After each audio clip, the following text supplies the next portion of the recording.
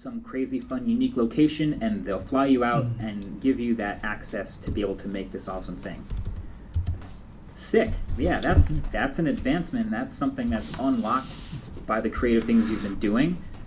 And so you do it, but you know, in that process, you now also have to manage the communications with the brand. That's the inbox stuff. You're doing invoicing, and then now it's the accounting and the taxes that come with that, and the negotiation in between, and the travel. Just a little bit of extra work, and it doesn't seem like a big deal, but that is some more time spent doing something that isn't being creative, when the job is still supposed to be the being creative part. You see what I mean? Does that make sense? There are all types of examples of this all over the creative world. Pick any genre, whether it's working with a brand or doing some new opportunity, something somewhere that comes from you being creative. Another very common example is, I have creative friends all the time that ask, oh, I'd like to hire a team to help with some of this stuff. And that also feels like a natural progression. You're doing so much of this work that you should have some help. You should have a team to help you do that, and you do get the help, but now a lot more of your time is actually spent managing those people and that team, which is taking away from the actual being creative part. So the point is, creative jobs don't scale quite like regular jobs, and this is the thing that I see in a lot of other channels and creators and a lot of the videos I'm watching, which is the more you scale up to address these awesome new opportunities and level up, the less of your job is the original thing that we fell in love with, which is being creative. So how do you avoid that? I don't know. I don't have the answers. I don't think anybody has the answers. That's also part of the fun of this job, as it is relatively new and it didn't exist that long ago, so there is no playbook to step 1, step 2, step 3, here's how to become a professional video creator in said genre on YouTube. You can try to find playbooks like that, but they won't always work. There is no answer yet. Now, I've been very lucky to, I enjoy a lot of the other parts of the process as well, and I started, again, with the fun of making videos and learning to use a camera and use a lens and use lighting and microphones and all kinds of fun things like that. But also the rest of the process are intriguing to me as well, so it's fun. I got lucky in that way. But I guess the only real advice that actually makes sense, and I'm not good at giving advice to these OGs, but I guess it's more like advice to my former self or another version of me, but it's just to be very, very deliberate about keeping the original goal and the creativity part at the core of everything that you're doing. Because it gets really easy to get distracted, and kind of like that 4th grader who filled out the survey who said, I want to be a YouTuber. It's easy to get distracted by the thought of the scale and the money and the fame and the fun that seems like it comes with this with no effort, but if you do fall into the trap of chasing algorithmic changes or chasing the views or the waves of things that happen on YouTube, it is definitely it's like a carrot on a string. It's never ending. Like, we've all seen the Mr. Beastification of lots of YouTube channels. No offense, Jimmy. I love you, Jimmy. But there are a lot of other channels that look at what Jimmy's doing as a end goal for themselves. And so they figure, okay, if I do what Jimmy's doing, if I follow his blueprint, I will be the Mr. Beast of insert genre here. And actually, they're right, they will be. But they don't realize all the other things that come with that. It's like a treadmill. That's another analogy for you. And the skill of being a video creator in this world where if you want it to be a job, you have to keep going and keep moving forward and keep making things and sharing things. The skill is finding what speed on the treadmill actually works for you. Is it a slow walk? Is it a light jog? Is it a video every this often? Is it scattered videos? Is it one video every month, every 6 months? That is a real skill and a challenge to find what actually works that satisfies both the external goals of growing your thing and the internal goals of flexing the creative muscle. Sorry, this is getting philosophical, but have you seen the Daft Punk music video from, I guess, after the last album, but for Infinity Repeating, where the AI character's like walking, it walks slowly, a little bit faster, and the whole time it's It's a fine pace, but the second it tries to start accelerating, very quickly towards the end of the video, it just like falls apart, and it's too much. That's what burnout looks like. So in my world, if you've watched tech YouTube videos, for example, which I guess if you're here you have, that looks like you cannot make every tech video. At least I can't. Maybe you can, but I can't review every single phone that comes out. I just recently, we had the Galaxy S24 stuff come out, and the OnePlus 12 is around the corner, and the Find 7 Ultra is also, I can't review all 3 phones at once. I'm only one person, so I gotta pick one. I can't dive in and try to satisfy the algorithm every single time. I just can't. So even me today, I am trying to pick the right speed on the treadmill that works for everything that I and my team want to do. And it's challenging. And I'm not saying that the people who are retiring or cutting back haven't done that, but I do think we're all sort of realizing you can't run on the treadmill forever. As viewers, I'm watching Tom, Scott, and Matt Pat. I'm like, yep, I get it. They're getting off the treadmill. But I'll leave you with one more analogy, and that is for those who are still in the camp of, I would like to go all in on this. I would like to get help and scale up and have a team. So the last analogy I'll leave you with, and I've told this on other people's channels, but I don't think I've ever actually said it on this channel, is the octopus analogy. Sorry, my computer over here just went to sleep with my mic cable plugged in. The octopus analogy. Being a creator on YouTube, if that's what we want to talk about, is just like being an octopus. Meaning, you get creative and you start making videos and you have all this fun with the platform, you are doing several different full-time jobs all at once. You are a full-time writer, you are also a full-time cinematographer, you're behind the camera, you're a lot of times in front of the camera, you're a lot of times a full-time editor, you're also managing the inbox, you're also doing the invoicing, working with brands, there's taxes, the financial accounting, and also just the PR relationships and management, all that content strategy. That's a bunch of different hats. That's like an octopus with 8 arms doing 8 different things all at once. So my only advice is, when getting help, and this makes perfect fundamental sense, but sometimes you have to hear it out loud, you want to get someone who's better at the thing that you're not good at than you, but also you want to find things that you specifically want to cut off. So if you're not good at graphic design and you want the thumbnails to be great, maybe that's a perfect arm to cut off and hand to someone else, and then they can do that task 500 times better than you ever could. I certainly learned that. I recommend that. Just cut off the arms of the taxes. Boom. You can hire an accountant. You can work with people who can help you with that. And that's cutting off an arm and handing it to someone who can do much better. But you can't cut off every arm.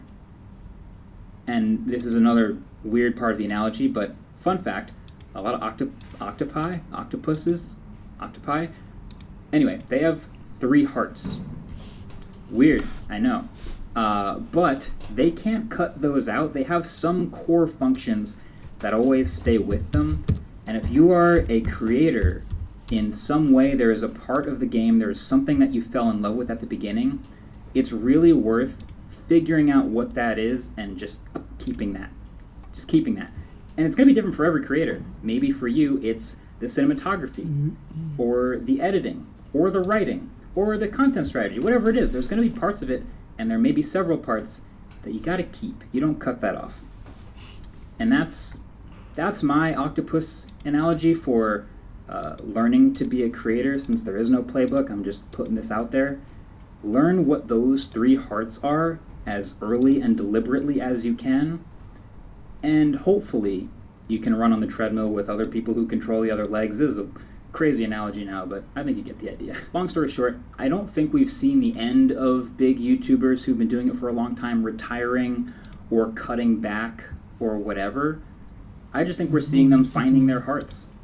I think they're, Matt Pat's still doing behind the scenes stuff on his channel. Tom Scott still doing his podcast. Watch the other videos and you'll see them sort of delineating between the outside and the inside internal motivation, and that's why I think it's important. So that's my 2 cents, and I just wanted to get out there for this video. That's all I wrote down. That's all I want to say. If you ever get to live the dream, be very deliberate about it. It was a weird video. Okay. We'll see if I put this up. Thanks for watching. Catch you guys in the next one. Peace.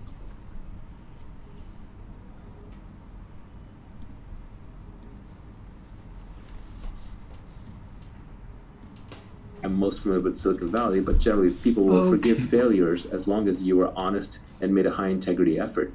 So there's not really that much to fear in terms of failure, and so people should be taking on a lot more accountability than they actually are. Is accountability actually fragile, or do you really just mean that we're hardwired not to fail in public, so it just feels like it's a fragile thing? I think it could actually be fragile. Like, example of accountability is you're an airplane pilot. As a captain, you're taking on accountability for the entire plane. Let's say that something goes wrong with the aircraft, you can't later blame it on anyone else. You can't blame it on the steward or the stewardess. You can't blame it on the co-pilot. You're the captain. You're responsible for the ship. And if you screw up, you crash the ship, and there are immediate consequences. In the old days, the captain was expected to go down with the ship. If the ship was sinking, literally the last person who got to get off was the captain. So yeah, I think accountability does come with real risks, but we're talking about in a business context. So the risk here would be that you would probably be the last one to get your capital back out. You'd be the last one to get paid for your time. So, the time that you put in, the capital that you put in into the company, these are what are at risk. Even if a business fails and your name's on it, that's not as bad as if it turns out to be an integrity issue. Like your Bernie Madoff, for example, Madoff Investments. That name is never going to be good again in the investment community. You could be Bernie Madoff's great-great-great-grandson. You are not going to go into the investment business because you ruined the family name. So I think these days, the accountability risk with the name happens more around integrity rather than it does around purely economic failure.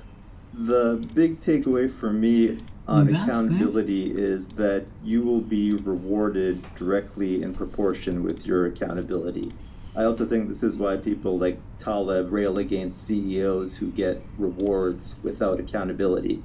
Yeah, Taleb's Skin of the Game is required reading if you want to get anywhere in modern life and understand how modern systems work. Then Skin of the Game would be near top of my list to read. But yes, accountability, Skin of the Game, these concepts go very closely hand in hand. I think of accountability as reputational skin of the game. It's putting your personal reputation on the line as skin of the game. Accountability is a simple concept.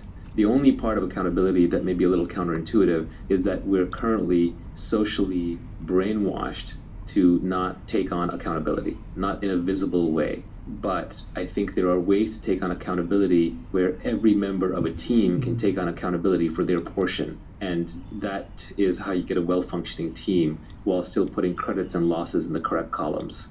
So why don't we talk a little bit about leverage? The first tweet in the storm was a famous quote from Archimedes, which was, "Give me a lever long enough and a place to stand, and I will move the earth." The next tweet was, "Fortunes require leverage. Business leverage comes from capital, people, and products with no marginal cost of replication." Leverage is critical. The reason I stuck an Archimedes quote in there is normally I don't like putting other people's quotes in my Twitter. Like, that doesn't add any value. You can go look up those people's quotes. But this quote I had to put in there because it's just so fundamental. I read it when I was very, very young, and it had a huge impression on me. And we all know what leverage is when we use a seesaw or a lever. We understand how that works physically.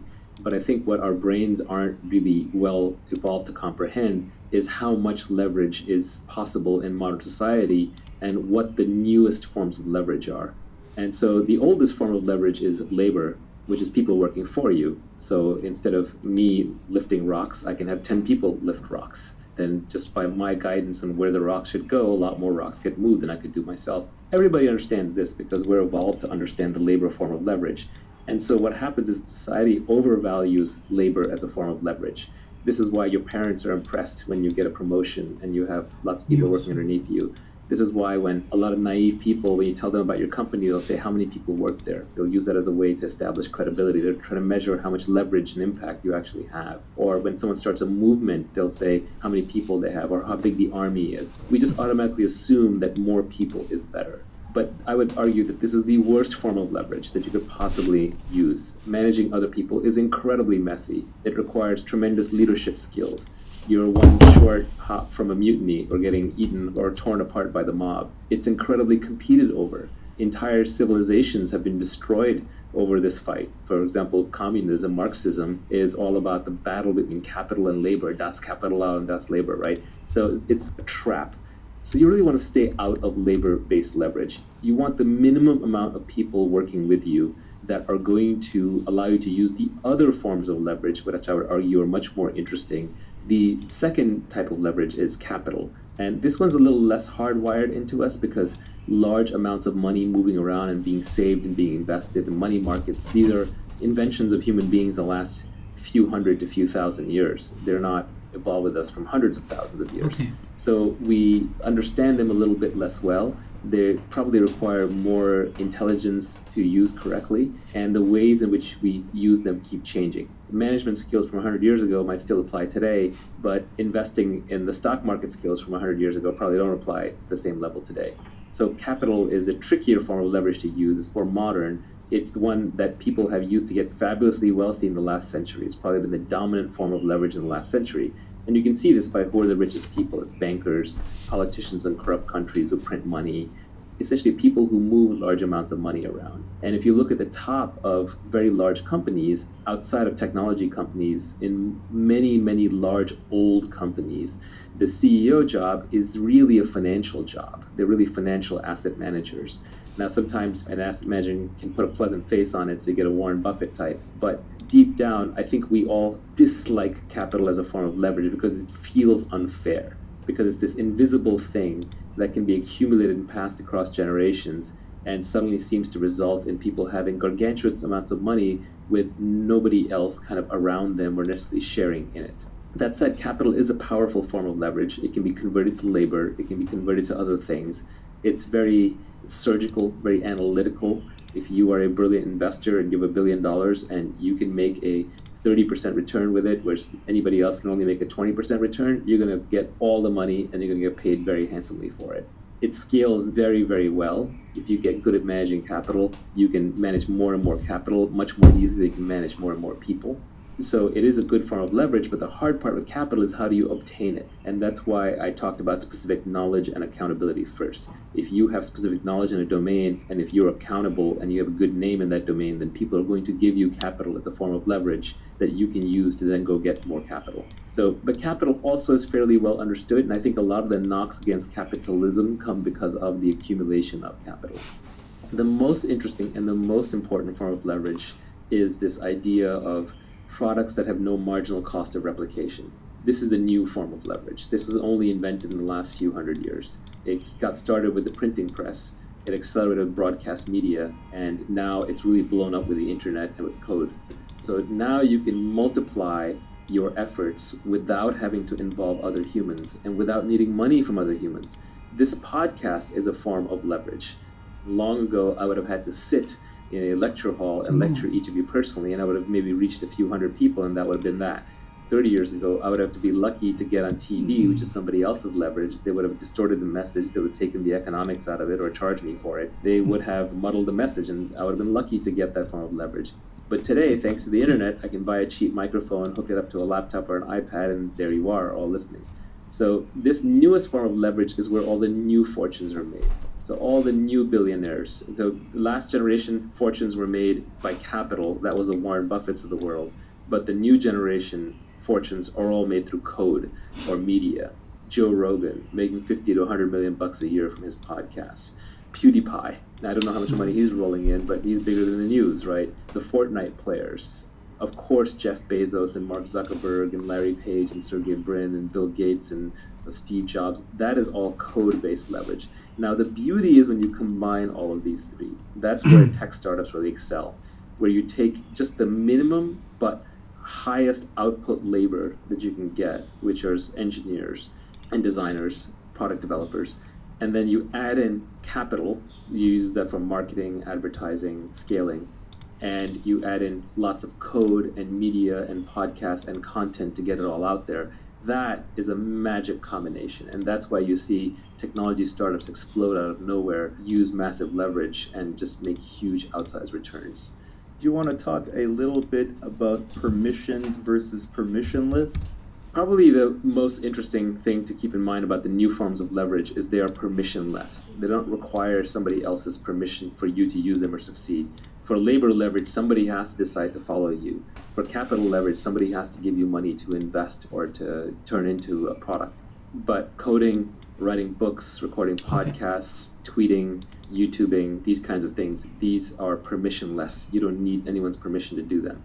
And that's why they're very egalitarian. They're great equalizers of leverage. And as much as people may rail on Facebook and YouTube, they're not going to stop using it, because this permissionless leverage where everyone can be a broadcaster is just too good. The same way, you can rail upon Apple for having a slightly closed ecosystem in the iPhone, but everyone's writing apps for it. So as long as you can write apps for it, you can get rich or reach users doing that, why not? I think of all the forms of leverage, the best one in modern society, and people are gonna, this is glib, this is a little overused, and this is why I tell people learn to code, right? It's that we have this idea that in the future, there's going to be these robots, and they're going to be doing everything. And that may be true, but I would say the majority of the robot revolution has already happened. The robots are already here, and there are way more robots than there are humans. It's just that we pack them in data centers for heat and efficiency reasons. We put them in servers, they're inside the computers, all the circuits, the robot mind inside that's doing all the work. And so every great software developer, for example, now has an army of robots working for him at nighttime while he or she sleeps after they've written the code, and it's just cranking away. So the robots army is already here. The robot revolution has already happened. We're about halfway through it. We're just adding in much more of the hardware component these days. As we get more familiar, we get more comfortable with the idea of autonomous vehicles and autonomous airplanes and autonomous ships and maybe autonomous trucks and there's delivery bots and Boston Dynamics robots and all that. But robots who are doing web searching for you, for example, are already here. The ones who are like cleaning up your video and audio and transmitting it around the world are already here. The ones who are answering many customer service queries, things that you would have had to call a human for, are already here. So an army of robots is already here. It's very cheaply available, and the bottleneck is just figuring out intelligent and interesting things to do to them. And essentially, you can order this army of robots around. Just the commands have to be issued in a computer language, in the language that they understand. So these robots aren't very smart. They have to be told very precisely what to do and how to do it. So coding is such a great superpower because now you can speak the language of the robot armies and you can tell them what to do. And I think at this point, actually, people are not only commanding the army of robots within servers through code, they're actually manipulating the movement of trucks, of other people. Just ordering a package on Amazon, you're manipulating the movement of many people and many robots to get a package delivered to you. People are doing the same things to build businesses now. So there's the army of robots within servers, and then there's also an army of actual robots and people that are being manipulated through software. Labor and capital are much less egalitarian, not just in their inputs, but in their outputs. Let's say that I need something that humans have to provide, like if I want a massage or if I need like someone to cook my food. The more of a human element there is in providing that service, the less egalitarian it is.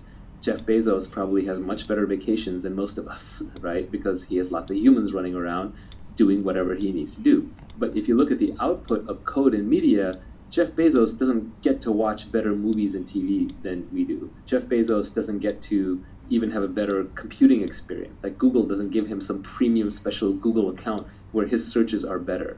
It's the nature of code and media output that the same product is accessible to everybody.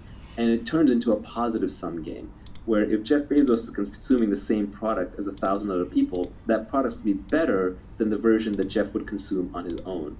Whereas with other products, that's not true. If you look at something like buying a Rolex, which is no longer about telling time, it's a signaling good. It's all about showing off, I have a Rolex. That's a zero-sum game. If everybody in the world is wearing a Rolex, then people don't want to wear Rolexes anymore because they no longer signal. It's canceled out the effect. And so rich people do have an advantage in consuming that product. They'll just price it up till only they can have Rolexes, and then poor people can't have Rolexes, and Rolexes resume their signaling value. But something like watching Netflix or using Google or using Facebook or YouTube, or even, frankly, modern day cars. Like rich people don't have better cars, they just have weirder cars.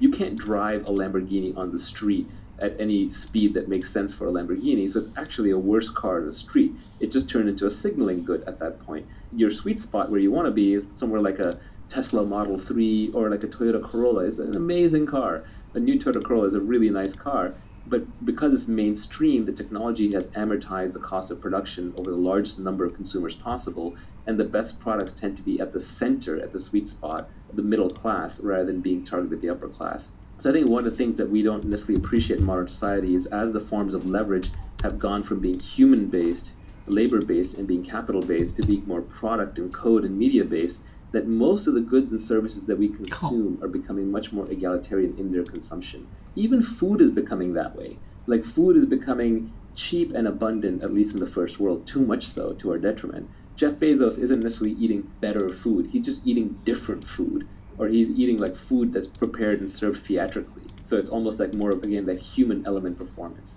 But the labor element out of food production has gone down massively. The capital element has gone down massively. And so even food production itself has become more technology oriented. And so the gap between the haves and the have-nots is getting smaller. So if you care about ethics in wealth creation, it is better to create your wealth using code and media as leverage, because then those products are equally available to everybody, as opposed to trying to create your wealth through labor or capital, because what I'm referring to here is scale economies. Technology products and media products have such amazing scale economies that you always want to use the product that is used by the most people. The one that's used by the most people ends up having the largest budget. There's no marginal cost of adding another user, and so with the largest budget, you get the highest quality. So the best TV shows are actually not going to be some obscure ones just made for a few rich people. They're going to be the big budget ones like the Game of Thrones or the Breaking Bad or Bird Box, where they have massive, massive budgets. They can just use those budgets to get to a certain quality level. And then the rich people, to be different, they have to fly to Sundance and watch a documentary, because you and I aren't going to fly to Sundance because, that's something that bored rich people do to show off.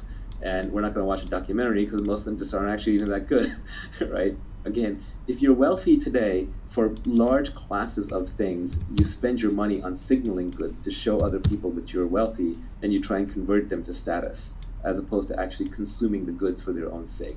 People and capital as a form of leverage have a negative externality, and code and product have a positive externality attached to them, if I was going to sum up your point.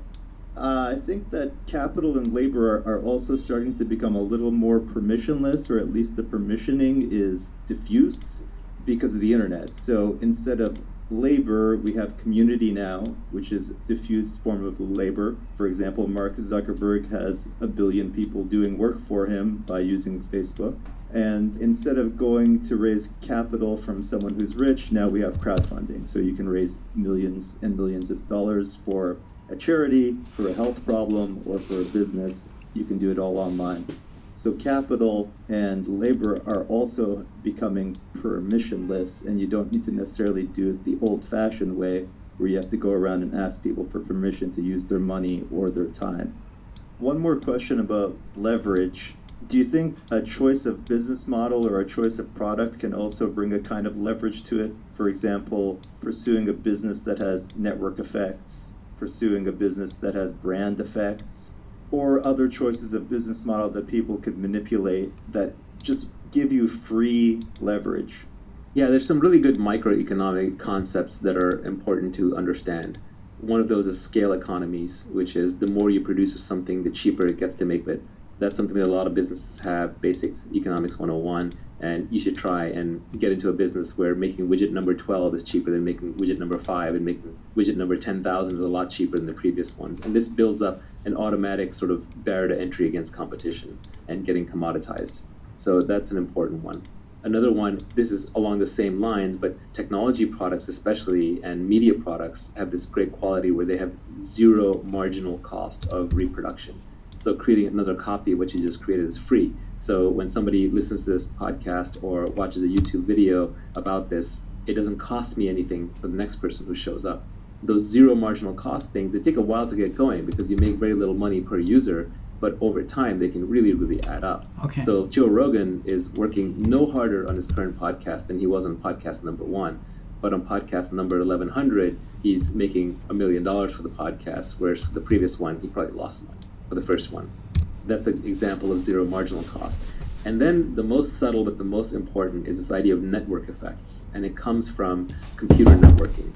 Bob Metcalfe, who created Ethernet, famously coined Metcalfe's law, which is the value of a network is proportional to the square of the number of nodes in the network. So if a network of size 10 would have a value of 100, a network of a size 100 would have a value of 10,000. It's not just 10x more, it's 100x more because it's a square, so the difference is in the square. So you want to be in a network effects business, assuming you're not number 2. If you're number 1 in a network effect business, you win everything. So example, if you look at Facebook, right, your friends and family social networking protocol, who's their competitor? Nobody, because they won everything through network effects, which is why when people say, well, I can just switch away from Facebook, they don't realize that network effects create natural monopolies. They're very, very powerful things. And one of the dirty secrets of Silicon Valley is that a lot of the winning businesses are natural monopolies. Even ride sharing tends towards one winner-take-all system. Like Uber will always have better economics than Lyft as long as it's moving more drivers and more riders around. Something like Google, there's only one viable search engine. I do like DuckDuckGo, privacy reasons, but they're just always going to be behind because of network effects. Twitter, right? Where else would you go for microblogging? Even YouTube has weak network effects, but they're still powerful enough. There's really no number 2 site that you go to consume your video on a regular basis. It even turns out in e-tail, Amazon, Prime, and convenience, stored credit cards and information creates a powerful network effect. So what is a network effect? Let's just define it precisely. A network effect is when each additional user adds value to the existing user base. So your users themselves are creating some value for the existing users. The classic example that I think everybody can understand is language. Let's say that there's 100 people who live in the community and speak 10 different languages, and each person just speaks one of those 10. Well, you're having to translate all the time. It's incredibly painful. But if all 100 of you spoke the same language, it would add tremendous value. And so the way that community will play out is 10 people start out speaking 10 languages. So let's say that one extra person learns English. Well, now all of a sudden, 11 people know English. So the next person comes in to learn a new language, probably going to choose English. At some point, let's say English gets to 20 or 25 people, it's done. It's just going to own the entire language marketplace, and the rest of the languages will get competed out, which is why long term, the entire world is probably going to end up speaking English and Chinese. China is closed off on the internet, but the internet itself is a great leveler, and people who want to communicate on the internet are forced to speak English because the largest community of people on the internet speaks English. I always feel bad for my colleagues who grew up speaking foreign languages in foreign countries because you don't have access to so many books. So many books just haven't been translated into other languages. So if you only spoke French or you only spoke German or you only spoke Hindi, for example, you would be at a severe disadvantage in a technical education. Invariably, if you go and get a technical education, you have to learn English just because you have to read these books that have this data that has not been translated. So languages are probably the oldest example of the network effect. Money is another example. We should all probably be using the same money, except for the fact that geographic and regulatory boundaries have created these artificial islands of money. But even then, the world tends to use a single currency as the reserve currency at most times, currently the US dollar. So network effects are a very powerful concept. When you're picking a business model, it's really good idea to pick a model where you can benefit from network effects, low marginal costs, and scale economies. And these tend to go together. Like anything that has zero marginal cost of production obviously has scale economies, and things that have zero marginal cost of reproduction very often tend to have network effects because it doesn't cost you anything more to stamp out the thing, so then you can just create little hooks for users to add value to each other. So you should always be thinking about how your users, your customers, can add value to each other, because that is the ultimate form of leverage. You're on the beach in the Bahamas, or you're sleeping at night, and your customers are adding value to each other. The tweet storm is very abstract. It's deliberately meant to be broadly applicable to all kinds of different domains and disciplines and time periods and places. But sometimes it's hard to work without concrete example. So let's just go concrete for a minute. Look at the real estate business. You could start at the bottom. Let's say you're a day laborer. You come in, you fix people's houses. Someone orders you around, tells you break that piece of rock, sand that piece of wood, put that thing over there. There's just all these menial jobs that go on a construction site. If you're working one of those jobs, unless you're a skilled trade, like say a carpenter or electrician, you don't really have specific knowledge. And even carpenter or electrician is not that specific because other people can be trained how to do it, so you can be replaced. So you get paid your 15, 20, 25, 50, if you're really lucky, $75 an hour, but that's about it. You don't have any leverage other than from the tools that you're using. So if you're driving a bulldozer, that's better than doing it with your hands. So day labor in India makes a lot less because they have no tool leverage. You don't have much accountability. You're a faceless cog in the construction crew, and the owner of the house or the buyer of the house doesn't know or care that you worked on it. One step up from that, you might have a contractor, like a general contractor, who someone hires to come and fix and repair and build up their house. That general contractor is taking accountability, they're taking responsibility. So now, if let's say they got paid $250,000 for the job, sorry, I'm using Bay Area prices, so maybe I'll go rest of the world prices, $100,000 for the job to fix up a house, and it actually costs the general contractor, all said and done, $70,000. Well, that contractor's going to pocket that remaining 30. So they got the upside, they got the equity, but they're also taking accountability and risk. So if the project runs over and there's losses, then they eat the losses. But you see, just the accountability gives them some form of additional potential income. And then they also have labor leverage because they have a bunch of people working for them. But it probably tops out right there. You can go one level above that and you can look at a property developer. This might be someone who is a contractor who did a bunch of houses, did a really good job, then decided to go into business for themselves, and they go around looking for beaten down properties that have potential. They buy them, they either raise money from investors, they're fronted themselves, they fix the place up, and then they sell it for twice what they bought it for. Maybe they only put in 20% more, so it's a healthy profit. So now a developer like that takes on more accountability, has more risk, they have more specific knowledge, because now you have to know which neighborhoods are worth buying in, which lots are actually good and which lots are bad, what makes or breaks a specific property. You have to imagine the finished house that's going to be there, even when the property itself might look really bad right now. So there's more specific knowledge, there's more accountability and risk, and now you also have capital leverage because you're also putting money into the project. But conceivably, you could buy, a piece of land or a broken down house for $200,000 and turn it into $1 million mansion and pocket all the difference. One level beyond that might be a famous architect or a developer, where just having your name on a property because you've done so many great properties increases its value. One level up from that, you might be a person who decides, well, I understand real estate and I now know enough of the dynamics of real estate that rather than just build and flip my own properties or improve my own properties, I'm going to be a massive developer. I'm going to build entire communities. Another person might say, I like that leverage, but I don't want to manage all these people. I want to do it more through capital, so I'm going to start a real estate investment trust. And that requires specific knowledge, not just about investing in real estate and building real estate, but also requires specific knowledge about the financial markets, the capital markets, and how real estate trusts operate. One level beyond that might be somebody who says, actually, I want to bring the maximum leverage to bear in this market and the maximum specific knowledge. And so that person would say, well, I understand real estate, and I understand everything from basic housing construction to building properties and selling them to how real estate markets move and thrive.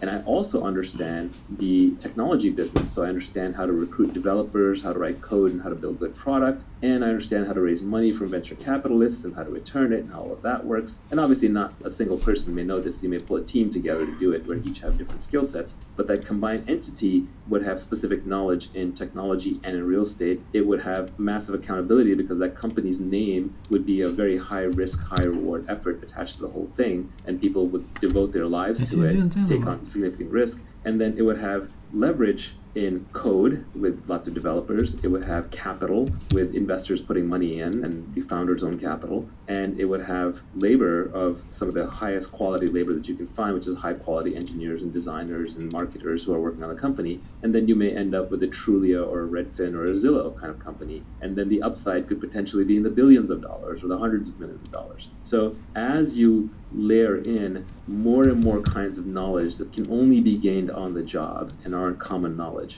and you layer in more and more accountability and risk-taking, and you layer in more and more great people working on it and more capital on it and more code and media on it, you keep expanding the scope of the opportunity all the way from the day laborer who might just literally be scrapping on the ground with their hands all the way up to somebody who started a real estate tech company and then took it public. We spoke about specific knowledge, we talked about accountability, we talked about leverage. The last skill that Naval talks about in his tweet storm is judgment, where he says that leverage is a force multiplier for your judgment. We are now living in an age of nearly infinite leverage, and all the great fortunes are created through leverage. So your first job is to go and obtain leverage, and you can obtain leverage through permission by taking risks and getting people to work for you, or by raising capital, or you can get leverage permissionlessly by learning how to code or becoming a good communicator in podcasting, broadcasting, creating videos, writing, etc. So that's how you get leverage. But once you have leverage, what do you do with it? Well, the first part of your career is spent hustling to get leverage.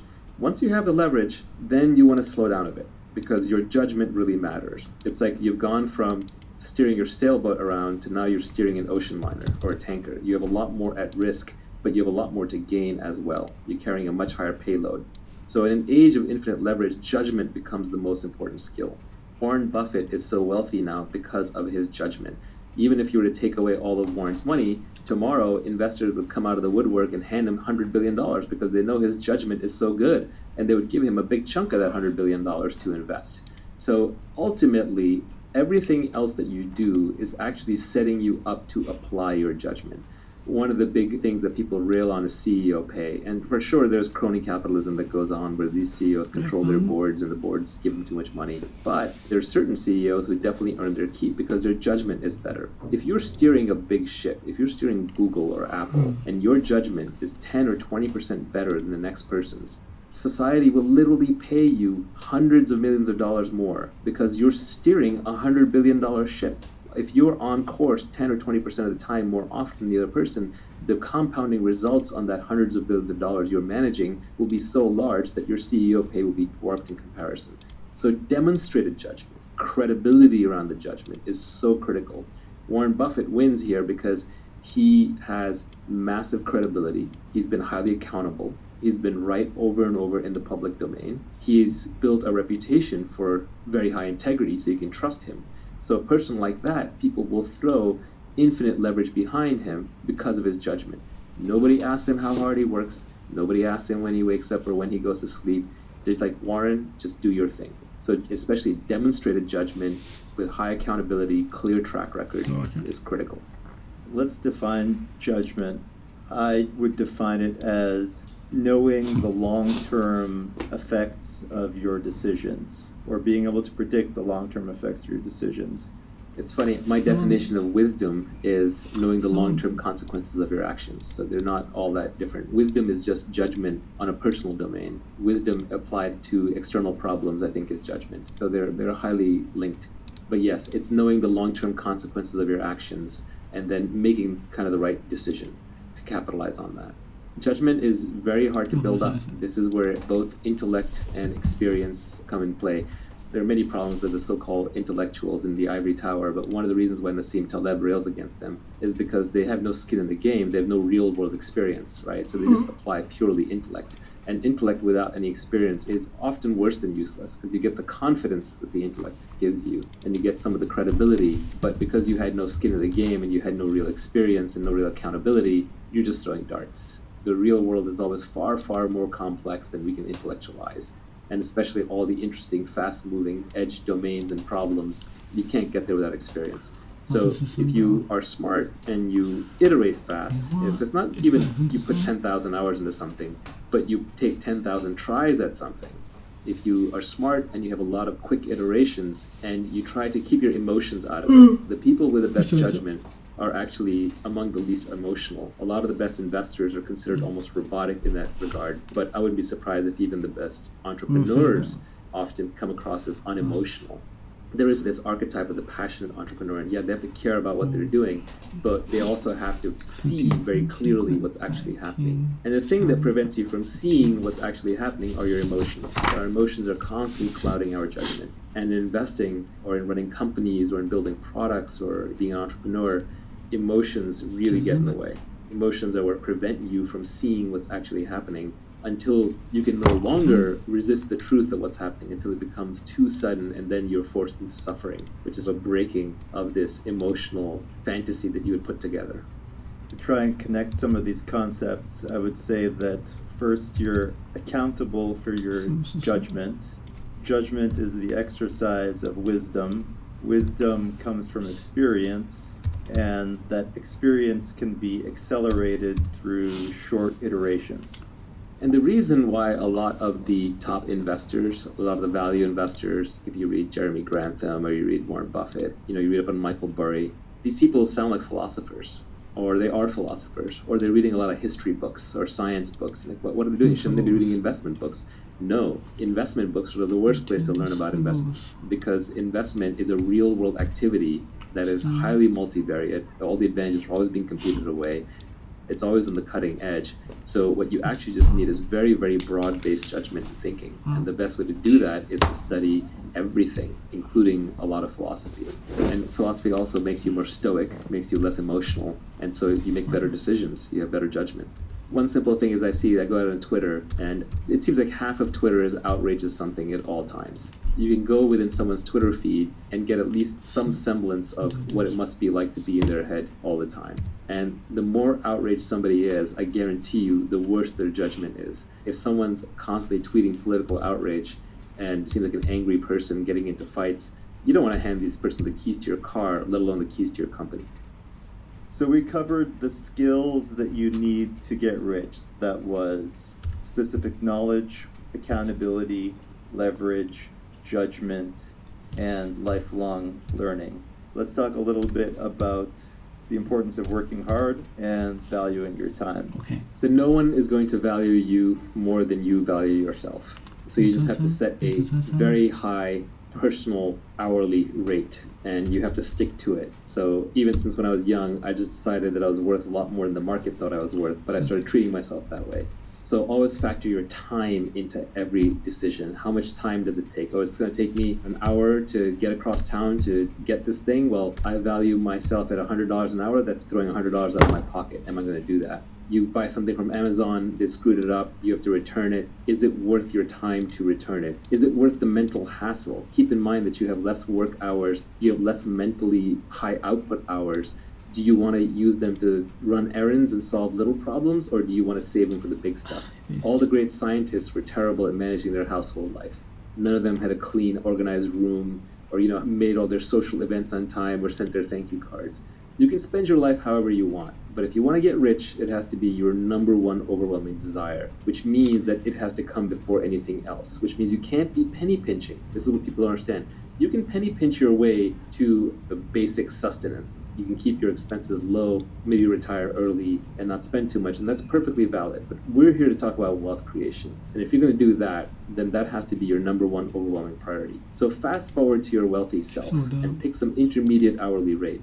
For me, believe it or not, back when you could have hired me, which now obviously you can't, but back when you could have hired me, and this was true a decade ago or even 2 decades ago before I had any real money, my hourly rate, I used to say to myself over and over, is $5,000 an hour. Today, when I look back, really it was about $1,000 an hour. And of course, I still ended up doing stupid things like arguing with the electrician or returning the broken speaker, but I shouldn't have. And I did a lot less than any of my friends would. And I would make a theatrical show out of throwing something in the trash pile or giving it to Salvation Army rather than trying to return it, or handing something to people rather than trying to fix it. I would argue with my girlfriends, and even today to my wife, like, I don't do that. That's not a problem that I solve. I still argue that with my mother when she hands me like little to-dos. I just don't do that. I would rather hire you an assistant. And this was true even when I didn't have money. Another way of thinking about something is that if you can outsource something, or not do something for less than your hourly rate, outsource it or don't do it. So if you can hire someone to do it for less than your hourly rate, hire them. That even includes things like cooking. Now, you may want to eat your healthy home-cooked meals, but if you can outsource it, do that instead. And I know some people will say, well, what about the joy of life and what about getting it right just your way? Sure, you can do that, but you're not going to be wealthy because now you've made something else a priority. Paul Graham said it pretty well for Y Combinator startups. He said you should be working on your product and getting product market fit, and you should be exercising and eating healthy. Like, that's about it. That's kind of all you have time for while you're on this mission. So set a very high hourly aspirational rate for yourself and stick to it. And it should seem and feel absurdly high. If it doesn't, it's not high enough. And whatever you picked, my advice to you would be raise it. Like I said, for myself, even before I had money, for the longest time I used $5,000 an hour. And if you extrapolate that out into what it looks like as an annual salary, it's multiple millions of dollars per year. Ironically, I actually think I've beaten it. When I look back, because I'm not the hardest working person, I'm actually kind of a lazy person. So I work through bursts of energy where I'm really motivated with something. So if I actually look at how much I've earned per actual hour that I've put in, it's probably quite a bit higher than that. Let's talk about hard work. There's this battle that happens on Twitter a lot between should you work harder and should you not. Like David Hauser's on there saying, it's like you're slave driving people, and Keith Rabois is always on there saying, like, no, all the great founders work their fingers to the bone. And they're talking past each other. First of all, they're talking about two different things. David is talking about employees in a lifestyle business, which is fine. Your number one thing in life, if you're doing that, is not getting wealthy. You have a job, you also have your family, you also have your life. But Keith is talking about the Olympics of startups. He's talking about the person going for the gold medal and trying to build a multi-billion-dollar public company. That person has to get everything right. They have to have great judgment, they have to pick the right thing to work on, they have to recruit the right team, and they have to work crazy hard because they're basically engaged in a competitive sprint. So if getting wealthy is your goal, you are going to have to work as hard as you can. But hard work is absolutely no substitute for who you work with and what you work on. What you work on is probably the most important thing. Finding product market founder fit, to expand on Mark Andreessen's definition, he came up with product market fit, but I would add product market founder fit, which is how well you are personally suited to that business. The combination of that three, that should be your overwhelming goal. And you can save yourself a lot of time if you pick the right area to work in. Picking the right people to work with is the next most important piece. And then third comes how hard you work. But they're like three legs of a stool. If you shortchange on any one of them, the whole stool is going to fall down. So it's not like you can pick one over the other that easily. So the order of operations when you're building a business is, or even building your career, is first figure out what should I be doing? What is something where there is a market that is emerging, there's a product that I can build that I'm excited to work on, and something where I have specific knowledge and I'm really into it. And then second, surround yourself with the best people possible. And no matter how high your bar is, raise your bar.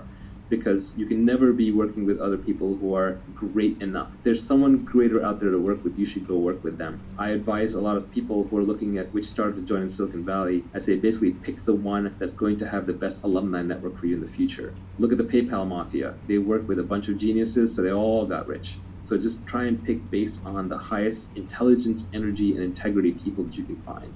And then finally, once you've picked the right thing to work on and the right people to work with, then you work as hard as you can. This is where the mythology gets a little crazy. People will work 80, 120-hour weeks. A lot of that's just status signaling. It's showing off. Nobody really works 80 to 120 hours a week sustained at high output with mental clarity. Your brain breaks down. You just won't have good ideas.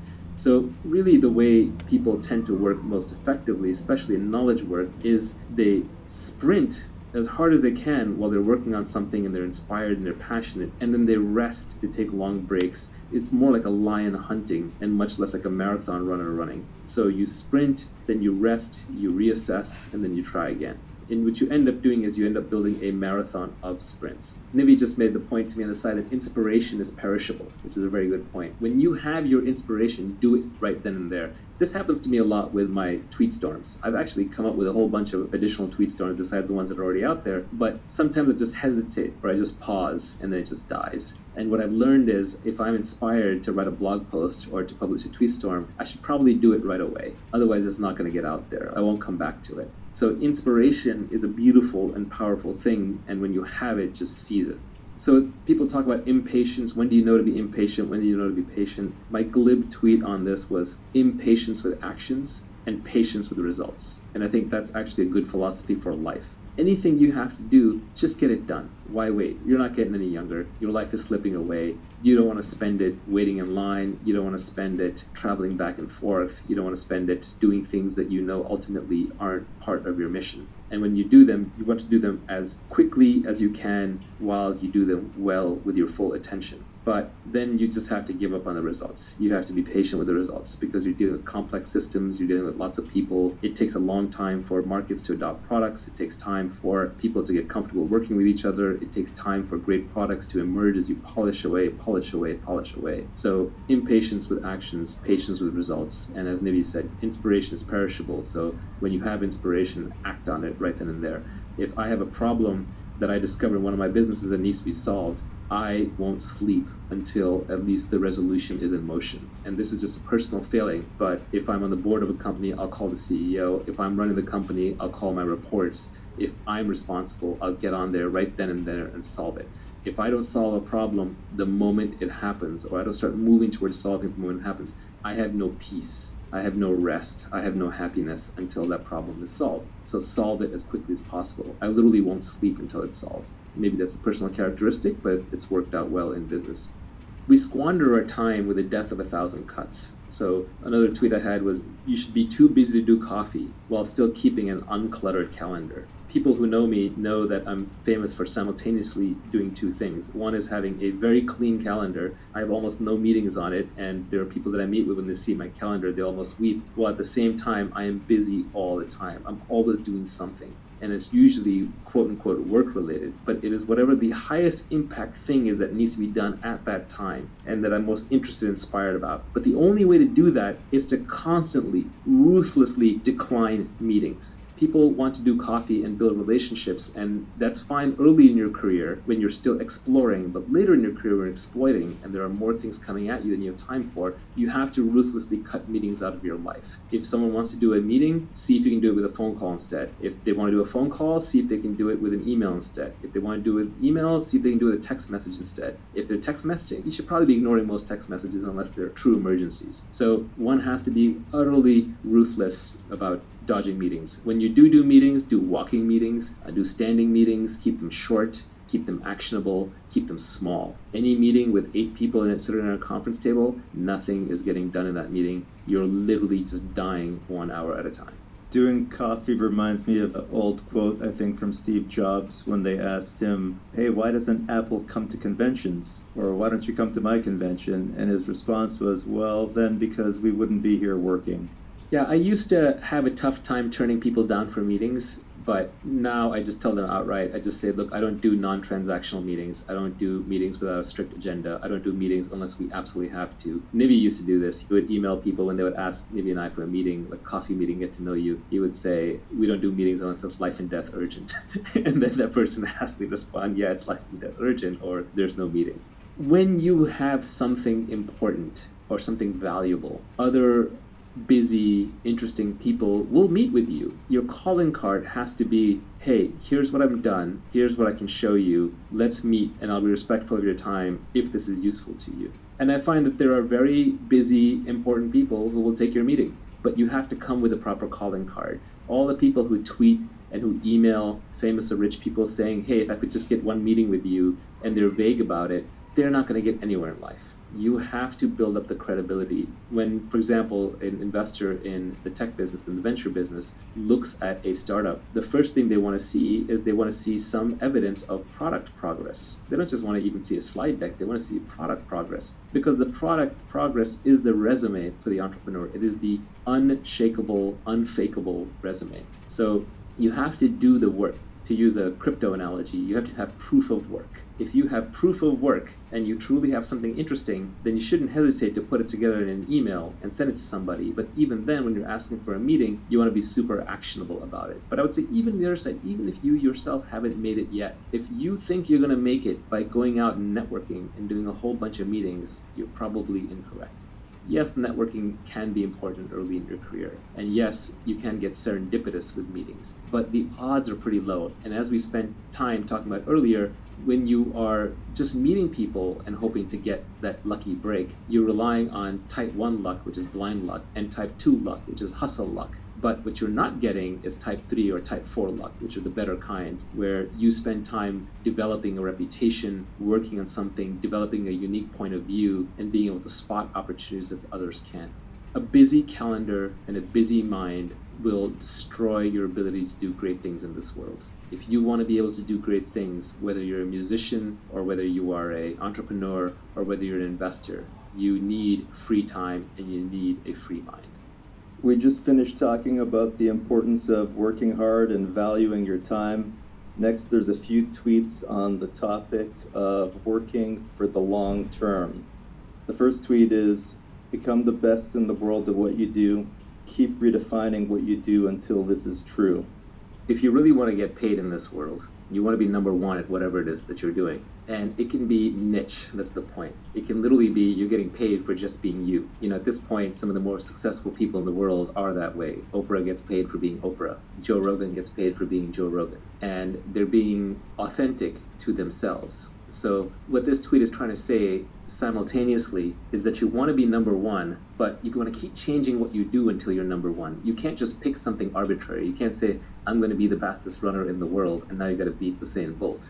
That's too hard of a problem. But what you can do is you can keep changing what your objective is until it arrives to your specific knowledge, your skill sets, your position, your capabilities, your location, your interests, and then converges to making you number one. So when you're searching for what to do, you actually have two different foci that you have to keep in mind at all points. And one of those is, I want to be the best at what I do. And the second is, what I do is flexible so that I am the best at it, until you arrive at a comfortable place where you're like, yes, this is something I can be amazing at while still being authentic to who I am. And this is not going to be an overnight discovery. It's going to be a long journey, but at least you know how to think about it. The most important thing for companies to find product market fit, I would say the most important thing for an entrepreneur is to find founder product market fit, where you are naturally inclined to build the right product which has a market. And that's the three focus problem, which is you got to make all three of those work at once. If you want to be successful in life, you just have to get comfortable managing multivariate problems, multiple objective functions at once. And this is one of those cases where you have to map at least two or three at once. This reminds me of your tweet about escaping competition through authenticity. It sounds like part of this is a search for who you are. It's both a search and a recognition, because sometimes when we search our egos, we want to be something that we aren't, and our friends and family are better at telling us actually who we are, or looking back at what we've done is a better indicator of who we are.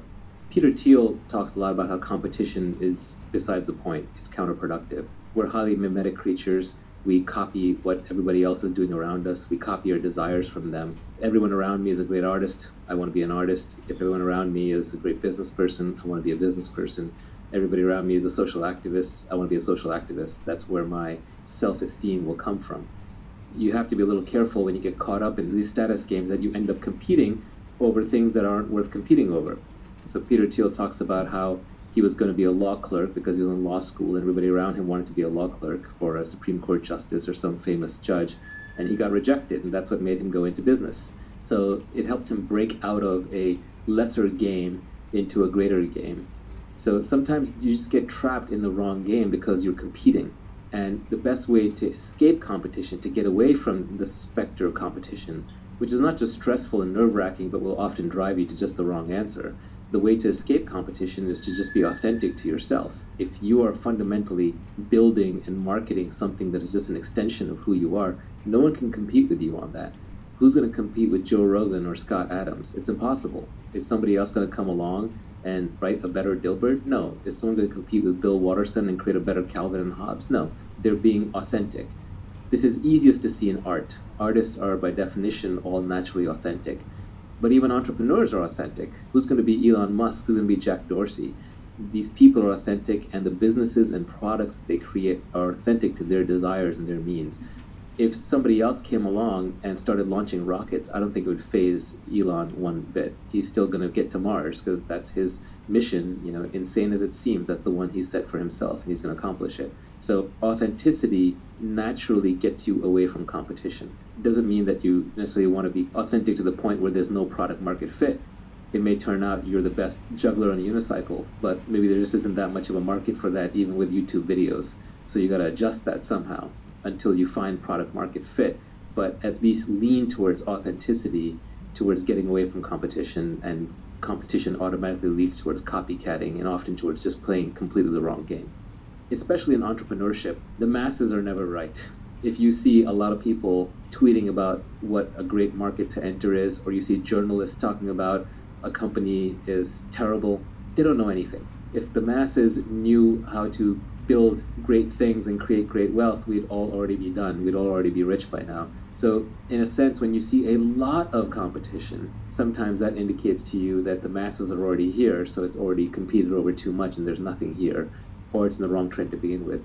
On the other hand, if it's completely empty, if the whole market is empty and no one's there, that can also be a warning indicator that you've gone too authentic and not enough on the product market fit part of founder product market fit. So there's a balance, you have to find it. But generally, most people will make the mistake of paying too much attention to the competition and being too much like the competition and not being authentic enough. And the great founders tend to be authentic iconoclasts. I hate to bring up the Scott Adams skill stack one more time, but I'll still bring it up. Do you think one way of getting to authenticity is not necessarily adding some random skills that you think might be important, but just really finding 5 or 6 various skills that you already authentically do and just stacking them on top of each other, and not even in any purposeful way. If you are expressing who you are, you're going to be expressing all these little 5 or 6 different skills anyway.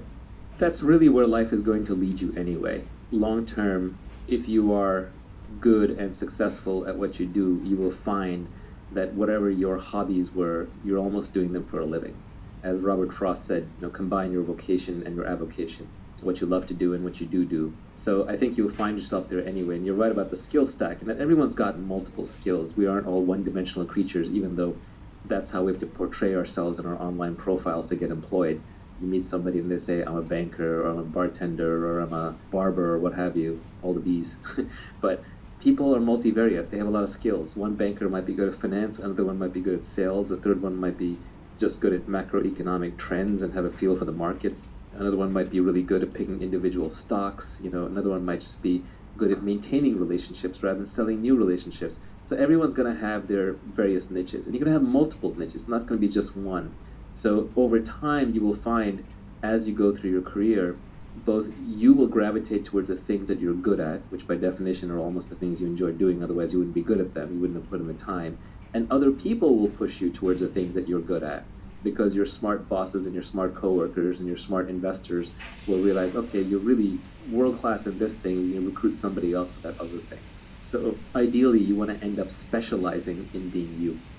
I think when you're being authentic, you don't really mind competition that much.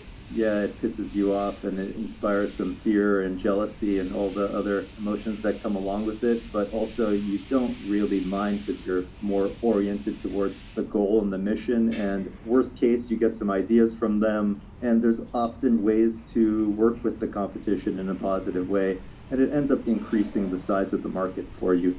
Yeah, sometimes it depends on the nature of the business. Silicon Valley tech industry businesses tend to be winner take all, at least the good ones. And so when you see competition, it can make you fly into a rage because it really does endanger everything you've built. Whereas if I was opening a restaurant and a more interesting version of the same restaurant opens up in a different town, that's fantastic. I'm just going to lift from them what's working and drop what I can see that they have already figured out is not working. So it does depend to some extent on the nature of the business. That said, even the businesses that seem like that they are often in direct competition really aren't. They can end up adjacent or slightly different. You're one step away from a completely different business, and sometimes you need to take that one step, and you're not going to be able to take it if you're busy fighting over a booby prize. You're playing a stupid game and you're going to win a stupid prize. It's not obvious right now because you're blinded by competition, but 3 years from now it'll be obvious. To give a simple example, when I was first starting companies, one of my first ones was called ePinions, which was an online product review site for all the products out there that was independent of Amazon. And that space eventually turned into TripAdvisor and Yelp, which is where we should have gone. We should have done more local reviews because there's more value to having a review of a scarce item like in their local restaurant than it is of an item like a camera, which is going to have 1,000 reviews on Amazon.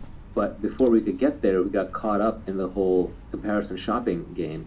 And so we ended up merging with Deal Time, and we competed with MySimon and BizRate, which became Shopzilla, and Price Grabber and NextTag, and a whole bunch of these price comparison engines. And we're all caught in fierce competition with each other, and that whole space went to zero because it turns out Amazon won e-tail completely. So there was no need for price comparison. Everyone just went to Amazon. But we got the booby prize because we were caught in a competition with a bunch of our peers, when really we should have been looking at what the consumer really wanted and being authentic to ourselves, which was reviews and not price comparison, and gone more and more into more and more esoteric items that needed to be reviewed where customers had less and less data and wanted reviews more badly. So if we'd stayed authentic to ourselves, we would have done better. We're still talking about working for the long term. The next tweet on that topic is apply specific knowledge with leverage, and eventually you will get what you deserve. I would also add to that, apply judgment, apply accountability, and apply the skill of reading. This one is just a glib way of saying that it takes time. Even once you have all of these pieces in place, there is an indeterminate amount of time that you're going to have to put in. And if you're counting, you will run out of patience before it actually arrives. So you just have to make sure that you give these things a proper time. Life is long. Charlie Munger had some line on this. Somebody asked him about making money, and he reinterpreted that. And he said, what the questioner is actually asking is, how do I get rich like you but faster before I end up as a really old guy? And everybody wants it immediately, but the world is an efficient place. Immediate doesn't work. You do have to put in the time. You do have to put in the hours. And so I think you just have to put yourself in the position with the specific knowledge, with the accountability, with the leverage, with the authentic skill set that you have to be the best in the world at what you do. And then you have to enjoy it and just keep doing it and keep doing it and keep doing it, and don't keep track and don't keep count. Because if you do, you will run out of time. I can look back at my career and the people 2 decades ago that I had identified as brilliant and hardworking but hadn't thought much more about it, they're all successful now, almost without exception. On a long enough time scale, you do get paid, but it can easily be 10 or 20 years. Sometimes it's 5, and if it's 5 or 3 and a friend of yours got there, it can drive you insane. But those are exceptions, and for every winner, there's multiple failures. One thing that's important in entrepreneurship is you just have to be right once. You get many, many shots on goal. You can take a shot on goal every 3 to 5 years, maybe every 10 at the slowest, or once every year at the fastest, depending on how you're iterating with startups. But you really only have to be right once. My little equation is that your eventual outcome will be equal to something like the distinctiveness of your specific knowledge times how much leverage you can apply to that knowledge times how often your judgment is correct times how singularly accountable you are for the outcome times how much society values what you're doing, and then you compound all of that with how long you can keep doing it and how long you can keep improving it through reading and learning. That's actually a really good way to summarize it. It's probably worth even trying to sketch that equation out. That said, people try to then apply mathematics to what is really philosophy. So I've seen this happen in the past where I say one thing and then I say another thing that seems contradictory if you treat it as a math equation, but it's obviously in a different context. And then people will say, well, you say that desire is suffering, it's the Buddhist saying, and then you say that all greatness comes from suffering, so does that mean all greatness comes from desire? It's like, well, this isn't math, people. You can't just start carrying variables around and forming absolute logical outputs. You have to know when to apply things. So I think that is very useful to understand, but at the same time, one can't get too analytical about it. It's what a physicist would call false precision. When you take 2 made-up estimates and you multiply them together and then you get 4 degrees of precision, those decimal points don't actually count. You don't have that data. You don't have that knowledge. In a model, the more estimated variables you have, the greater the error in the model. So just adding more and more complexity to your decision-making process actually gets you a worse answer. You're better off just picking the single biggest thing or 2. For example, what am I really good at according to observation and according to people that I trust, that the market values? Like that alone, those 2 variables alone are probably good enough. Because if you're good at it, you'll keep it up. And if you're good at it, you'll develop the judgment. And if you're good at it and you like to do it, eventually people will give you the resources and you won't be afraid to take on accountability. So all the other pieces will fall in place. Product market fit is inevitable if you're doing something you love to do and the market wants it. Regarding the guy that gets rich in 5 years, one of the tweets that you had on the cutting room floor was, avoid people who got rich quickly. They're just giving you their winning lottery ticket numbers. This is generally true of advice anyway, which is, it's back to Scott Adams, systems not goals. If you ask a specific person what worked for them, very often it's just like they're reading out the exact set of things that work for them, which may not be applicable for you. They're just reading their winning lottery ticket numbers. It's a little glib. There is something to be learned from them, but you can't just take their exact circumstance and map it onto yours. The best founders I know, they listen and read to everyone, but then they ignore everybody and they make up their own mind. They have their own internal model of how to apply things to their situation, and they do not hesitate to discard information. If you survey enough people, all the advice will cancel to zero. So you do have to have your own point of view, and when something is sent your way, you have to very quickly decide, is that true? Is that true outside of the context of what that person applied it in? Is it true in my context? And then, do I want to apply it? You have to reject most advice, but you have to listen to and read enough of it to know what to reject and what to accept. Even in this podcast, you should examine everything. If something does not feel true to you, put it down, set it aside. If too many things seem untrue, delete this podcast. I think the most dangerous part of taking advice is that the person that gave it to you is not going to be around to tell you when it doesn't apply any longer. Yeah, I view the purpose of advice as a little different than most people. I just view it as helping me have anecdotes and maxims that I can then later recall when I have my own direct experience and say, that's what that person meant. 90% of my tweets are actually just maxims that I carve for myself that are then little mental hooks to remind me when I'm in that situation again, like, I'm the one who tweeted, if you can't see yourself working with someone for life, then don't work with them for a day. So as soon as I know that this person is not going to be someone that I'm going to be working with 10 years from now, then I have to start extricating myself from that relationship or just not investing that much more effort into it. So I use my tweets and other people's tweets as maxims that help compress my own learnings and be able to recall them. Because, the brain space is finite. You have finite neurons. So you can almost think of these as pointers, addresses, mnemonics to help you remember deep-seated principles where you have the underlying experience to back it up. If you don't have the underlying experience, then it just reads like a collection of quotes.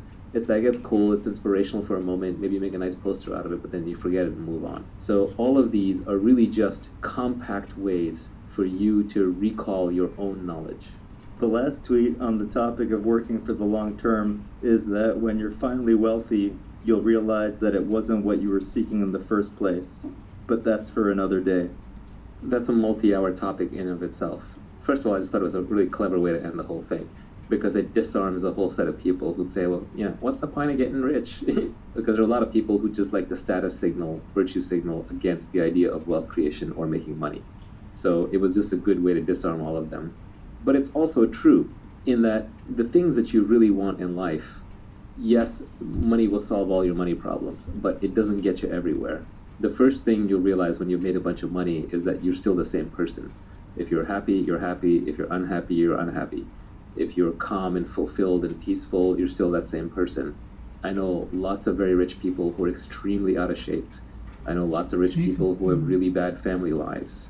I know lots of rich people who are internally a mess.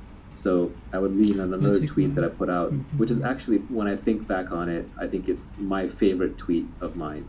It's not necessarily the most insightful, it's not necessarily the most helpful, it's not even the one I think about the most, but I just, when I look at it, there's just such a certain truth in there that it just resonates. And that is that a calm mind, a fit body, and a house full of love, these things cannot be bought, they must be earned. Even if you have all the money in the world, you can't have those three things. Jeff Bezos still has to work out, he still has to work in his marriage or whatever his next relationship is, and his internal mental state is still going to be very much not controlled by external events. It's going to be based on how calm and peaceful he's inside. So I think those three things, your health, your mental health, and your close relationships, are things that you have to cultivate and can probably bring you a lot more peace and happiness than any amount of money ever will. So that's what I meant. Now, how to get there is actually a tweet storm that I still need to put out. I've been working on it. I have probably 100 tweets on it. It's just very hard to say anything on the topic without getting attacked from 50 different directions, especially these days on Twitter. So I've been hesitant to do it because I want to target it for a very specific kind of person. There's a bunch of people who don't believe that working on your internal state is useful. They're too focused on the external. And that's fine. There's nothing wrong with that. They should do that, and that's who How to Get Rich Tweetstorm is for. There's a bunch of people who believe that the only thing worth working on is complete liberation, like you become the Buddha, and they'll attack anything in the middle as being useless. That's fine too, but most people aren't there. So what I want to do is to create a tweet storm that is just very practical advice for everyday people who want to have a calmer internal state.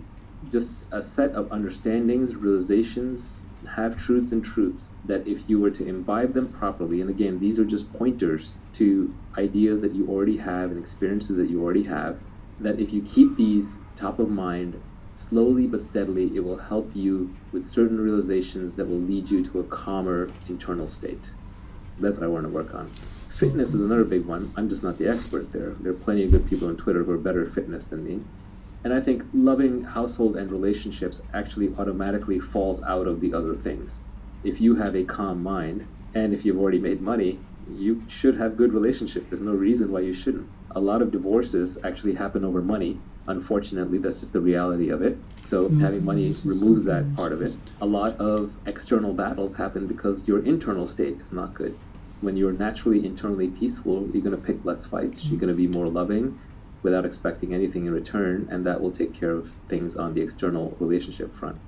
So money solves your money problems. Money buys you freedom in the material world. I think that was a tweet from your cutting room floor. And money lets you not do the things that you don't want to do. Yeah, to me, the ultimate purpose of money is so that you do not have to be in a specific place at a specific time doing anything you don't want to do.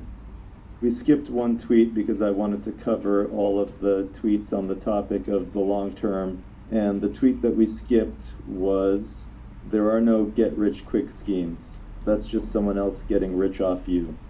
This goes back to the world being an efficient place. If there's an easy way to get rich, it's already been exploited.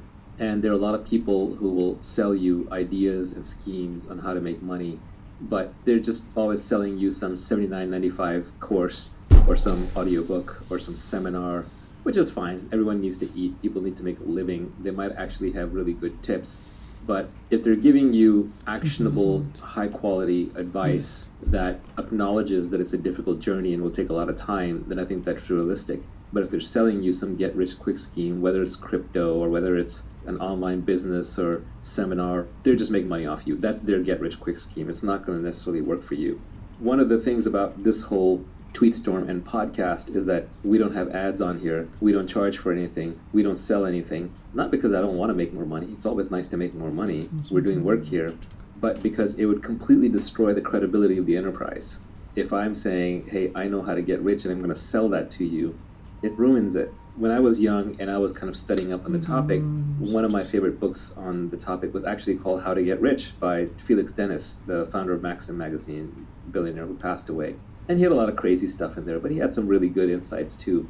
But whenever I read something by him or by the GoDaddy founder, Bob Parsons, or say Andrew Carnegie, you read stuff by people who are already very wealthy and they've clearly made their wealth in other fields, not by selling the how to get rich line. They have credibility. You just trust them. And they're not trying to make money off of you. They are obviously trying to win some status and some ego, right? You always have to have a motivation for doing something. But at least that is a cleaner reason why they're probably not lying. They're probably not fooling you. They're not snowing you. At some level, every founder has to lie to every employee of the company that they have, where they have to convince them that it's better for you to work for me than it is to do what I did and go work for yourself. So I've always had a hard time with that, which is why the only honest way in my companies, I've recruited entrepreneurs. And I tell them, you're going to get to be entrepreneurial in this company. And the day you're ready to go start your own next thing, I'm going to support you. I'm never going to get in the way of you starting a company, but this can be a good place for you to learn how to build a good team and build a good culture, how to find product market fit, to perfect your skills and meet some amazing people while you figure out exactly what it is you're going to do, because positioning, timing, deliberation are very important when starting a company. But what I've never been able to do is look them in the face and say, you must be at your desk by 8 a.m. because I'm not going to be at my desk by 8 a.m. I want my freedom. Or say to them that you're great at being a director today and you'll be a VP tomorrow, putting them into that career path track, because I don't believe in it myself. If anyone is giving advice on how to get rich and they're also making money off of it, they should have made their money elsewhere. Like, you don't want to learn how to be fit from a fat person. You don't want to learn how to be happy from a depressed person. So you don't want to learn how to be rich from a poor person, but you also don't want to learn how to be rich from somebody who makes their money by telling people how to be rich. It's suspect.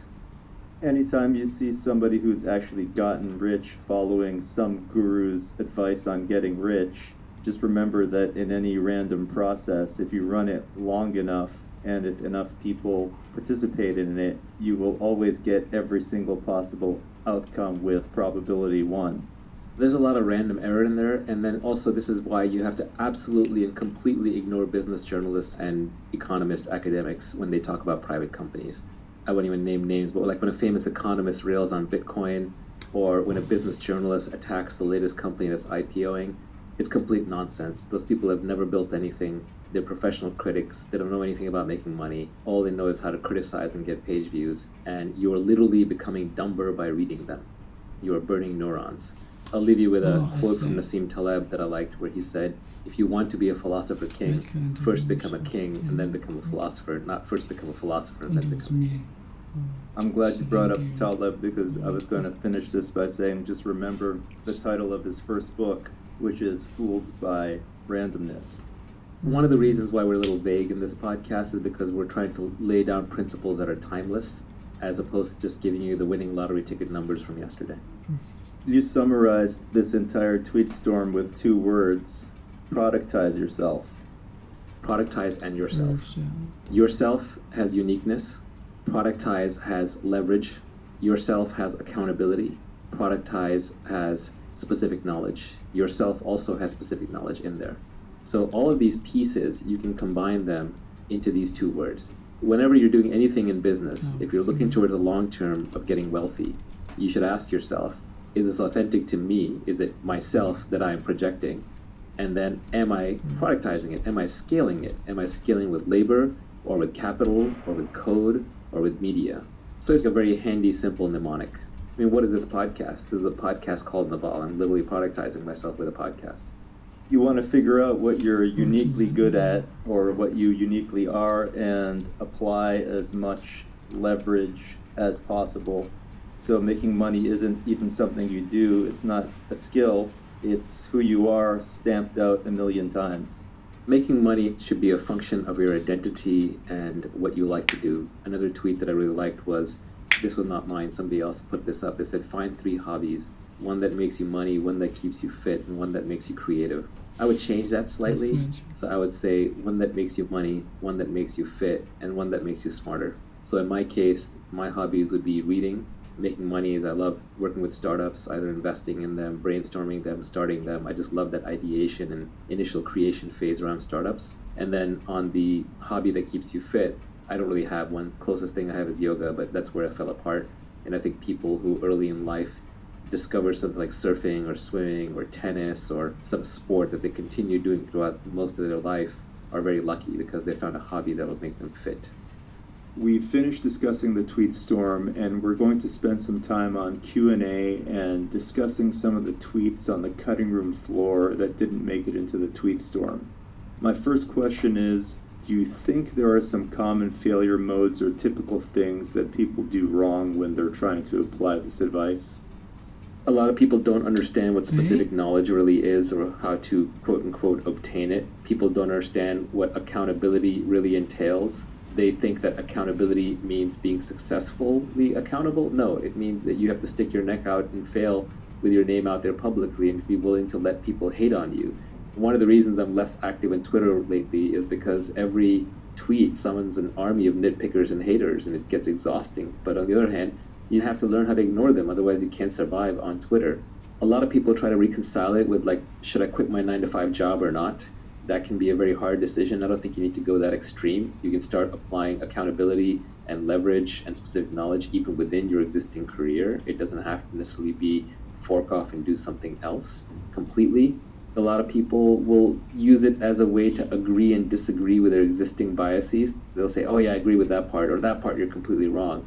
The most interesting parts should be the ones that you disagree with, because clearly I've proven that I know a few things. So if you disagree with it, then maybe that is an area where you can improve your thinking. I definitely improve my thinking all the time, but I will tell you that in this tweet storm, I put down the minimum viable principles. I did not put down the whole universe of what I know about how to make money, because 90% of it is suspect. I put down the bedrock, the stuff that I'm pretty solidly sure about.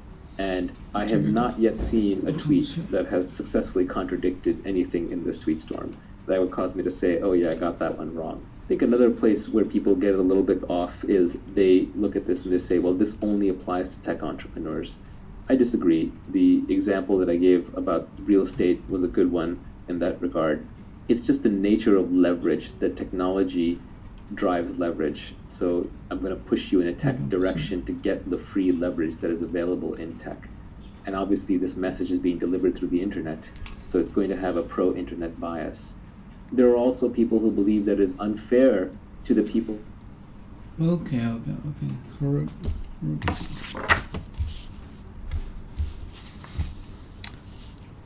I refuse to live under the same roof. That has horrible. Okay, cool. I did this. And this. Okay.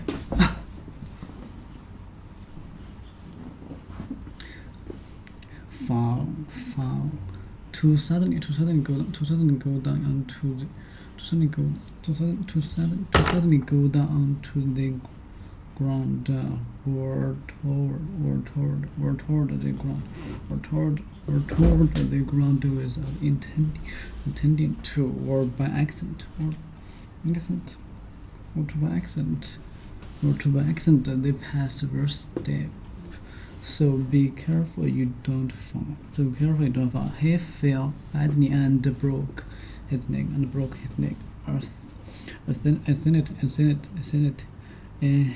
Athletes toward the ground without intending toward the shot. Accident to suddenly go down onto the ground toward the ground without intending, or to by accident they pass very steep. So be careful you don't fall. They pass so very steep. Intending to have as a plan without intending to, or by accident they passes very steep. No graduate.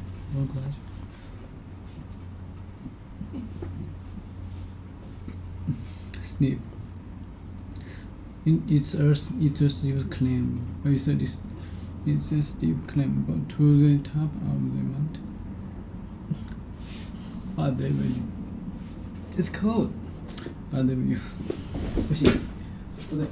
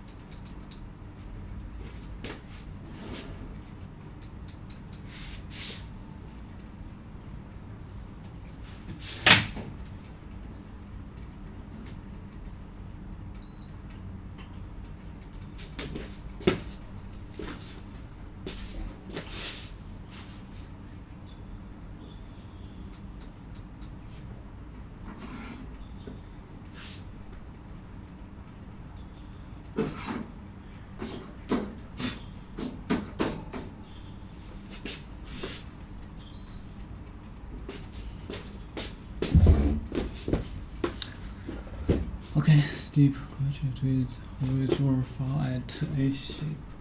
At a shape.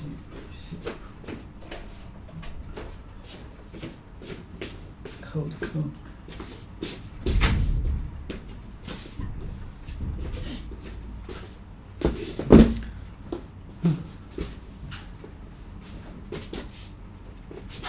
Oh yeah.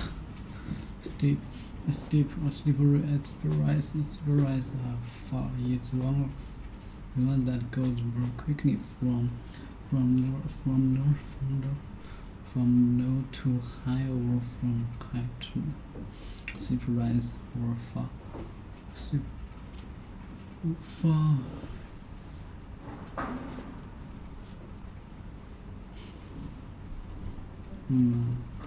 It's not good smell.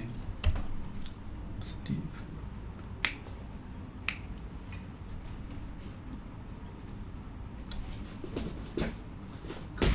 Dark. So terrible. Smell.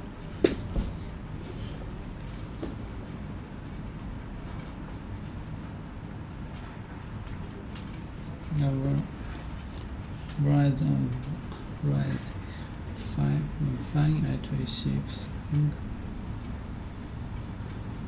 Steep. The past verse, steep, so be careful you don't fall. He fell badly and broke his neck. The steep. Raising or falling at a ship angle. A steep slope is a steep climb. Is a steep climb. Climb to the top of the mountain, but then the view is worse. The castle you sit on this steep hill. A step rise or fall is one that goes very quickly from low to high, or from high to low, or from high to low,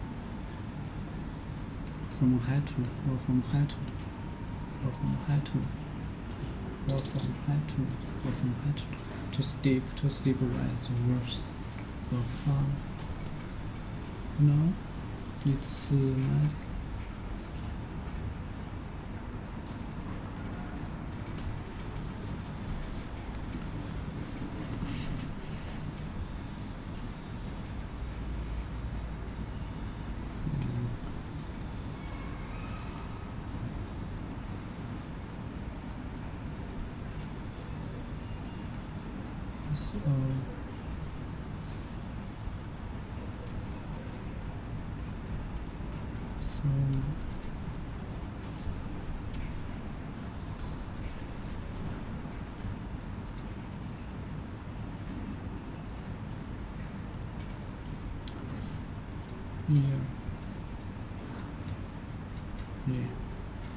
This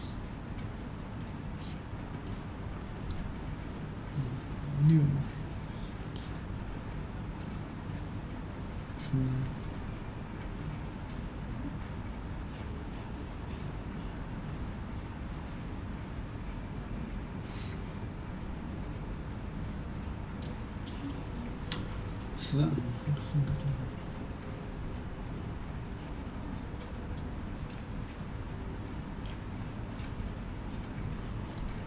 not graduate raise or fall or shed or shape angle. The steep. 什么想过这么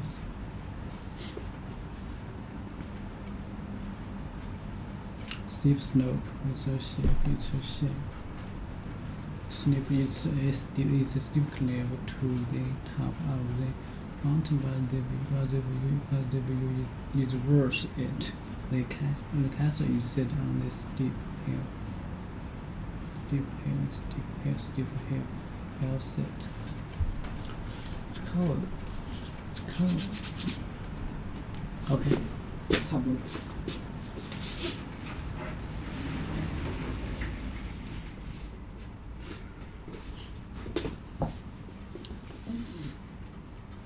Steep, he fell badly and broke.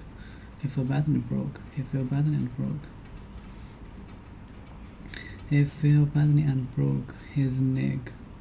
Athletes have learned how to fall without hitting others. Athletes.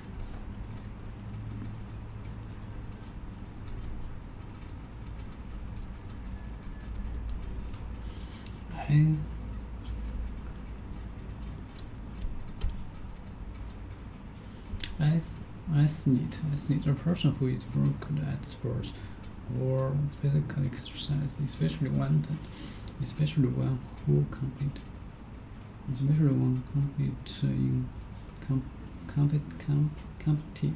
in organized events. He became a professor athlete at the age. Athlete. The person who is very good at sports or physical exercise, especially one who competed in graduation. Athletes have to learn how to fall without hurting themselves. I fell down the stairs. Damn.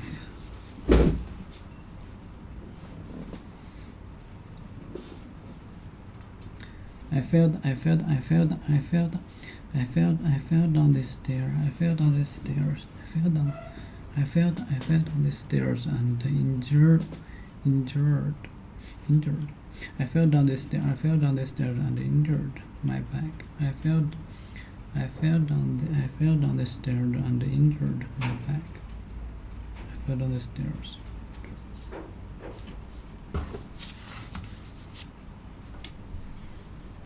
I fell down the stairs and injured. I fell down the stairs.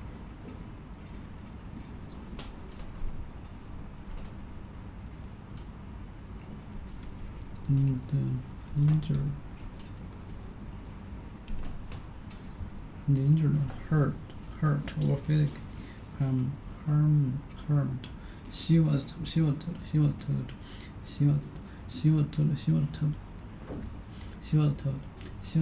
to stay in bed to rest her injured back.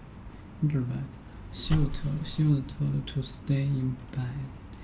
She was told to stay in bed to rest her injured back.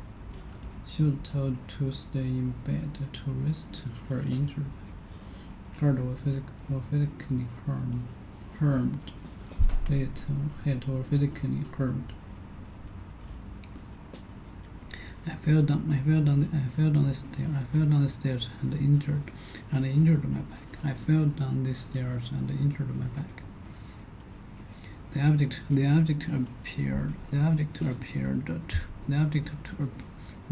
appeared to have fallen from a great height. The object appeared to have fallen from a great height. Appear. Hurt or physically harm.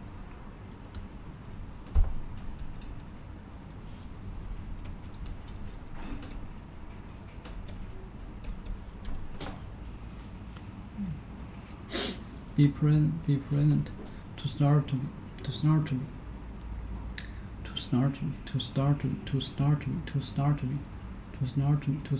seen or to be present.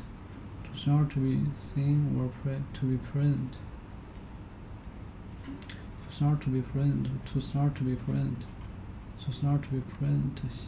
suddenly appeared in the doorway. He suddenly appeared in the doorway.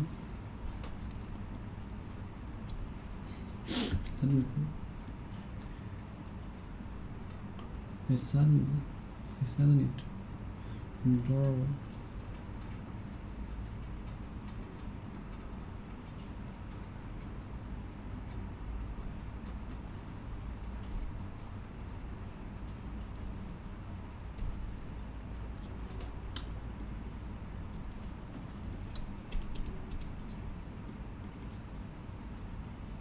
Let me see.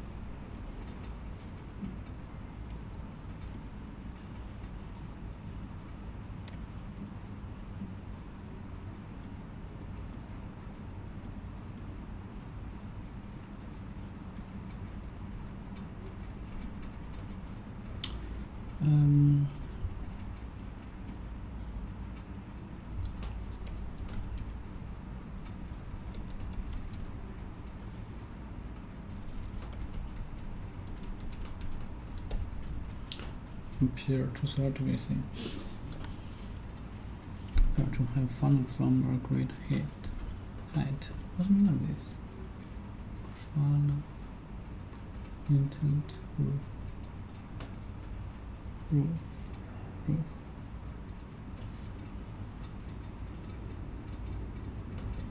I refuse to live under the same roof.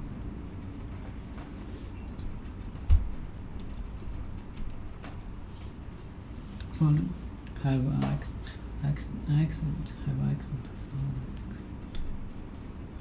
From the objects from have fallen from the object. Okay. Great height. The object actually appeared to have fallen from a great height. The waters deep here, appear at high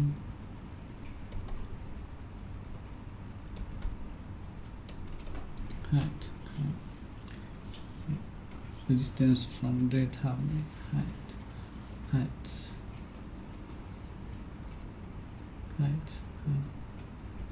The distance from the top to the bottom or something, or the quality of being tall height.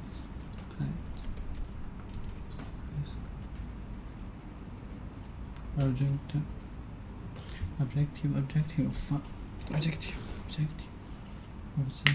distance, being a remote distance from top and bottom, or a mountain way above the ground, or have the state distance from top to bottom.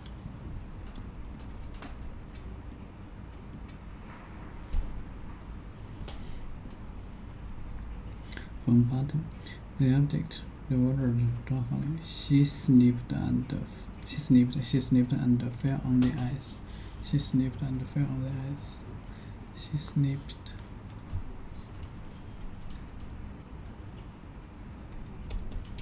She slipped.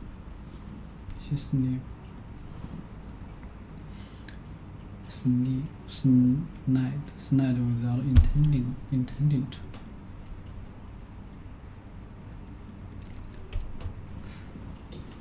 Snip. To snide without intending to. She slipped on the ice. She slipped. You guys say? Careful, you don't slip. There's water on the snip. To snide without intent. To snide without intending to. Without intending to. To suddenly go onto the ground, onto the ground, or toward the ground without intending to, or by accident. The object appeared to have fallen from a great height. The waters deep here. The waters deep here.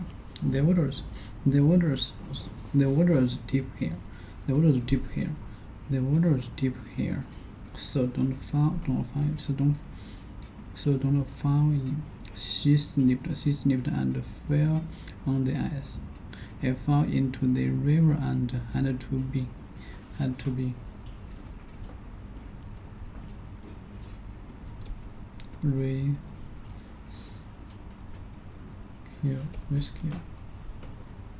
rescued to help someone or something out of a dangerous, harmful, or unpleasant situation.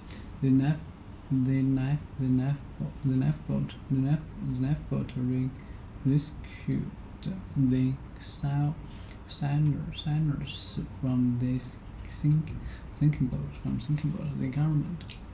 The government had refused. Okay, the government had refused to rescue to help someone or something, to To help someone or something out of a dangerous, harmful, or unplanned situation. Unplanned situation. Unplanned situation. Unplanned situation.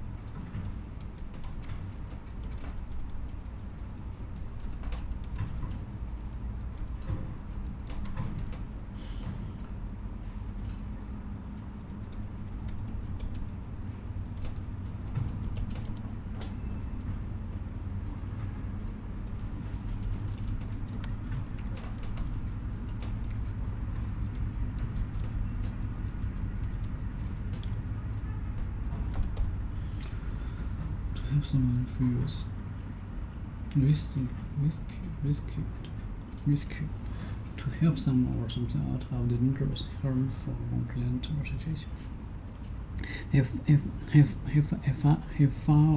into the river and had to be refused. He fell into the river and had to be rescued.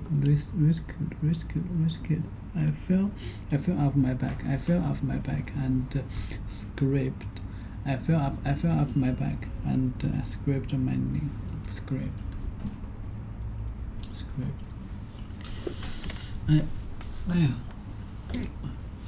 Scraped my knee.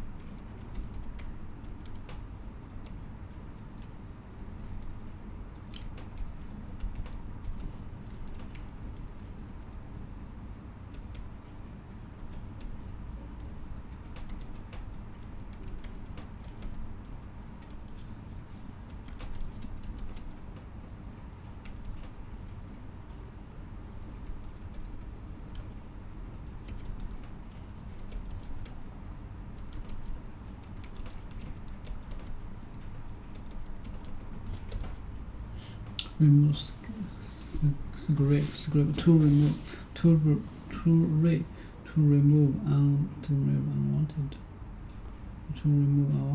covering or top layer from themselves, especially using a sheep edge or something rough.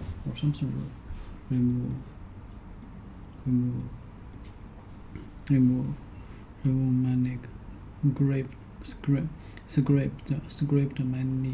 Scraped my knee. I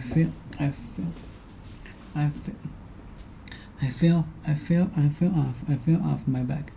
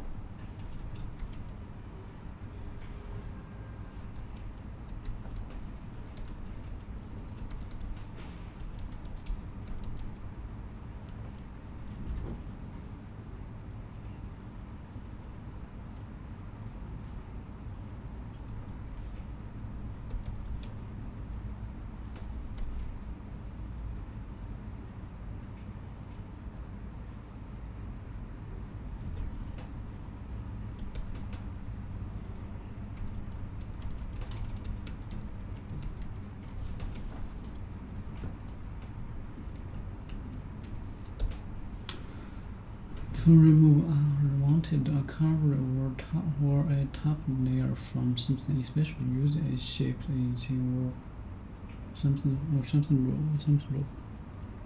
Skip make my knee. My knee.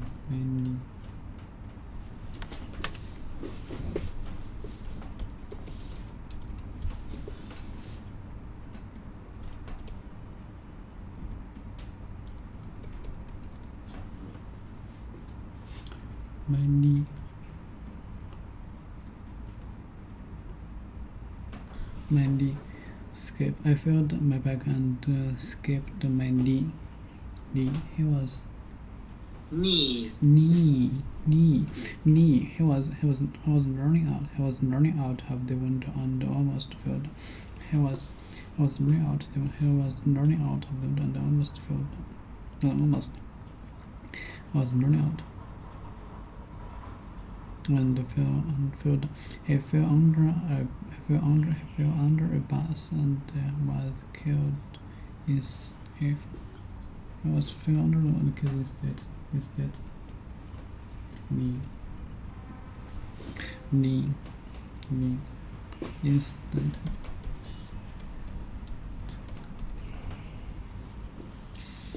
Immediate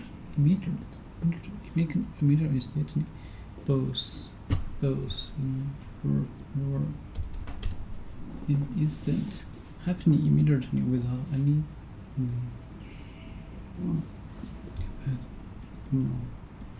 immediately.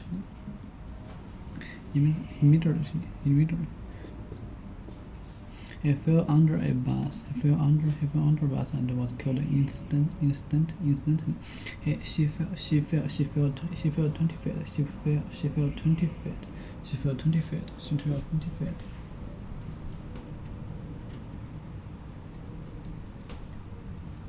She fell 20 feet. She fell 20 feet. She fell 20 feet.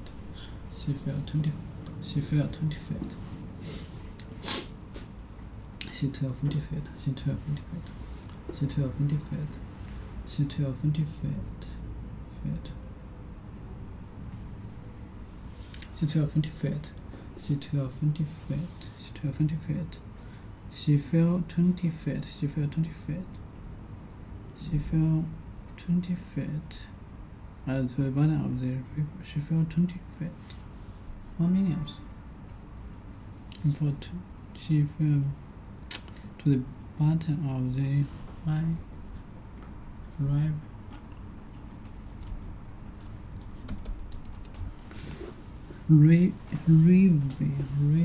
river. A deep narrow valley with steep stairs.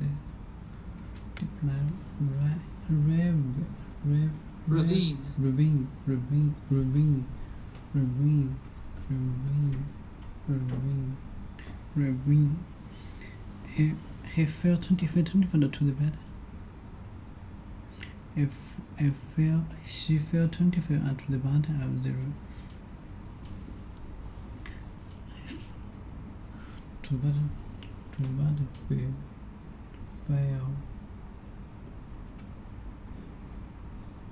She fell 20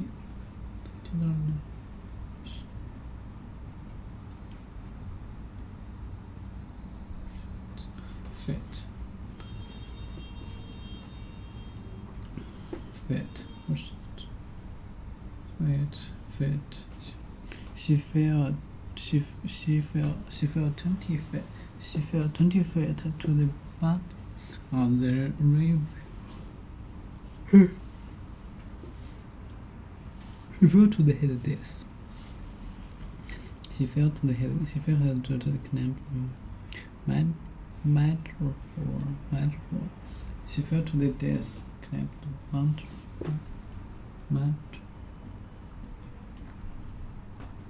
Ravine.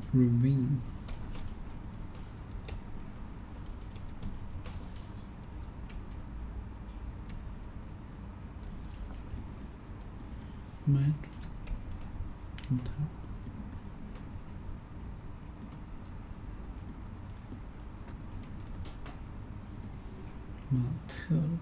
风 matter. She fell to his desk.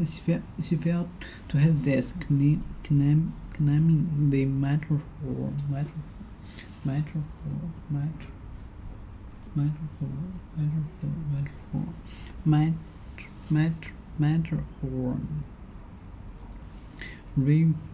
Revenge.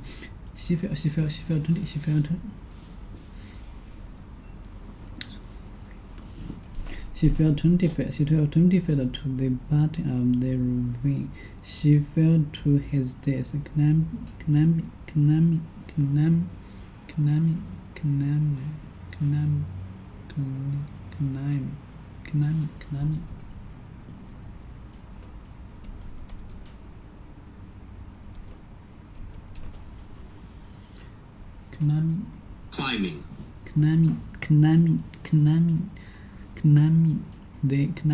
metaphor. She fell to his desk, claiming the metaphor. Fell flat on your face. Fell flat on your face. Too far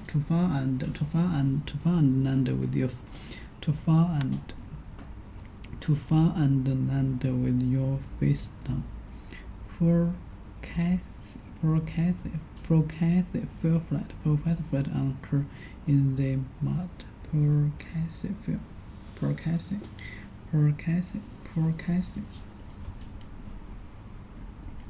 Is that mean? That represents different. Yes. No. In the mud, earth and be mixed with water. Has fell flat on her. Poor Kathy fell flat on her in the mud. Hold on to the rail. Hold on to the rail so that you don't fall.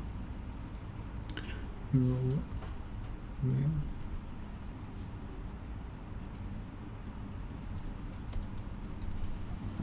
Hold on to the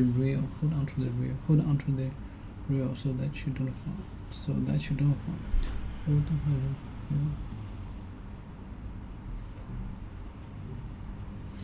Hold on to rail. This is a system of transportation that uses trains.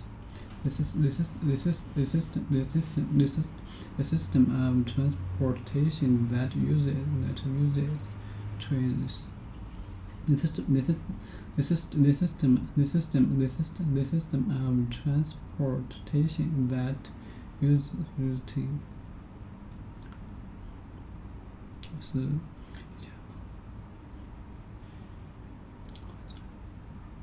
The system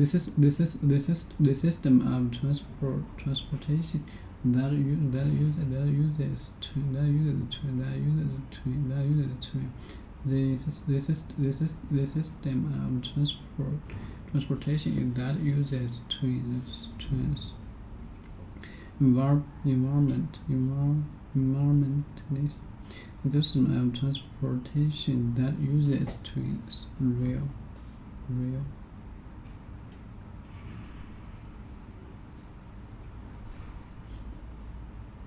The system of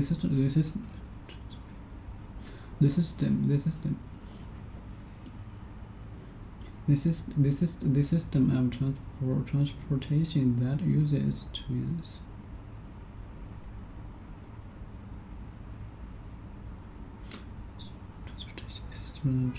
Transportation that uses trains. Hold on to this rail. So that you don't fall. Okay. Fall to suddenly go down to the ground or toward the ground without intending, or by accident. The path the verse deep. They pass the verse deep. So be careful you don't fall. He fell badly and broke his neck. Athletes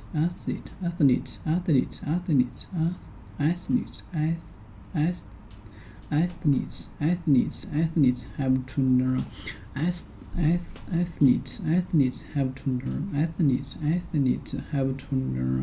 Athletes have to learn how to fall without hurting themselves.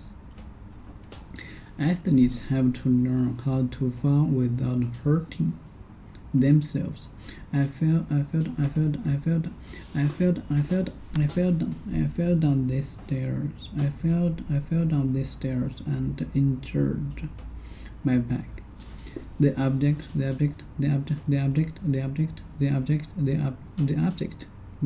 appeared to have fallen from a great height. The water's deep here, so don't fall in. So don't fall in. The object appeared to have fallen from a great height. I fell down the stairs and injured. I fell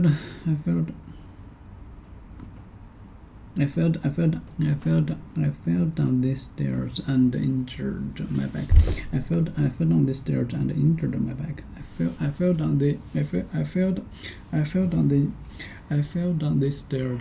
the stairs and injured my back. What is that?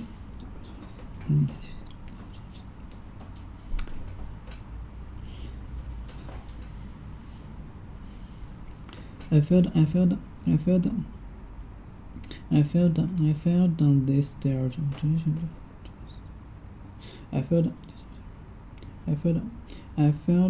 stairs and injured my back. In the object appeared to have fallen from a great height. That's okay. That's all. The water deep here. Okay.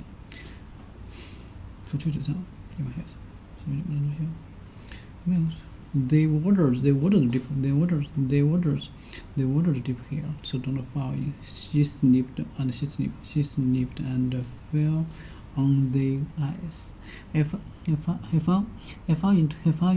into the river and had to be rescued.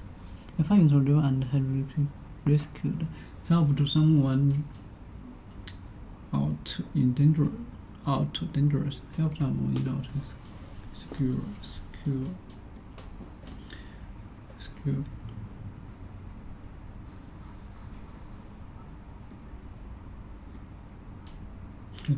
Rescue.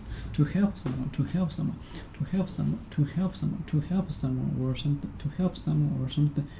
out of a dangerous. To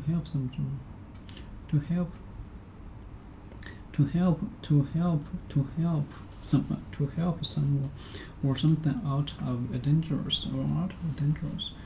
Or to help someone or something out of a dangerous, harmful or unplanned situation. To help someone or something out of dangerous, harmful or unplanned situation. The knife boat.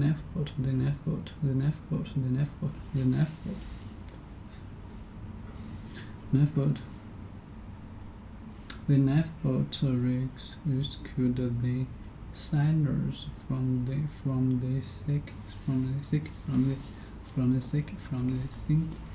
sinking boat. The government has rescued the companies from the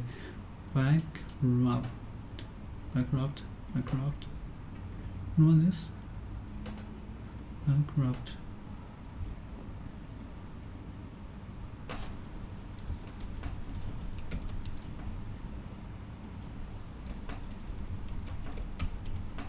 Bank.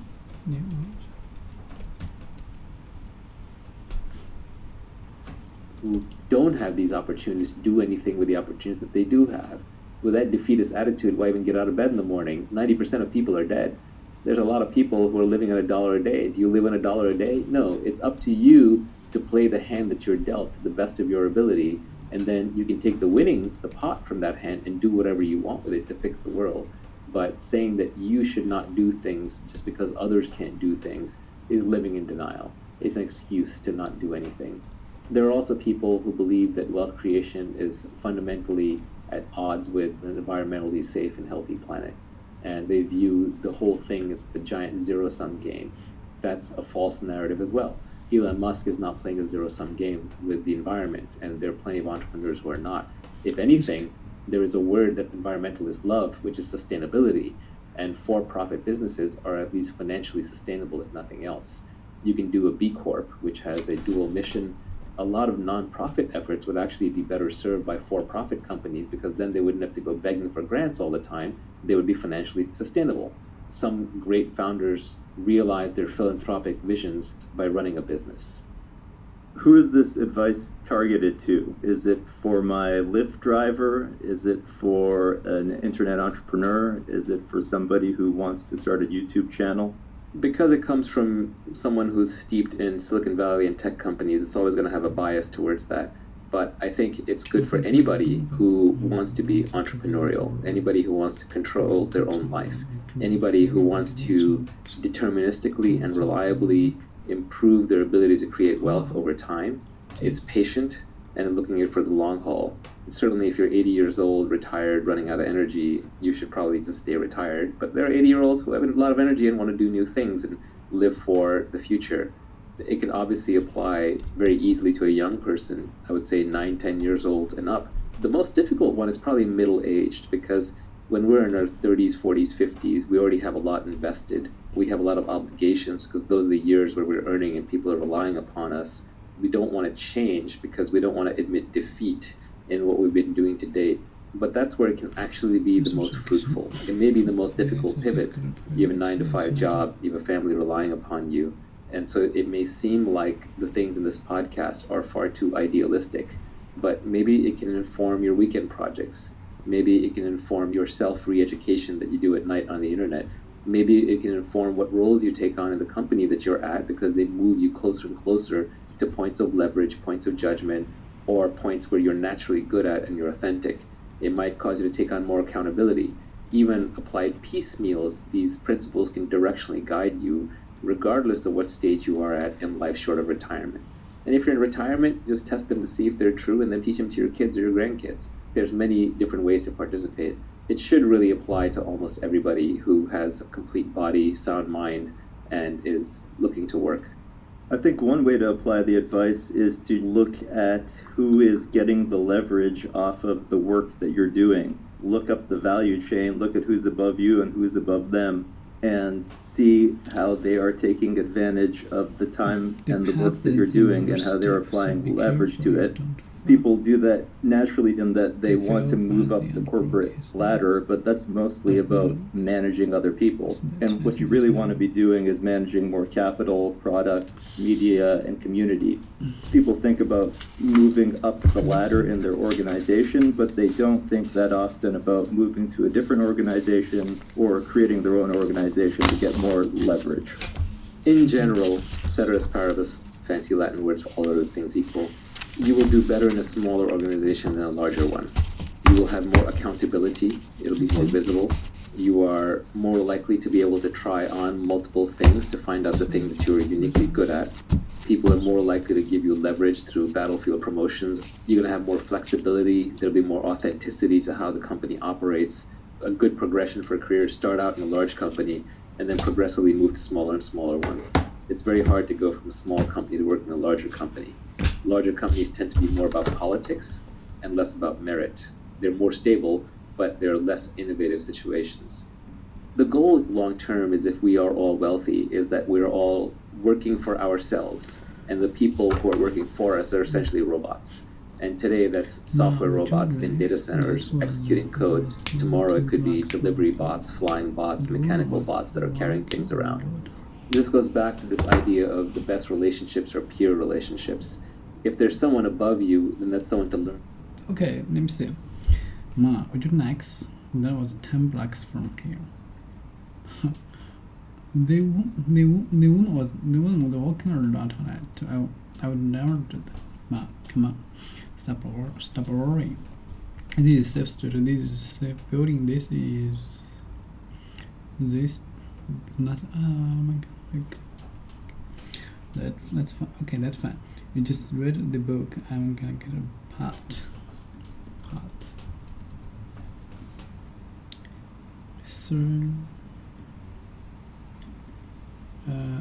pot. Pants. Shirt. Okay, you last thing. Pants. Shirt.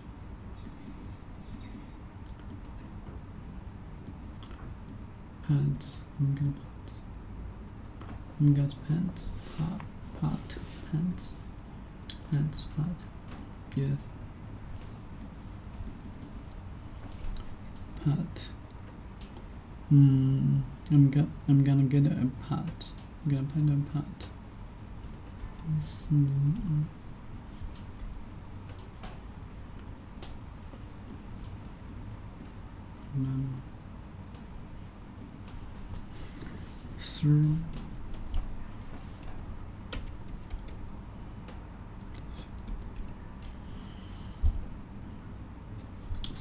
Circus. A group. Okay, that's fine. Read the family circus. A group of traveling performers, including acrobats, people scale in difficult physical movements. Acrobats were those who traded animals or performs by such people usually not tent. Circus. Yeah. Not have activity. Not have activity and interest caused by an event or situation. By an event or situation. Not have activity and the interest caused by an event or situation. Not have activity and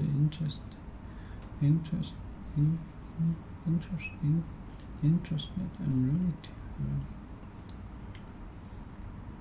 Effect.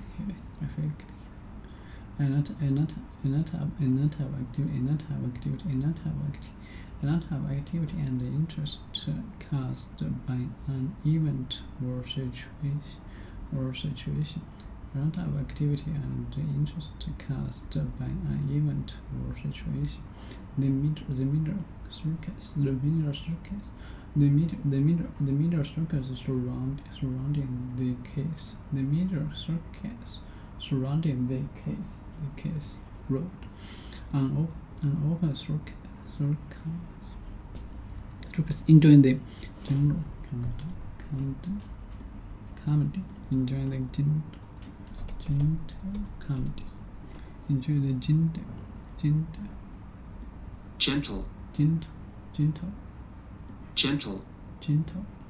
Enjoy the gentle comedy. Non-kind soft to gentle comedy.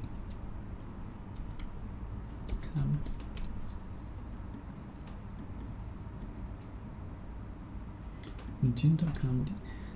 Kind or soft. A gentle smile.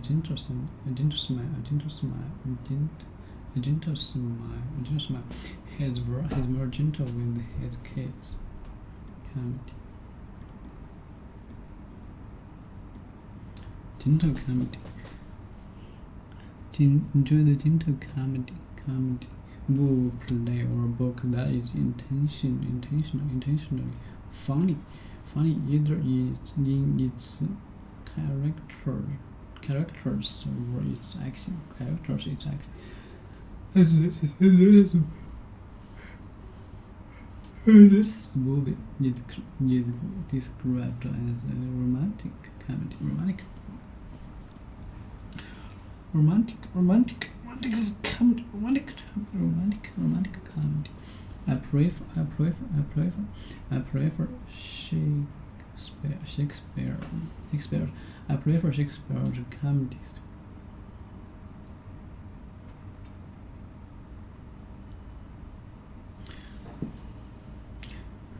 I prefer Shakespeare.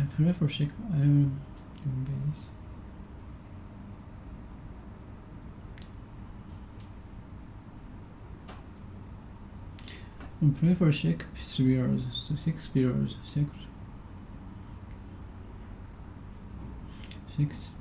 I prefer Shakespeare's comedies to his tragedies.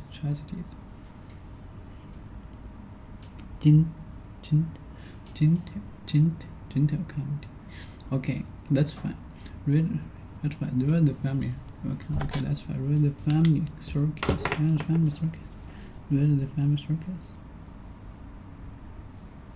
Okay, that's fine. Read the family circus. Enjoy the gentle comedy. Oh my god. Oh god. It's open. Go guys. Come this way. Enjoy this circus. Tension. Or circus. Gentle comedy. Gentle comedy.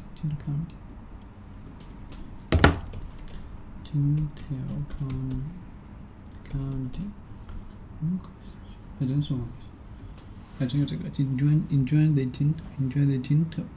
gentle kind or soft. A gentle smile. That's it. Gentle smile. Gentle comedy. Oh my god. So open yours. Yeah. Husband stopped. Great. You just tell her his husband's back. Yeah, I'm looking for my baby. Does she still need her? His husband stopped back. For what? How do you know that? It's unbelievable. This is unbelievable, baby. How can you be married? Well, I mean, I'm not married, you know. I was just a friend, and he's gay, and was from Canada, and she just needed a great green card. And he just needed a green card. I can't believe you married Donkey. Married Donkey. I can't believe you married Donkey. Comedy. Movie, play, or book that is intentionally make funny. Intentionally funny. Donkey.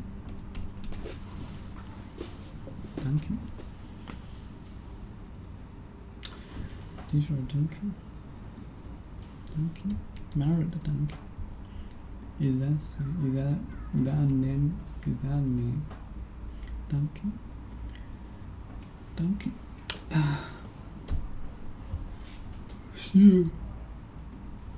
If you're not learning from them and improving, then there shouldn't be anybody above you.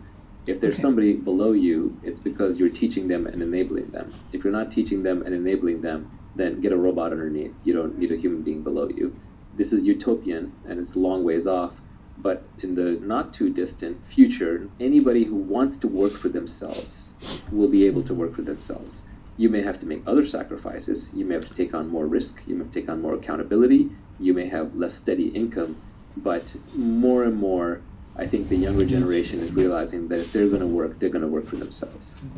In one of your tweets, you listed out some of the things you should study, like programming, sales, reading, writing, arithmetic.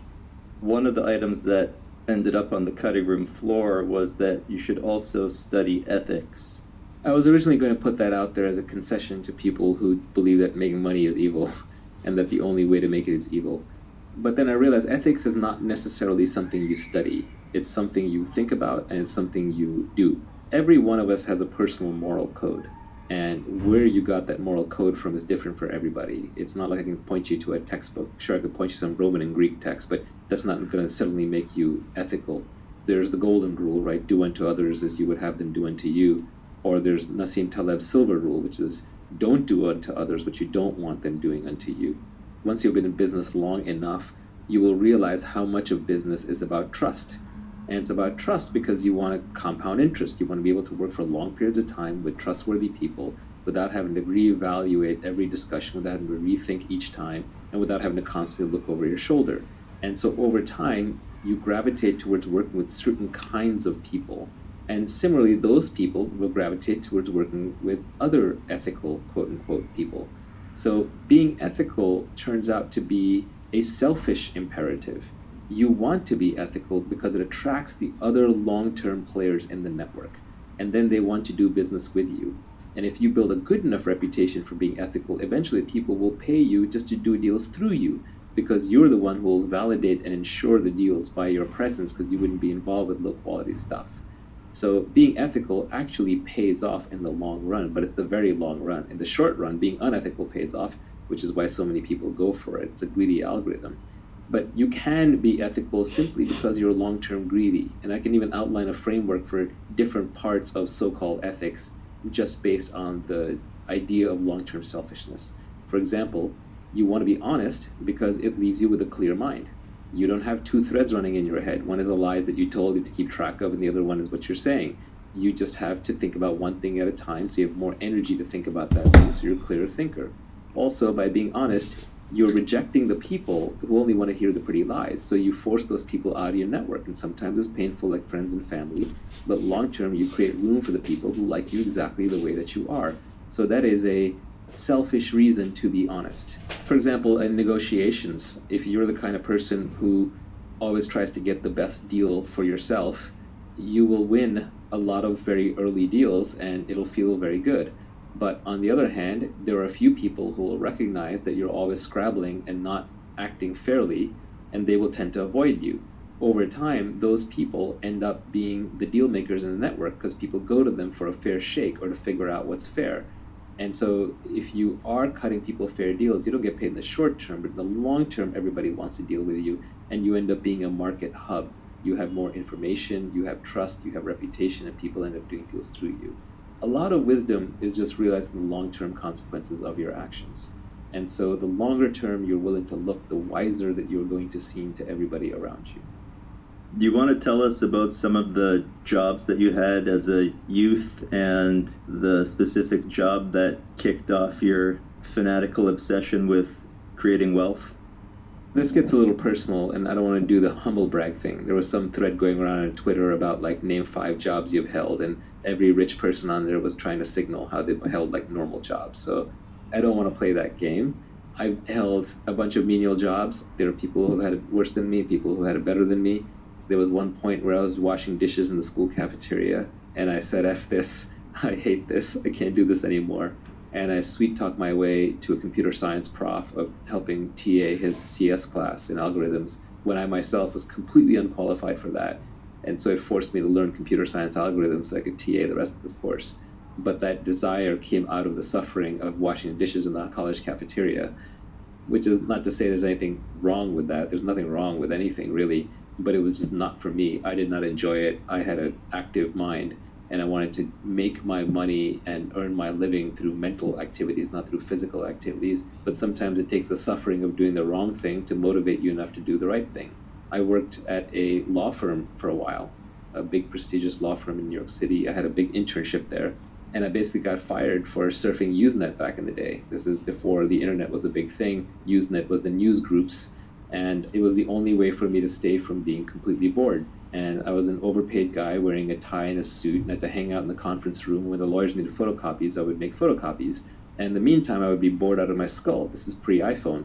Thank God to Steve Jobs for saving us all from unending boredom. But I used to read the Wall Street Journal, or anything that I could get my hands on. I would have read the back of a brochure just to keep from going insane, because listening to a bunch of corporate lawyers discuss how to optimize minute details in a big contract is really dull. And they got mad at me because they wanted me to sit there quietly and not read the Wall Street Journal. They said that's rude, that's misbehavior. So I got called up and reprimanded a bunch of times, and then I was finally terminated. And I was sent home in shame early from my very prestigious internship, destroying my chance of going to law school. And I was unhappy for all of an hour. But ultimately, it's one of the best things that ever happened to me, because then I would have ended up as a lawyer. Not that I have anything against lawyers, but it's not what I was meant to do.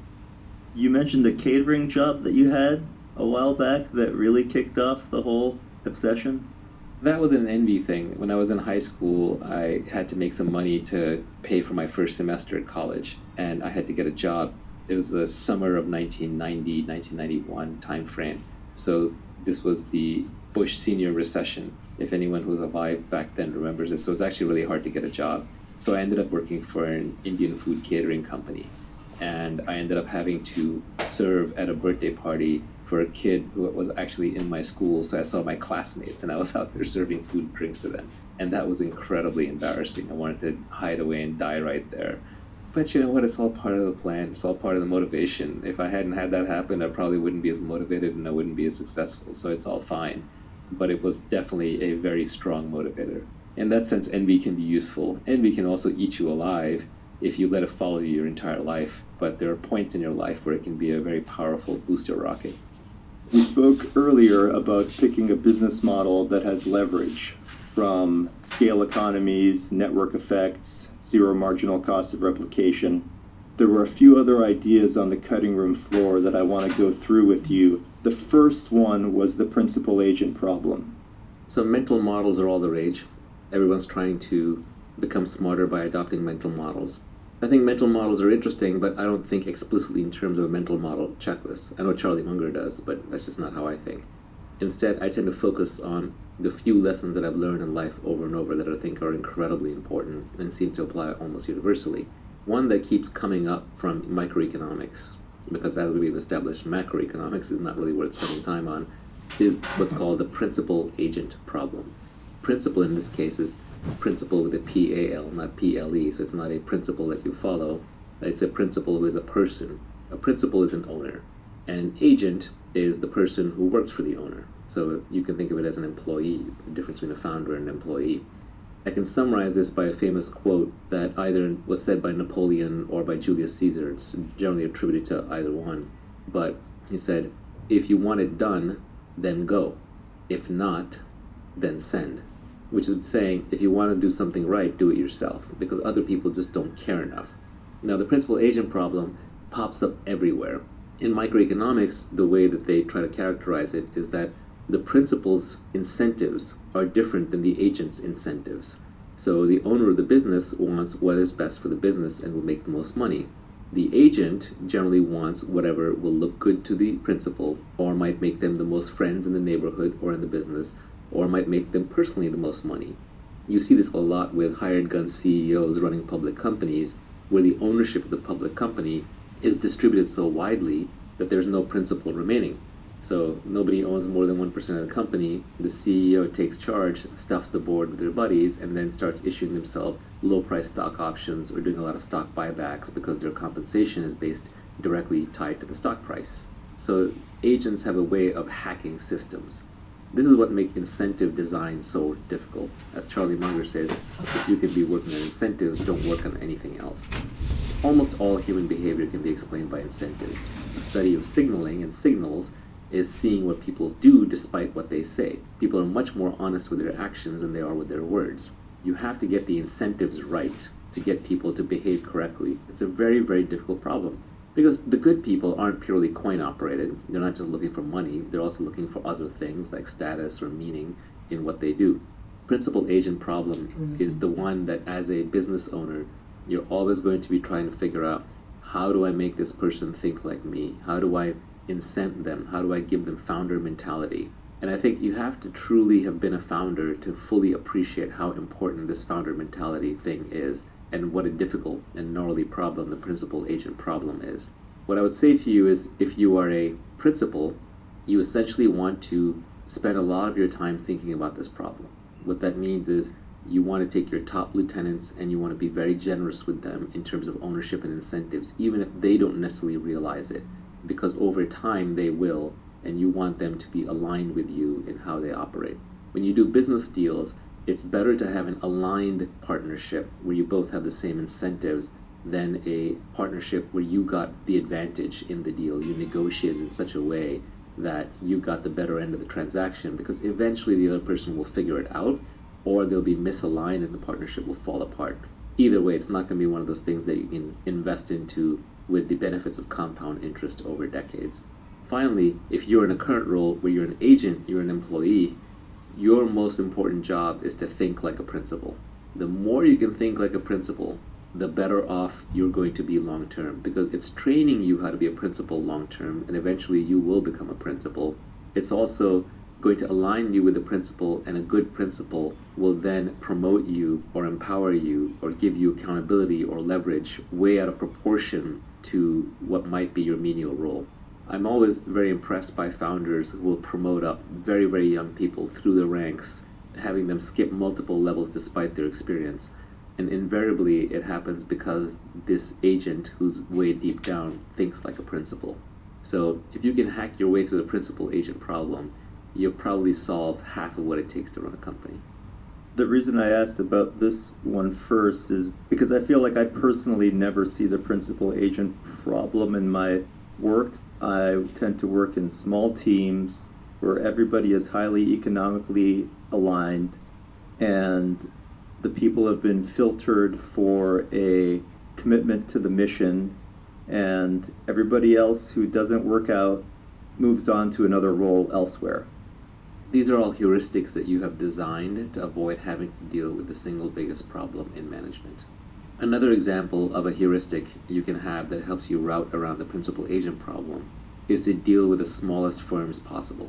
So for example, when I'm hiring a lawyer or a banker or even an accountant to work on my deals, one of the things that I've become very cognizant about is the bigger firms, all other things equal, are generally worse. Yes, they have more experience. Yes, they have more people. Yes, they have a bigger brand. But what you'll find is that the principal and the agent are highly separated. And very often the principal will sell you and convince you to work with a firm, but then all the work will be done by an agent who simply doesn't care as much.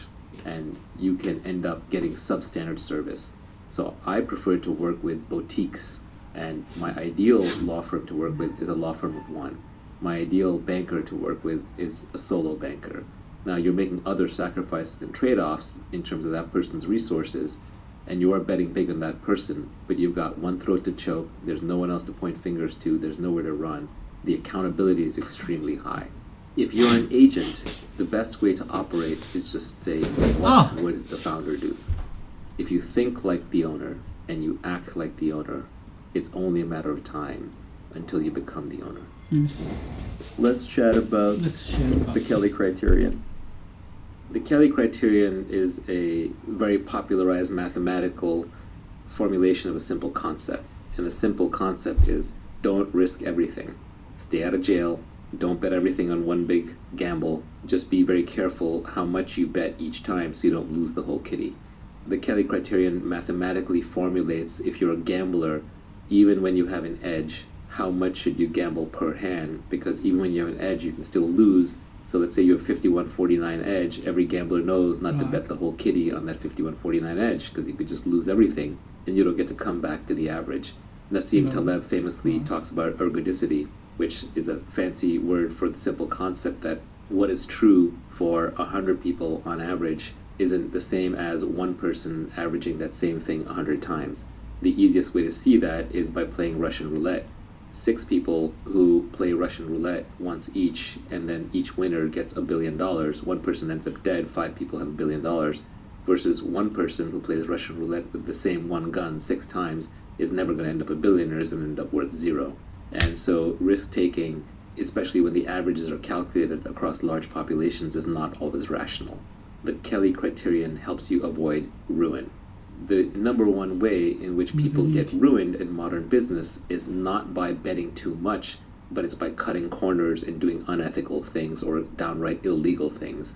Ending up in an orange jumpsuit in prison or having your reputation ruined is the same as getting wiped to 0. So never do those things. Let's talk about the Schelling point. is a game theory concept made famous by Thomas Schelling in the book called Strategy of Conflict, which I do recommend reading. It's about multiplayer games where other people are responding based on what they think your response is. What he came up with was the mathematical formalization of how do you get people who cannot communicate with each other to coordinate. Suppose that I want to meet with you, but I don't tell you where and I don't tell you when. We both want to meet, but we cannot communicate any more information to each other. That would sound like an impossible problem to solve. We're done. We can't do it. Not quite. Because I know that you're a rational person and smart and educated, and you know I'm a rational person who's smart, we're going to start thinking, if we have to pick an arbitrary date, we're probably going to pick New Year's. And what time? Midnight or 12:01 a.m. And where would we meet? What is a big meeting point? Well, if we're Americans, it's probably in New York City. It's the most important city. And where in New York City will we meet at midnight? Probably Grand Central Station under the clock. Maybe you end up at the Empire State Building, but not likely. You can just use social norms to converge onto a Schelling point. There are many times in many games where you can look at the game itself, whether it's business or art or politics, and you can find the convergent Schelling point within the context of that game. You can cooperate with the other person. Here's a simple example. Let's suppose that you have two companies that are competing heavily with each other and they hold an oligopoly. Let's say that they're competing right now and the price fluctuates between $8 and $12 for whatever the service is. Don't be surprised if they both converge on $10 without ever talking to each other. Do you want to talk about Pareto optimal?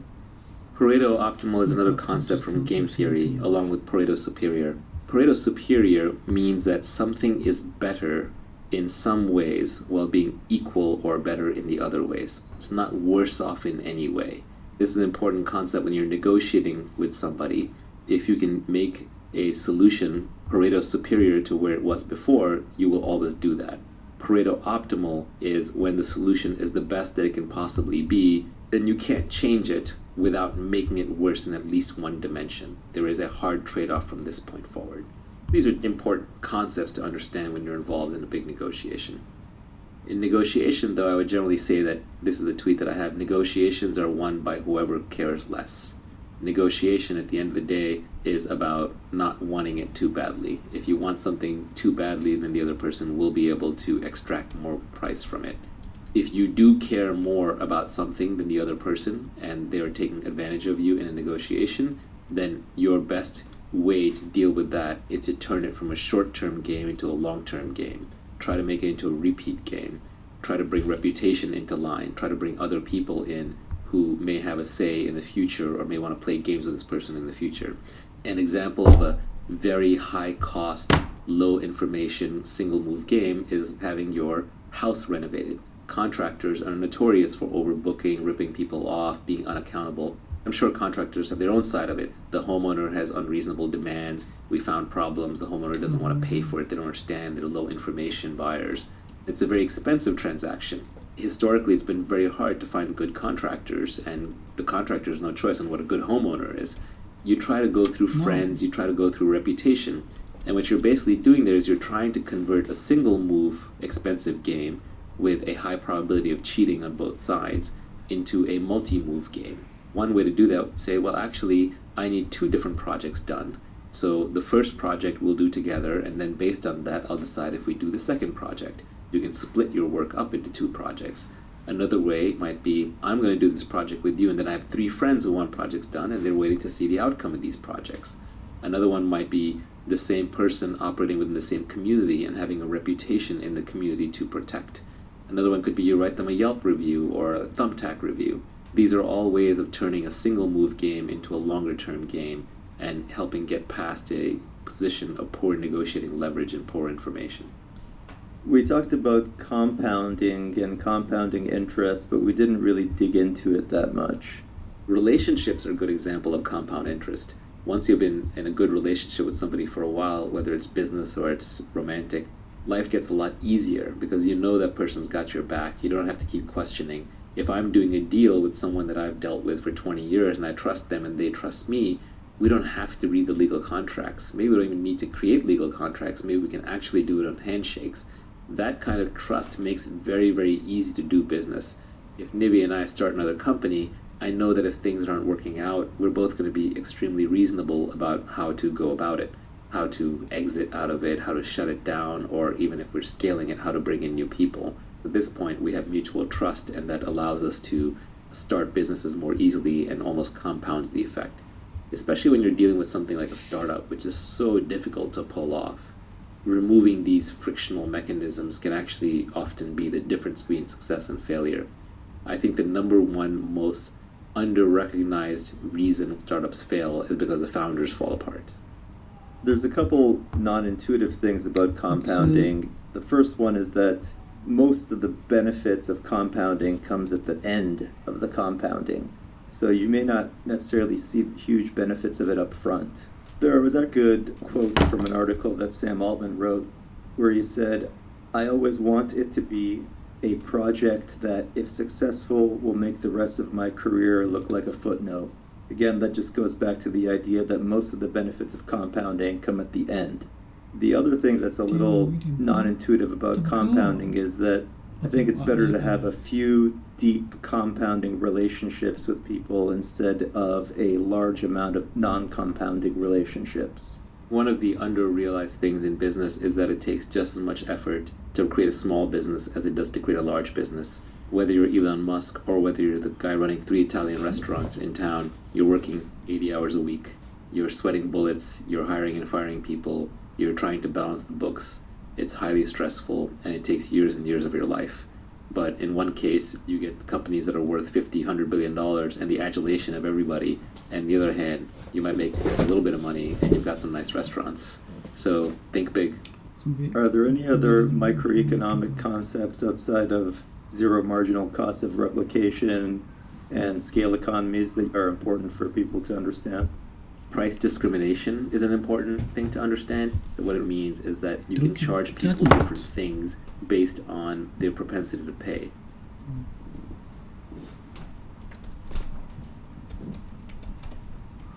Judgment.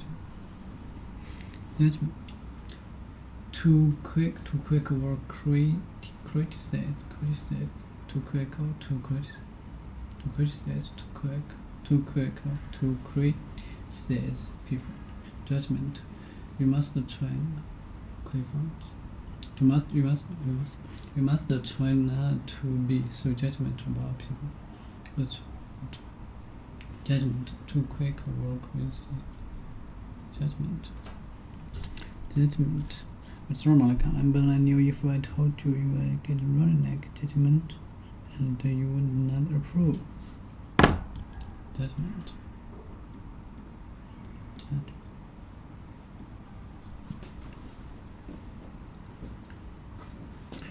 Judgment. Too quick and crazy.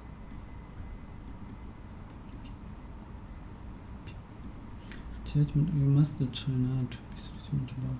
You must try.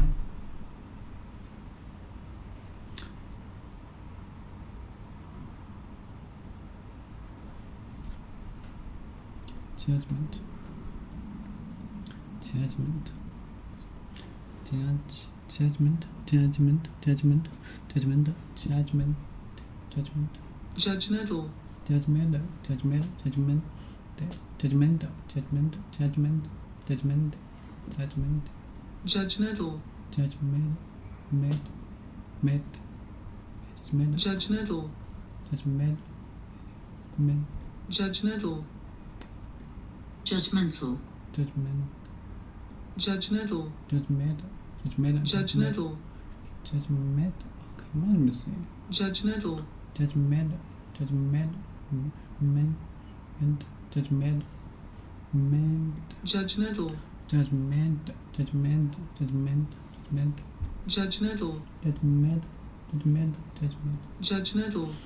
Okay, judgment.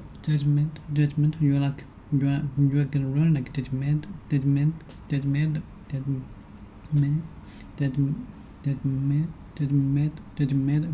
and you will not approve.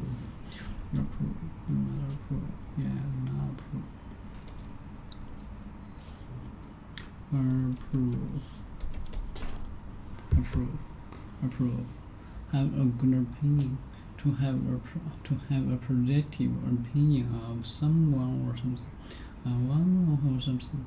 what? Of something or something. Of some. To have a predictive.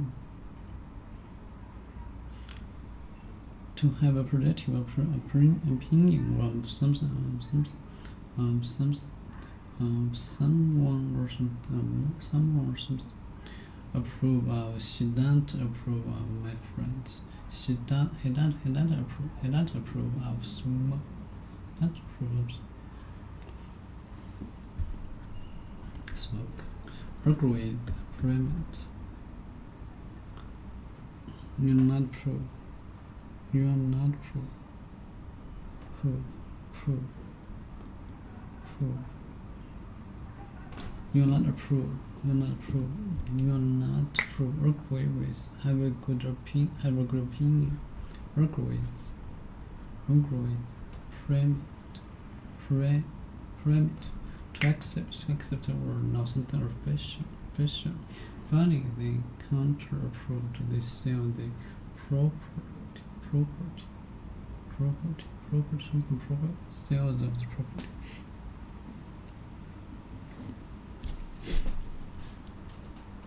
Judgmental. I'm sorry, Monica, but I knew if I told you, you'd get worried like judgment, and you were not proof. Of course, I wouldn't approve. I wouldn't approve. I mean, you were totally in love with this guy who, hello, was gay. I mean, what the hell? I was thinking, what the hell were you thinking? What the hell were you thinking? Say, and you thought, what the hell were you thinking? What the hell were you thinking? Extremely unpleasant or difficult place, situation, or experience. An extremely unpleasant or difficult place, situation, or experience. Hell. Extremely unpleasant. What the hell? An extremely unpleasant or difficult place, situation, or experience.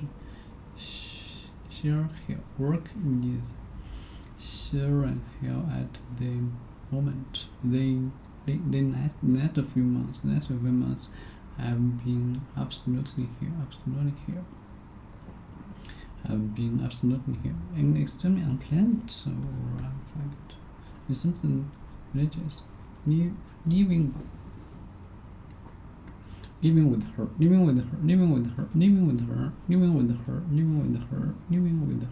has been for her recently.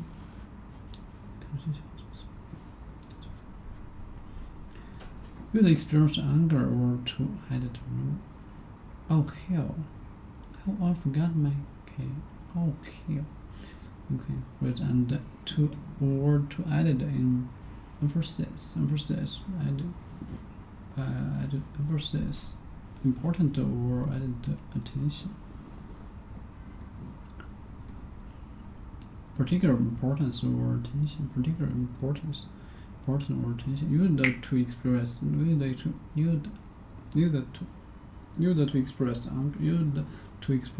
anger or to add emphasis. Oh hell! I forgot my key. Oh hell! I forgot my key. What the hell was that noise? What the hell was that noise? We don't have a hope. We don't have a hope in here. Our meetings are tight. Didn't I?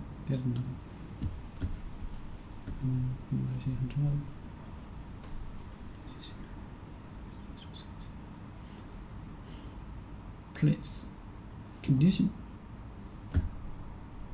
Expression. Oh hell! I forgot my key. Oh hell! I forgot my key. Oh hell! Oh hell! What the hell were you thinking? I mean, say, and you thought should be judgment. I just think you should be judgment.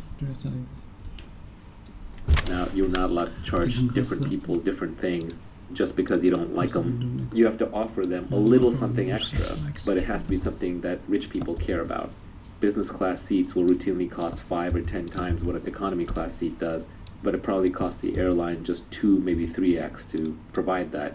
It's just the rich person is more willing to pay, so you have to give them the little things that they need extra to either signal they're rich or that little bit of comfort that they want. Price discrimination gets used a lot in enterprise software, where you have a freemium product. The free version will do almost everything, but then if you want the version that's a little extra secure or hosted on your site or has multi-user administration so the IT person can monitor everything that's going on, you suddenly find yourself paying 10, 100, or infinite times as much as you go from a free product to a priced product.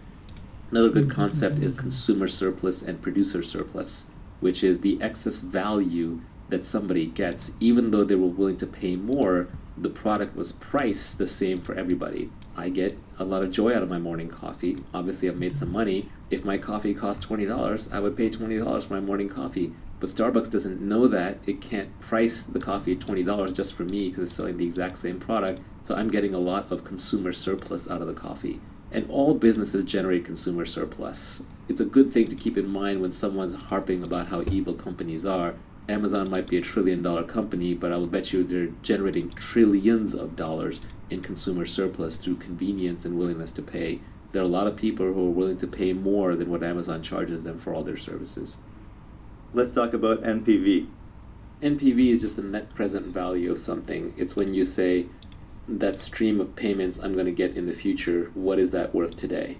So a common example of this is you're joining a startup company and you're getting stock options, and the founder says, well, this company is going to be worth $1 billion, and I'm giving you 0.1% of the company, therefore you're getting $1 million worth of stock. What he or she's arguing is what it's going to be worth in the future. You have to discount that back to today. You have to figure out what is that worth today, and you have to apply a discount rate or an interest rate that takes into account the massive risk that startups face. What you'll end up with is the price that it's worth today, and that's the price at which a venture capitalist would invest in the company today. So if that founder just raised a round at $10 million and that company is only worth 1% of what the founder is arguing, your $1 million package is actually worth $10,000. So NPV calculations at a very rough level, you should be very comfortable doing in your head. What's a mispriced externality? You mentioned that at some point during our podcast. An externality is when there is an additional cost that is imposed by whatever product is being produced or consumed that is not accounted for in the price of the product. Sometimes you can fix that by putting the price back into the product. One of the most ardent ways people attack capitalism these days is that it's destroying the environment. And if you throw away capitalism because it's destroying the environment, then guess what? We're all headed back to pre-industrial times. It's not going to be a good thing. So rather, there's an externality because the environment is finite, the environment is precious, and we have to price it properly and fold it back in. If people are wasting water or putting hydrocarbons in the atmosphere or polluting things, you want to charge them what it costs to clean up that pollution and return it to a pristine state. Perhaps that price has to be very, very, very high. If you raise that price high enough, you knock out pollution. It's much better than feel-good measures where we're just going to ban plastic bags and we're going to say don't take showers on Saturdays and Sundays when we're having a drought. California likes to run declarations and ads to scare you into not taking showers on times when there's a drought, when it would be just much better to raise the price of fresh water. Your average consumer might pay a few pennies more for a shower, but then the almond farmers who consume a lot of the water will cut back on using fresh water, and almond farming may move to a part of the country where water is more abundant. Properly pricing externalities can save resources in a tremendous way. It's a good framework to think about how to be effective when you want to do things like save the environment rather than feel good things that won't actually amount to anything. One of the most common questions we get from people is, how do I get the time to start investing in myself? I have a job. I'll kick off the answer with one of the tweets from the cutting room floor, where you said, you will need to rent your time to get started. This is only acceptable when you are learning and saving, preferably in a business where society does not yet know how to train people and apprenticeship is the only model. You're going to have to work starting out unless you happen to be born rich, in which case you probably won't have the motivation to make money in the first place. If you're going to do the work, join a business where apprenticeship matters. Warren Buffett went and tried to work for Benjamin Graham straight out of school to learn how to be a value investor, and he offered to work for free, and Ben Graham said, "You're overpriced." It's true in that these apprenticeship businesses, you're probably making a sacrifice in terms of short-term career work there. But try to learn something where people haven't quite figured out how to teach it yet. And that can happen if you're working in a field that is brand new and quickly expanding, so no one has figured it out, or it's a field that's very circumstantial where the details really matter and it's always moving. For example, fund investments or investing in general is one of those skills. Entrepreneurship is one of those skills. One of the most coveted jobs that's come up in Silicon Valley in the last half decade or so is being a chief of staff for an entrepreneur, where the brightest young kids will follow the CEO or the entrepreneur around and do whatever that person needs them to do. And in many cases, they're way overqualified for the position. You may have someone who has 2 graduate degrees who is essentially running the CEO's laundry for that day because that's the most important thing that needs to be done. But at the same time, they're also going to be sitting in all the highest end staff meetings. They're going to be privy to all the venture fundraising decks and all the stress and drama, theatrics, innovation, and knowledge that can only come from being next to the entrepreneur. Because the entrepreneur is willing to do anything and everything to make their company successful, and the chief of staff is accompanying them and learning.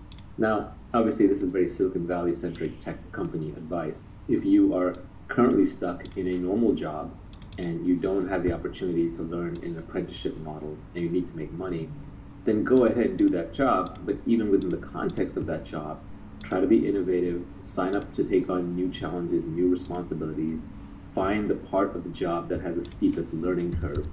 What you're really trying to avoid is repetitive drudgery.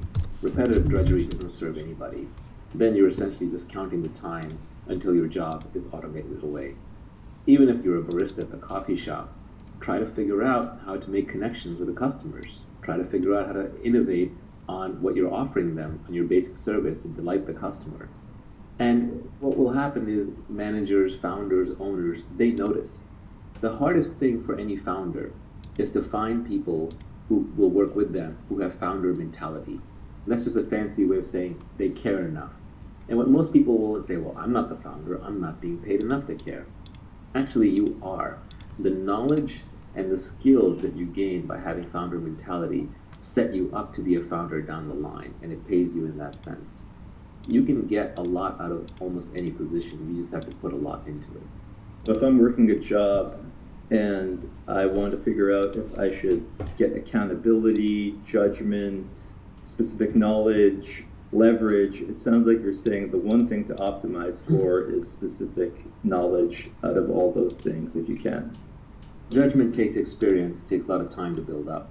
You have to put yourself in positions where you can exercise judgment. That'll come from taking on accountability. Leverage is something that society gives you much later, and once you've demonstrated your judgment, unless you learn a code or you become good with media. These are permissionless leverage. Leverage kind of comes later, judgment comes later. Accountability you can take on immediately. You can say, hey, I'll take charge of this thing that nobody wants to take charge of. So accountability is where you can step up, but then you're publicly putting your neck on the chopping block, so you have to deliver. Specific knowledge gets built up by taking on accountability for things that other people don't know how to do, and that perhaps you enjoy doing or you're naturally inclined towards doing. You could be working in a factory, and it may turn out that the hardest thing in the factory is knowing how to raise capital to keep the factory running. And that's what the owner of the factory is always stressed out about. And if you notice this, and you're like, I'm good at balancing my checkbook and I have a good head for numbers, and I'm good at watching money, but I haven't really raised money before, you offer your help and become the owner's sidekick in that regard. You help solve their biggest problem. You'll become the heir apparent. Early on, find things where you have any interest and take on accountability. Don't worry about short-term compensation. If you dive into the edge of knowledge, which nobody knows how to solve, and you solve the hard problems taking on accountability, people will line up behind you. The leverage will come. There were a couple other related tweets to this topic from the cutting room floor that I'll read out. First, the technology industry is a great place to acquire specific knowledge. The frontier is always moving forward. If you are genuinely intellectually curious, you will acquire the knowledge ahead of others. Real technology is around us everywhere. The spoon was technology once. Fire was technology once. But once we figured out how to make it work, it disappeared in the background and became part of our everyday lives. So technology is by definition the intellectual frontier. It's taking the things that are recent from science or from culture that we have not yet figured out how to mass produce, and it's figuring out how to commercialize it, how to make it available to everybody. So technology will always be where you can pick up specific knowledge that is valuable to society that doesn't quite understand yet. For example, if I become a world-class expert in machine learning, just when machine learning is starting to take off, and I got there through my genuine intellectual interest and I bet my career on it, I'm going to do really well. But 20 years from now, machine learning may be second hat. There are also timeless forms of specific knowledge. For example, if you're good at persuading people, it's probably a skill that you picked up early on in life. It's always going to apply because persuading people is always going to be valuable. This is one of those skills that's generic. It probably alone is not enough to build a career on. It needs to be combined a skill stack. You might combine persuasion with accounting, combined with understanding, for example, semiconductor production lines, and now all of a sudden you're the best semiconductor salesperson that becomes the best semiconductor company CEO.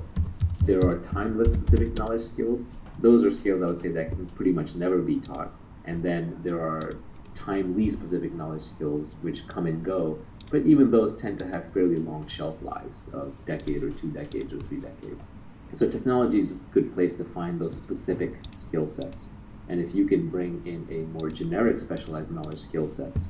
The other tweet from the cutting room floor was related to accountability in companies. It said, companies don't know how to measure outputs, so they measure inputs instead. Work in a way that your outputs are visible and measurable. If you don't have accountability, do something different. The entire structure of rewarding people comes from the agricultural and industrial age, where your inputs and your outputs matched up very closely. The amount of hours that you put into doing something was a good, rough proxy for what kind of output you were going to get. Today, it's extremely nonlinear. One good investment decision can make a company $10 or $100 million. One good product feature can be the difference between product market fit and complete failure. So judgment and accountability matter much, much more. And you want the accountability because sometimes the best engineers or the best salespeople are the ones who don't work very hard, but then they'll ship that one critical product at just the right time, or they'll make that one huge sale or that one huge deal that will make the company or at least make the numbers for the quarter. It's very important that people are able to tell that you had a role in that. That doesn't mean that you stomp all over your team. Humans are extremely sensitive to people who take too much credit. So you do want to be the kind of person that is always giving out credit. But the smart people will know who was responsible. There are jobs where you're not customer facing enough, where you're kind of a cog in a machine, and you sacrifice accountability to some degree. An example is when you're a consultant. As a consultant, often you're giving the best ideas and the best outcome, but it's being delivered through some person who's working within the organization. At that point, you may not have visibility to the top people in the organization, but you may be hidden behind a screen. And that's just a trade-off that you're making in exchange for your independence as a consultant, because you're not willing to play the corporate rat race or the corporate ladder game. Realize that with accountability, you can get a lot more credit when things go right. Of course, the downside is you get hurt a lot more when things go wrong. You stick your neck out, you have to be willing to be blamed, sacrificed, and even attacked. So if you're the kind of person that thrives in a high accountability environment, you're naturally also going to end up very thick-skinned over time. You're going to get hurt a lot. People are going to attack you if you fail. If you're working a job, I think you can apply a lot of the principles of the tweet storm inside the job, like we just discussed, including other ones like partnering with rational optimists. You can find people in the organization who are optimistic and rational, that have energy, integrity, and intelligence. And the flip side of this is that once you get some specific knowledge, one way to scale it is to start training apprentices that you can then outsource some of your tasks to. For example, I made a bunch of good investments and I figured out a little bit here and there about the venture business. And I could keep doing that. I could keep just investing as an investor. But instead, I co-founded this project called Spearhead, where we train up-and-coming young founders to also become angel and venture investors, and we give them a checkbook. It's an apprenticeship model. They come to us with specific deals that they're looking at, and we help them think through every unique situation. And we basically apprentice them under us to learn the venture business, and it's much more scalable. We have classes and talks where we kind of tell them what we know, and then there are office hours when they actually bring in the deals and they talk to us about specific deals. And it turns out the classes and talks are largely worthless. You can give all the generic advice you need to give in about an hour, and then after that, all the additional advice is so circumstantial that essentially cancels to zero if you try to give it in some top-down fashion. But the office hours are incredibly useful. It just reinforces that this is one of those skills that can only be learned on the job. And when you find a skill that can only be learned on the job by doing it, that is a good indicator that you're dealing with specific knowledge. Another good indicator that you're dealing with specific knowledge is when you ask the person who's doing it, what do you do every day? And they can't give you a straight answer, or it's something on the lines of, well, every day is different based on what's going on. That's a good indicator you're learning specific knowledge. The thing is so complicated and it's so dependent upon circumstances that it can't be boiled down into a textbook form or communicated by a make-money consultant. The mafia figured out this apprenticeship model a long time ago. The best way to end up running one of the families was to become the driver for the don of one of the families. It's a complicated business. Tony Soprano said, I'm a businessman who has to enforce my own contracts. It's a very complicated business. About getting lucky. We're going to go through most of the tweets in detail, give Naval a chance to expand on them and just generally riff on the topic. He'll probably throw in some ideas that he hasn't even published before. You know Naval from his Twitter account. He's also the co-founder of AngelList and Opinions. He's a prolific tech investor in companies like Twitter, Uber, and many more. And I'm the co-founder of AngelList with Naval, and I also co-authored the Venture Hacks blog with him back in the day. Oh my God! The How to Get Rich tweet storm definitely hit a nerve. And a lot of people say it was helpful, reach across aisles, and people outside of the tech industry, people in all walks of life. People do want to know how to solve their money problem. And everyone vaguely knows that they want to be wealthy, but they don't have a good set of principles to do it by. What's the difference between wealth, money, and status? Wealth is the thing that you really want. Wealth is assets that earn while you sleep. Wealth is the factory that with the robots that's cranking out things. Wealth is the computer program that's running at night that's serving other customers. Wealth is even money in the bank that is being reinvested into other assets and into other businesses. Even a house can be a form of wealth because you can rent it out, although that's probably a lower use of productivity of land than actually doing some commercial enterprise. So my definition of wealth is much more businesses and assets that can earn while you sleep.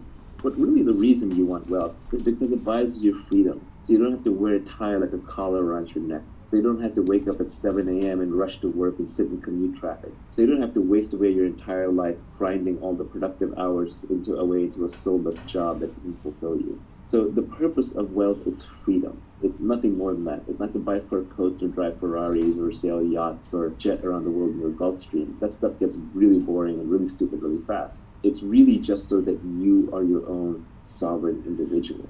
You're not going to get that unless you really want it. And the entire world wants it. And the entire world is working hard at it.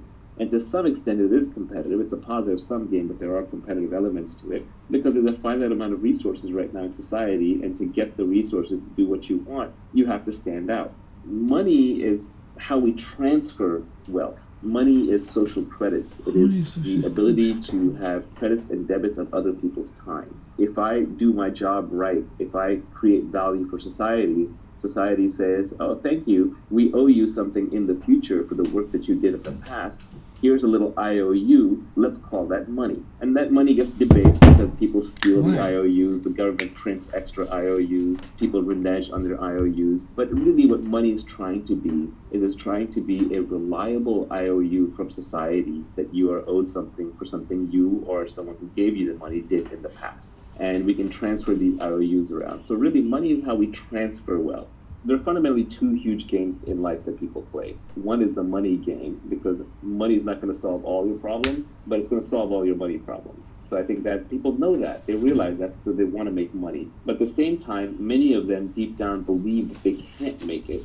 They don't want any wealth creation to happen. So they sort of virtue signal by attacking the whole enterprise by saying, well, making money is evil and you shouldn't do it, blah, blah, blah. But what they're trying to do is they're actually playing the other game, which is a status game. They're trying to be high status in the eyes of other people watching by saying, well, I don't need money, we don't want money. And then status is just your ranking in the social hierarchy. So wealth is not a zero-sum game. Everybody in the world can have a house. Jeez. Because you have a house doesn't take away from my ability to have a house. If anything, the more houses that are built, the easier it becomes to build houses, the more we know about building houses, and just the more people that can have houses. So wealth is a very positive sum game. We create things together. We're starting this endeavor to create this, hopefully, piece of art that explains what we're doing. At the end of it, something brand new will be created. It's a positive sum game. Status, on the other hand, is a zero-sum game. It's a very old game. We've been playing it since monkey tribes, and it's hierarchical. Who's number one, who's number two, who's number three. And for number three to move to number two has to move out of that slot. So status is a zero-sum game. Politics is an example of a status game. Even sports is an example of a status game. To be the winner, there must be a loser. I don't fundamentally love status games. They play an important role in our society, so we figure out who's in charge, but fundamentally, you play them because they're a necessary evil. The problem is, on an evolutionary basis, like if you go back thousands of years, status is a much better predictor of survival than wealth is. You couldn't have wealth before the farming age, before farmers, because you couldn't store things. Hunter-gatherers carried everything on their backs. So hunter-gatherers lived entirely in status-based societies. Farmers started going to wealth-based societies, and the modern industrial economies are much more heavily wealth-based societies. But there's always a subtle competition going on between status and wealth. For example, when journalists attack rich people or attack the technology industry, they're really bidding for status. They're saying, no, the people are more important, and I, the journalist, represent the people, and therefore I am more important. Right. The problem is that by playing these status games, to win a status game, you have to put somebody else down. That's why you should avoid status games in your life, because they make you into an angry, combative person. You're always fighting to put other people down, to put yourself and the people that you like up.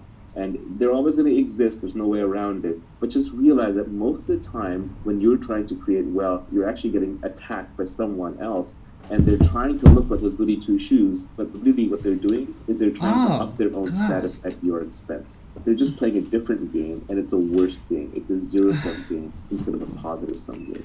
Gosh. Yeah, I think there's this notion that making money is evil, right? It's like rooted all the way back down to money is the root of all evil. People think that the bankers steal our money. And, it's somewhat true in that in a lot of the world, there's a lot... That is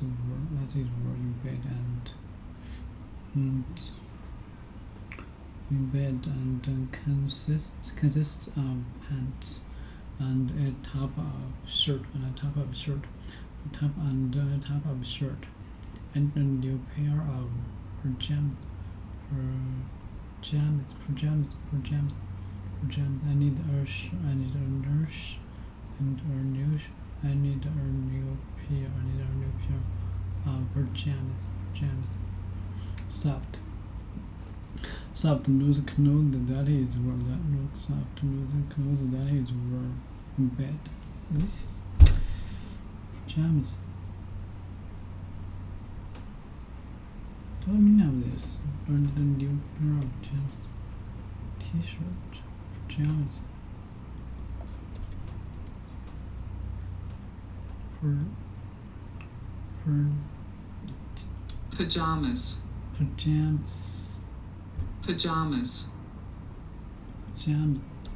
Pajamas. Let me see.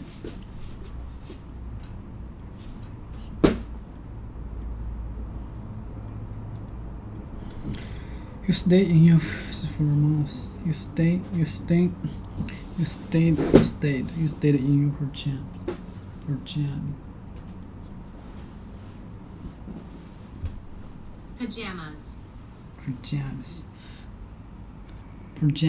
Pajamas for a month, and I saw you eat a cheeseburger, and I saw you eat a cheeseburger.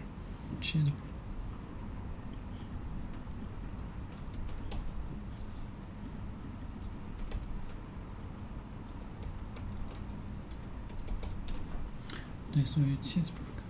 And I saw you eat a cheeseburger. Well, didn't you? Didn't you? I'm mad. I can't believe you didn't tell me. Oh, come on, like you tell me everything. Okay, Mom. Would you like Mom? Would you like that was 10 blocks. That was 10 blocks from here, and the woman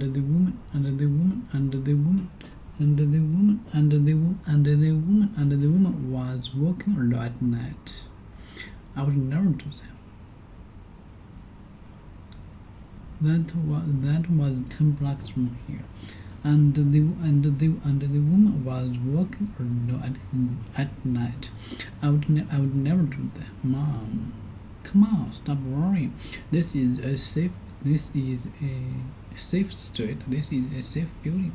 There is nothing. God, what are you doing? What are you doing here, Mom? I gotta go.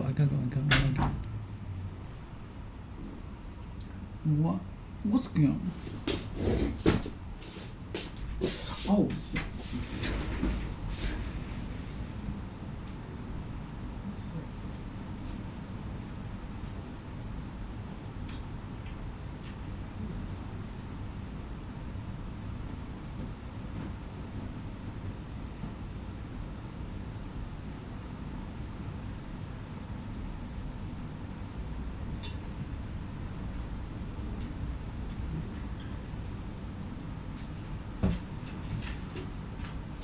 Whoa, it's cold.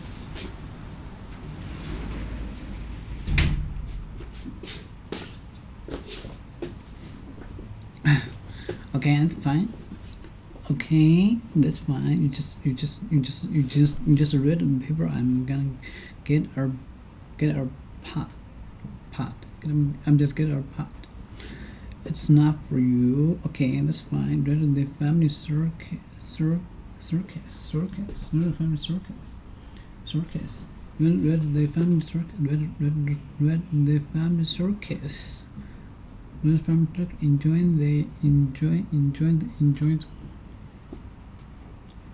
the gentle comedy. Enjoy the gentle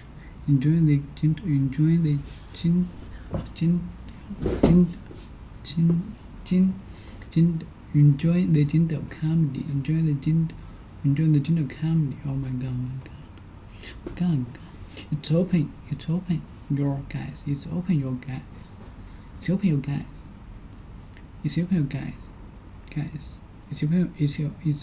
guys. Hey, how can I help you?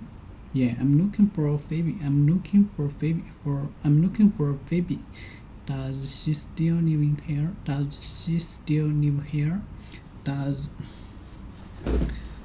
I'm looking for a baby. Does she still live here? No, she don't. But I can get her message. I can.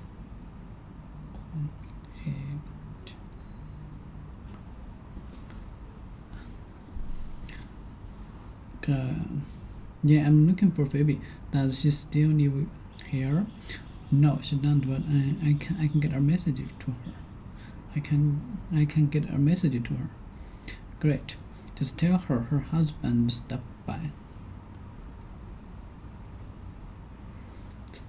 Stopped by. Her what? Hey, how did you do that? This is unbelievable, baby. How can you be married? Well, I mean, I'm not married, you know. He was just a friend, and he's a gay, and was from Canada, and he just needed a green card. I can't believe you married a Duncan. I mean, how could you not tell me we lived together? We told each other everything. I'm sorry, Monica, but I knew if I told you, you'd get really like judgmental.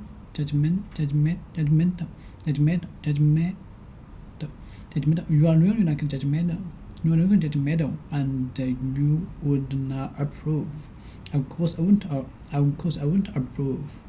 I mean, approve. Of course, I won't approve. I mean, you were totally in love with this guy.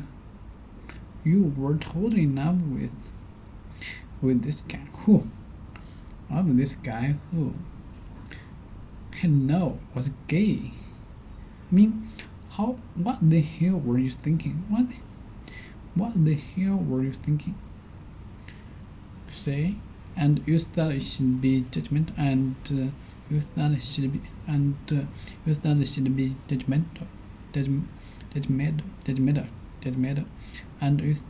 be judgmental. Okay, I wasn't in love with him, and I was just helping out a friend. Please, when he left town,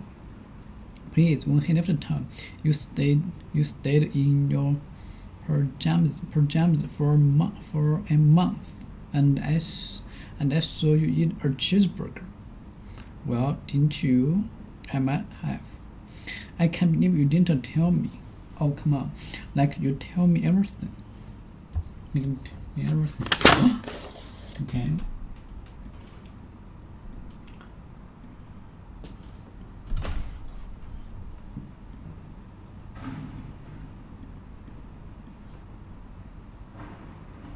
Yeah.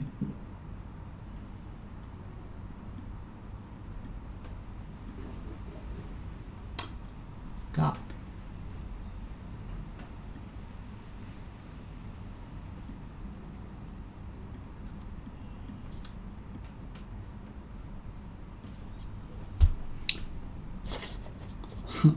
What have I not told you? What have I not told you? What have I not told you? Okay, what I have not told you. What I have not told you. Oh, I don't know. How about the fact? First, how about the fact that underwear out there on the telephone pole is yours from when you are having sex with Fun Bobby on the terrace? Oh, I don't know. How about the fact that the underwear that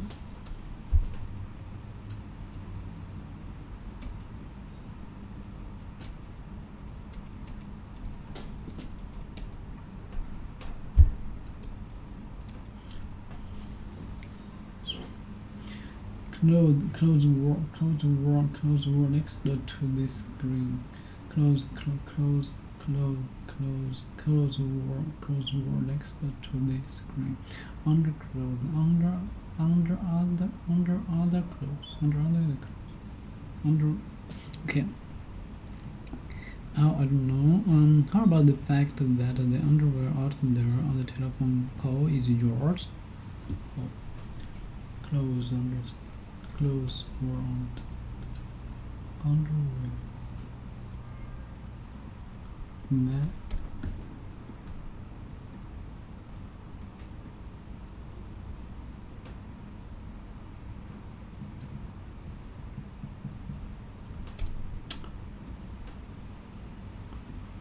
underwear.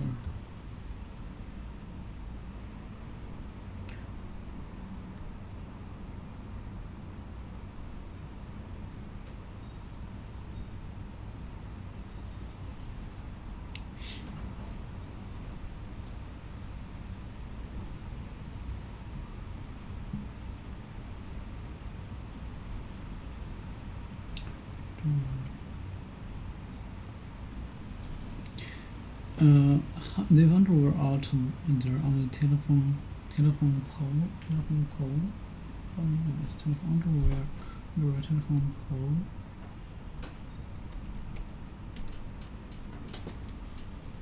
Pole stick or long stick. Telephone pole is yours. Stick is yours on the telephone pole. Or long thin stick of wood or metal, often used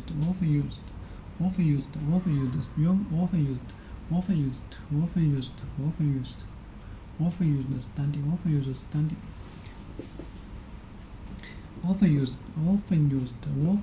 standing straight. Often used standing straight. Up in the ground to support things.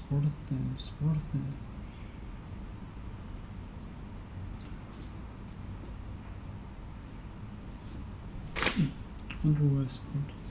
Stick. A non-thin stick of wood with poles. Place. Imagined.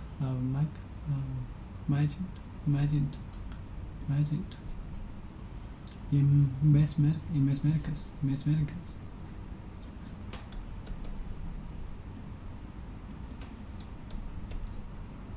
Underwear.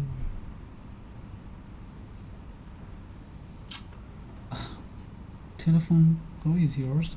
Underwear out there on the telephone pole is yours. Telephone is yours. On the telephone pole is yours. Telephone pole. What mean of this? Telephone pole dancing.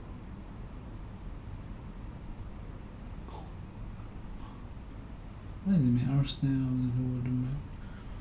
Often used standing straight up in the ground or support. I would support them. If like fluttered from exercise. Foot. That's telephone pole.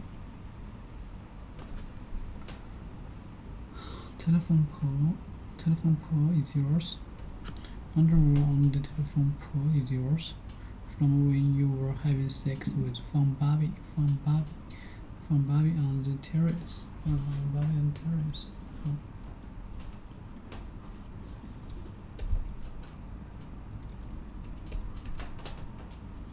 Terrace. A flat raised ground on the terrace. What means house? A row of often small houses joined together along the side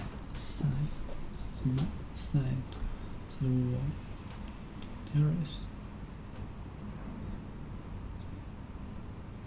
Terrace.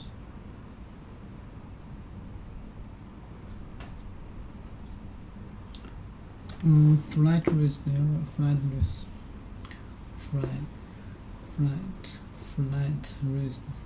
narrow. A flat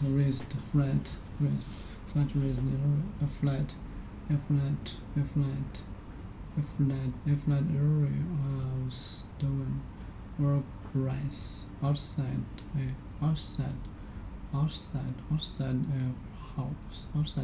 house where people sit and sometimes a flat area of stone or grass outside. A flat area of stone or grass outside a house where people sit and sometimes eat. Where people sit and sometimes eat.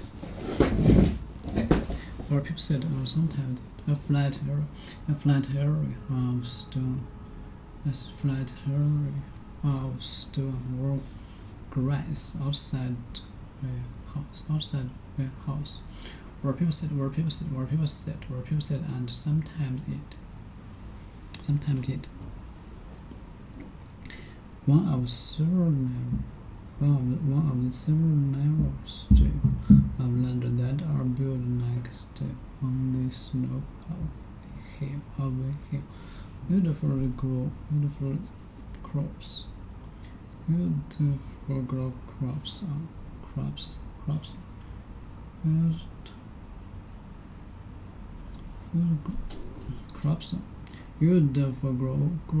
crops. Wow, several level strips.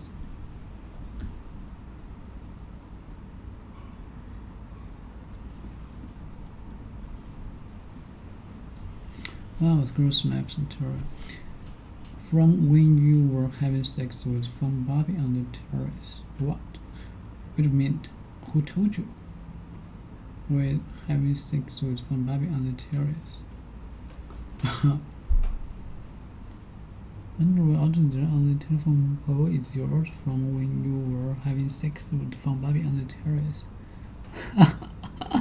I don't know. How about the fact that the underwear out there on the telephone pole is yours from when you were having sex with fun Bobby on the terrace? What? Wait a minute. Who told you? You are dead meat. Dead meat.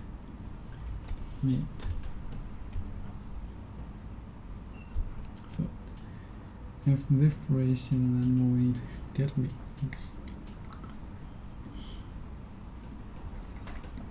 I didn't know it was a big secret. Oh. I didn't know it was a big secret. Oh, not as big. Oh no. No, can't have like the same on the can't have on the same name as well. Say I don't know. I'm third depot. Depot. Third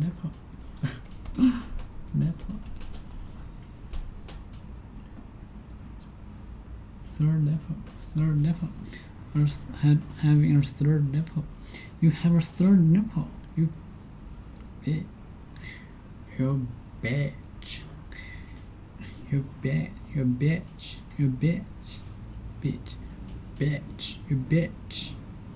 You have a third depot. You bitch. You bitch. Whip it out. Whip it out.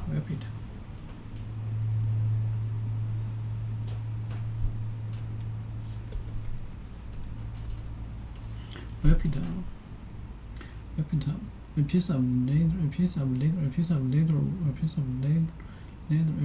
leather rope that is fast to glue. Whip it out. Yeah. A piece of leather or rope that is fastened to a stick. Used for hitting animals or people. Whipped is for hitting. Whip. And whip it out.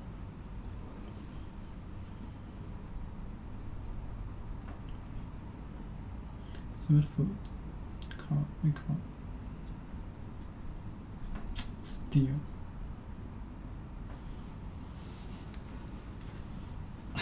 Whip it out. Yeah. Whip it out. Reverse for hitting a piece of leather. A piece of leather or rope that is fastened to a stick. Used for hitting animals or people.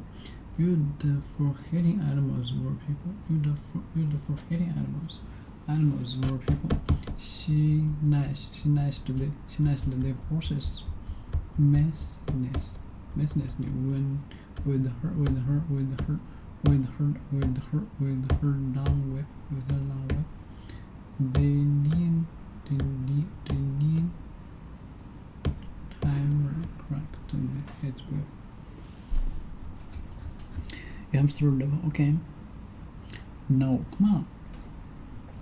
There's nothing to say. It's just there's teeny bump. It's totally useless. It's teeny bump.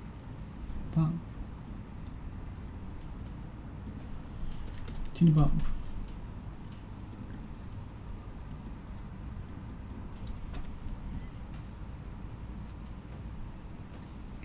Bump. Hit. Do something with force. Do something bump. To hurt part of your body by hitting you ground. by hitting it against something hurt. I bumped my head on the thing. Bump. Bump. It's a little pump. It's just totally useless. To hit something with force. To hit something with pump. Hit.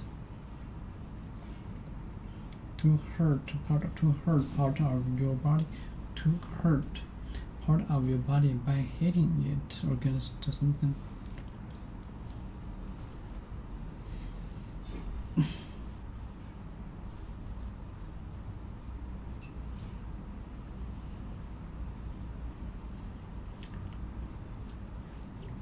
To hurt part of your body by hitting it against something hard.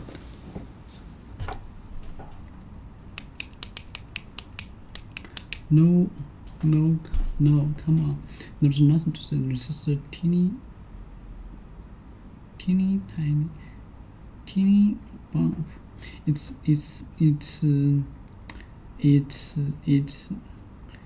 totally useless. Oh, as opposed to your other malfunction.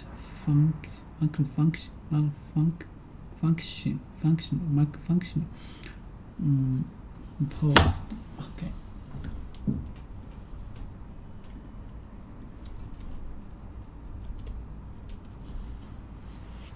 Opposed to disagree, as opposed to your other multifunctional lips.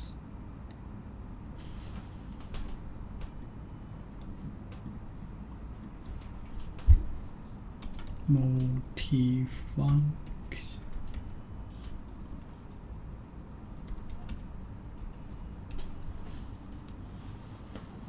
Having several different uses. Having several different uses. Having several different uses.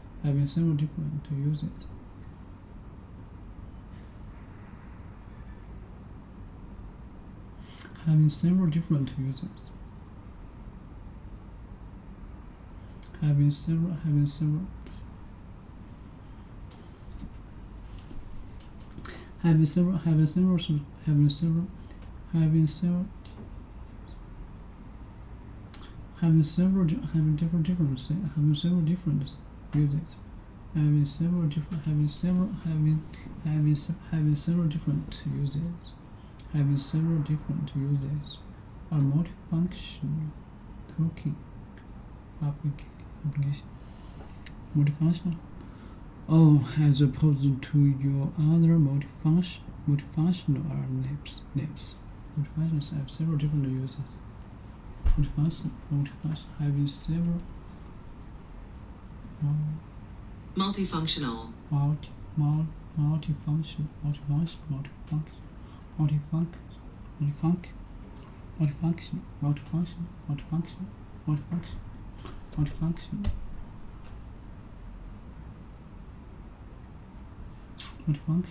What meaning of this? Different uses.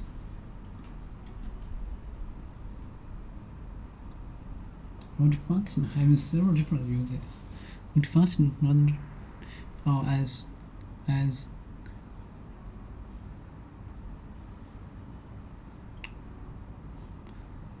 opposed to your other multifunctional lips.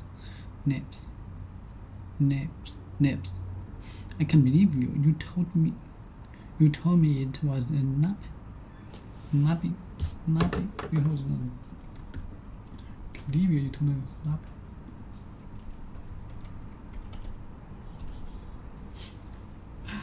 Nap.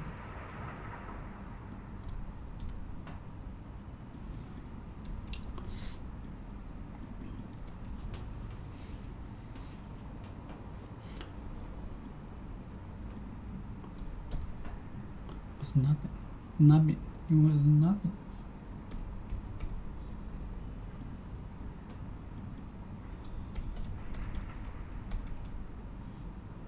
napping. It was napping. It was napping. It was napping. It was a napping. Joey, what did you think a napping was? I don't know. You say something. You heard a word. I thought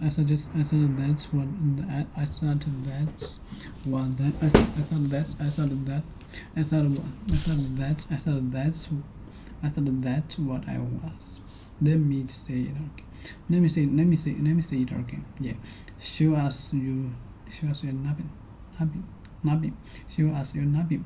Joey was a horror movie. Joey was in a horror movie.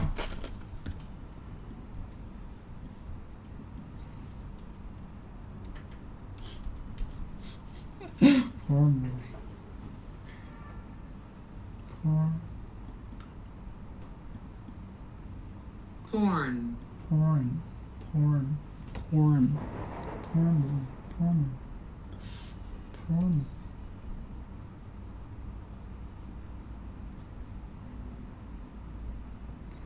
Joey was in a porn movie. If I'm going down, I'm taking everybody with me. I'm taking everybody with me. Oh my God, you were in porn. All right. I was young and I just wanted a job. Okay. But as the last means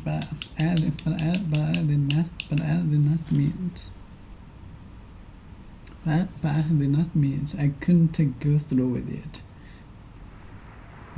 But as the last means I couldn't go through with it. I couldn't go through it. Okay, but as the last means I couldn't go through it. So they let me be the guy who comes in a fix the copier.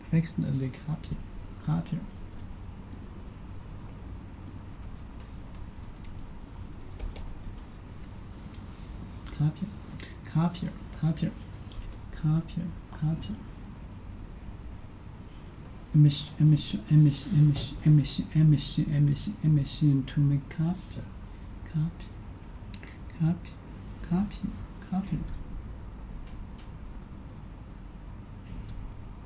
Fix it. Okay, so let me be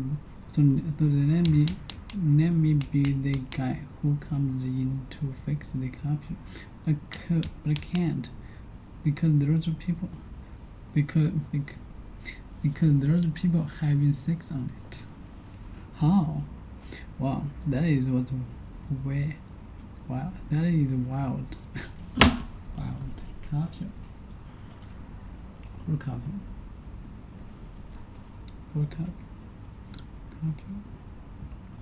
Wild. That is wild. Not count. That's count. Violent. Extreme. Vote. Not counter.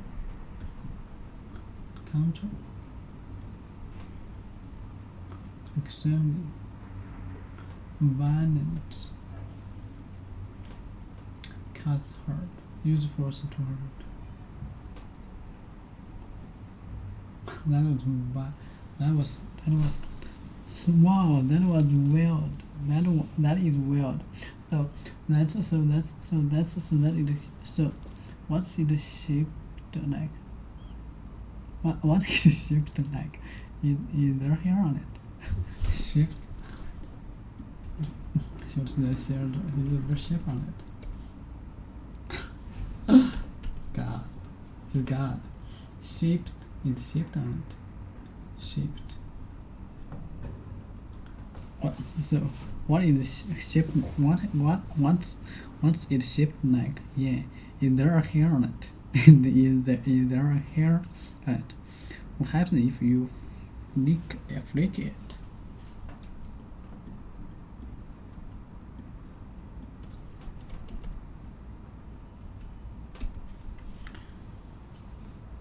flickate, to move or hit something, to move or hit something, to move or hit something with short side movement, with a short side movement, to move or hit something with a short side movement, to move, fly, flick, quick movement, quick movement, quick movement, a sudden quick movement, a sudden quick movement, a sudden quick movement, a sudden quick movement, a sudden quick movement, a sudden quick movement, a sudden quick movement, a sudden quick movement.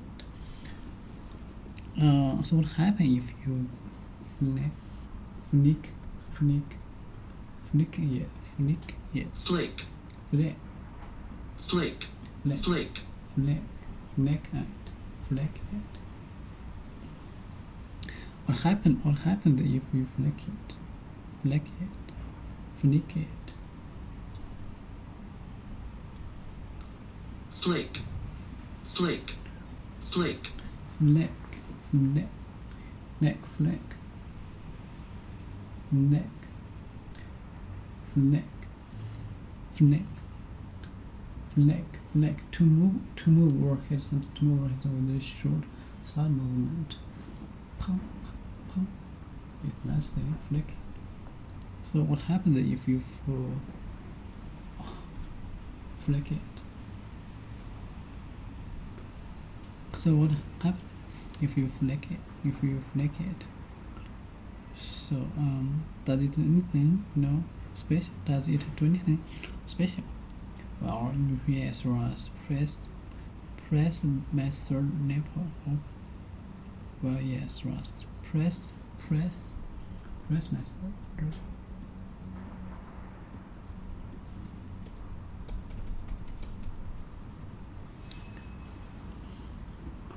Press, argent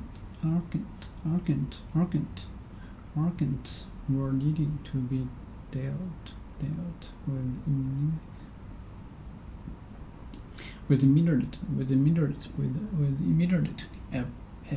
a present need for housing, a present need for housing,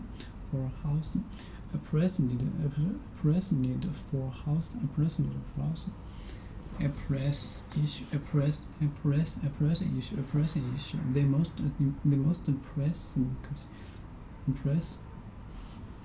organ or needed to deal with immediate press my third level. Press my third. I needed to deal with immediate. Okay. Well, press my third depot opens. The never enters. The never enters to the medical end of the gnarly. Press needed to be dealt with immediately.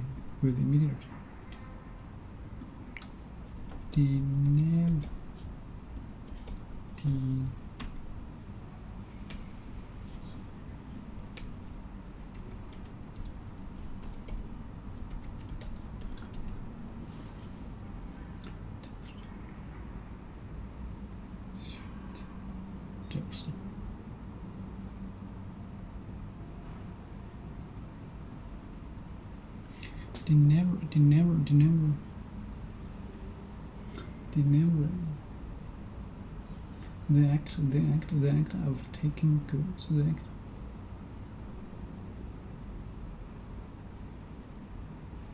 The act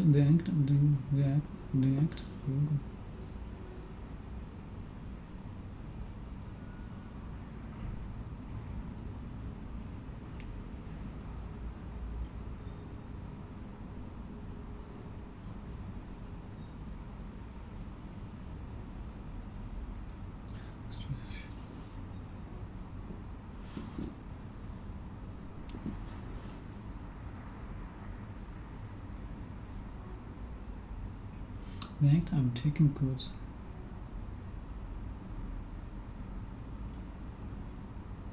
The act of taking goods, letters, packages to people's houses or place of work.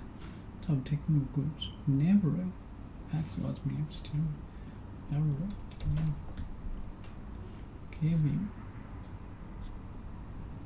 keeping promise. Taking goods to never multifunction.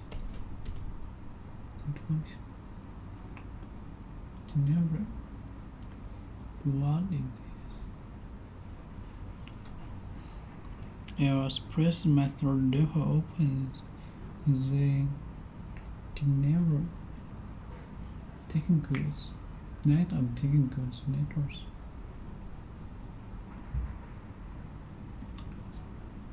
To never taking goods. Way of speaking with. That of the verse.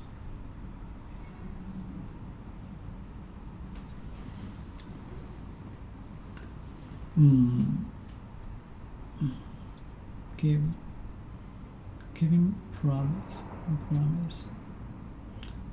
Package etc. The act of taking goods, letters, package to people's houses or place of work. People's houses. The act of taking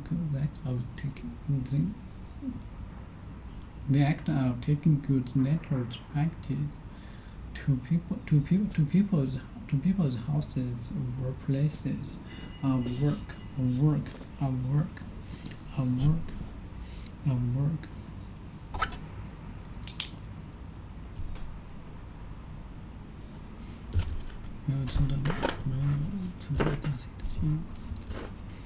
You know, in some coach, okay.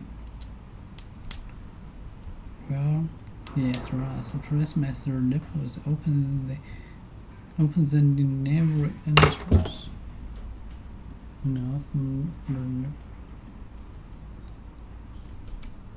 and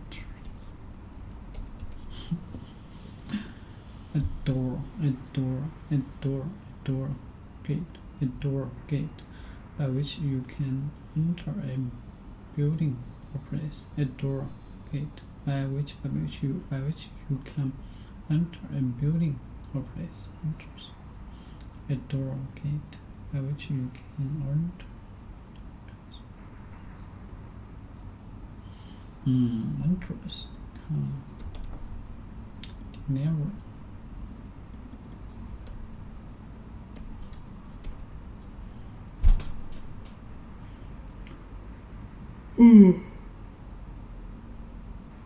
Truth.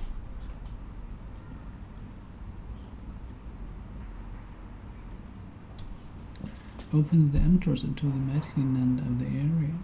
Press method opens the denary to the masculine land of the area.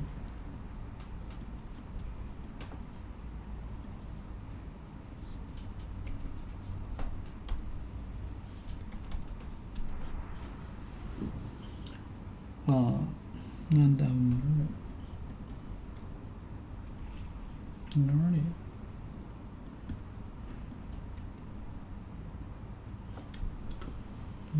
Narnia. Third, Narnia, magical land of Narnia. You know, in some cultures having third people is actually a sign of the very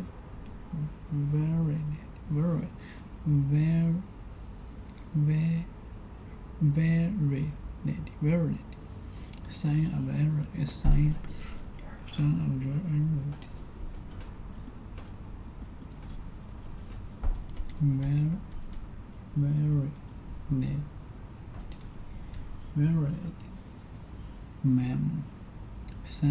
Actually a sign of a varied man. Male sexual strength.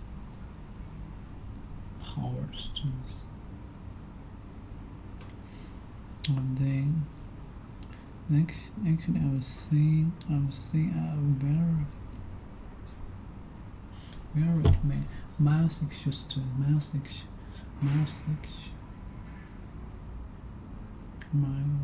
strength required. James.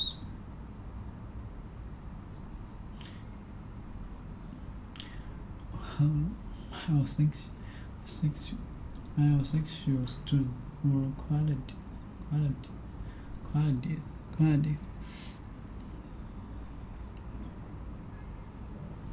You know, in some culture,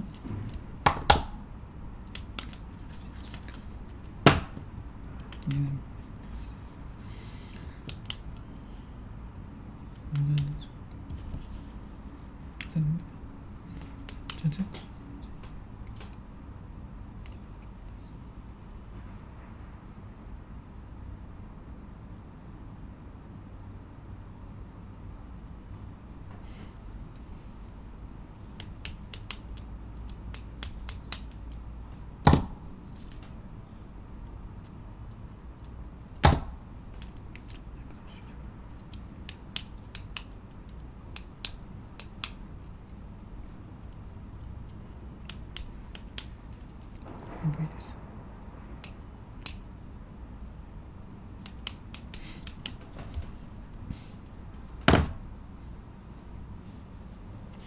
A third nipple is actually a sign of virility.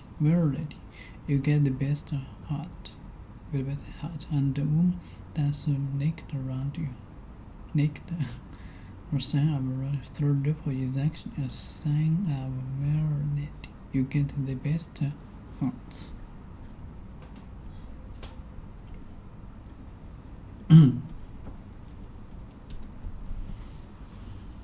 Small, simple building usually consistent of a heart. Small, simple building usually consisting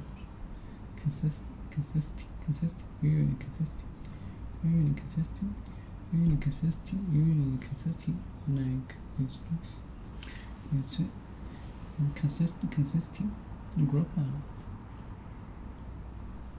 Okay, usually consisting of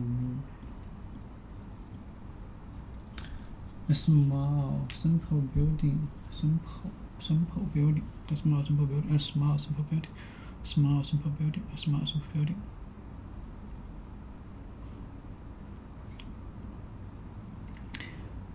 You got the best hearts, and the woman and the woman and the woman and the woman and the woman and the woman and the best of hearts, and the woman and the woman and the woman dance naked around you.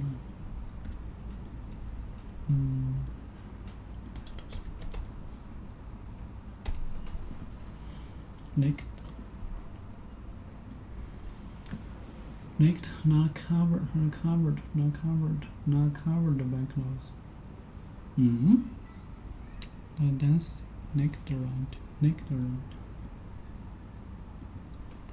And woman dance naked around you. Woman dance naked around you. Your best. You get the best hearts. And woman dance naked around you. Yeah. Any of these cultures perchance in the tri-state area.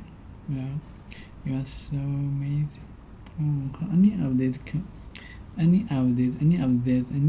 cultures perchance in the perchance.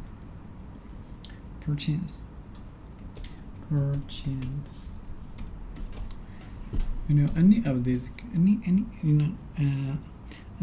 cultures perchance in the tri-state area. Perchance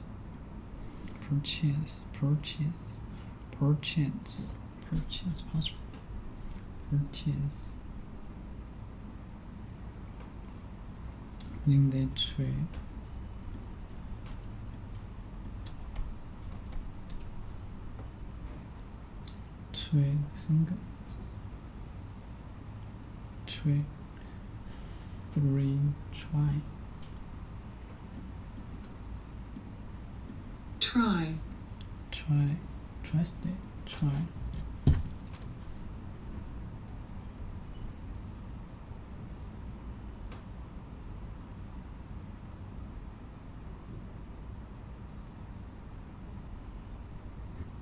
tri-state.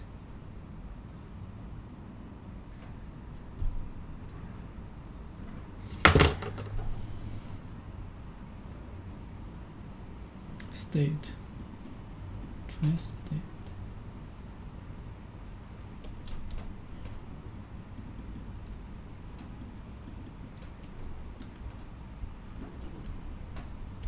Tri-state area.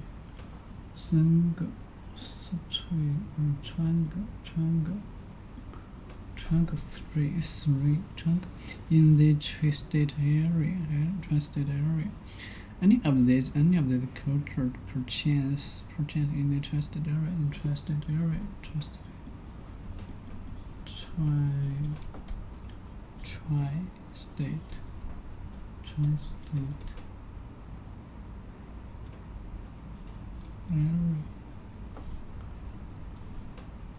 Area.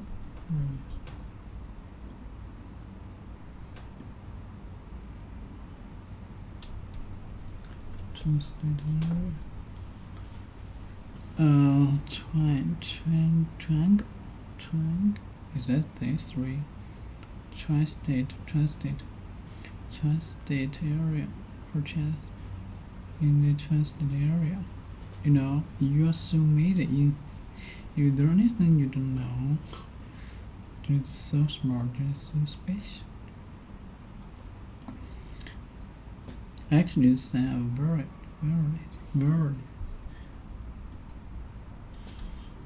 More fiction. More fiction.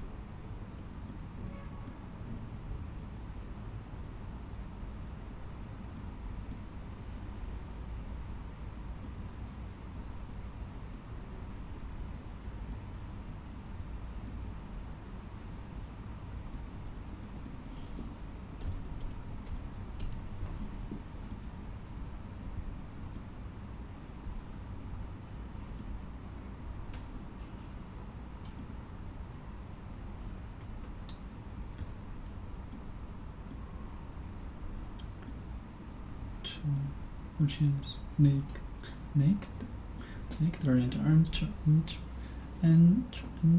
enters.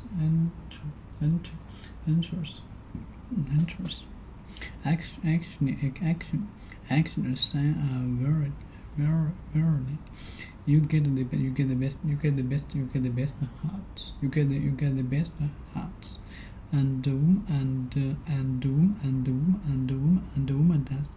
dance. Naked around. And the woman dance naked around. And the woman dance naked around.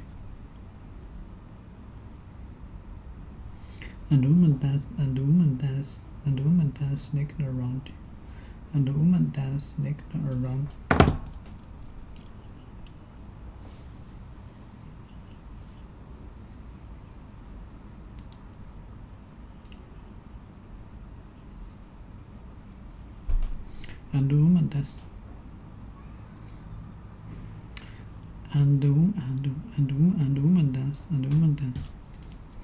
And the woman dance. And the woman dance naked around you. And the woman dance naked around you. The woman danced. And the woman dance naked around you.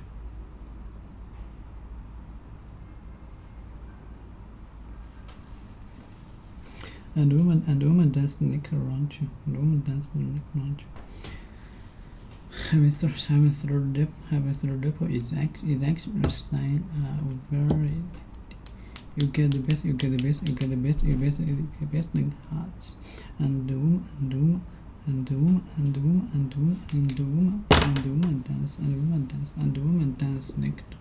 And the woman dance naked around you. The woman dance naked around you. And the woman dance naked around you.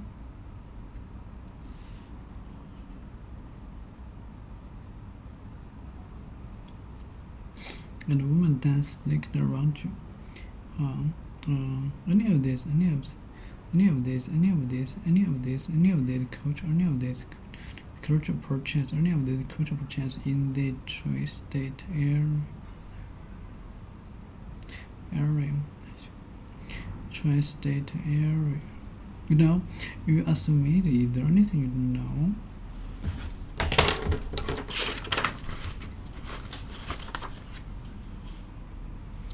Listen.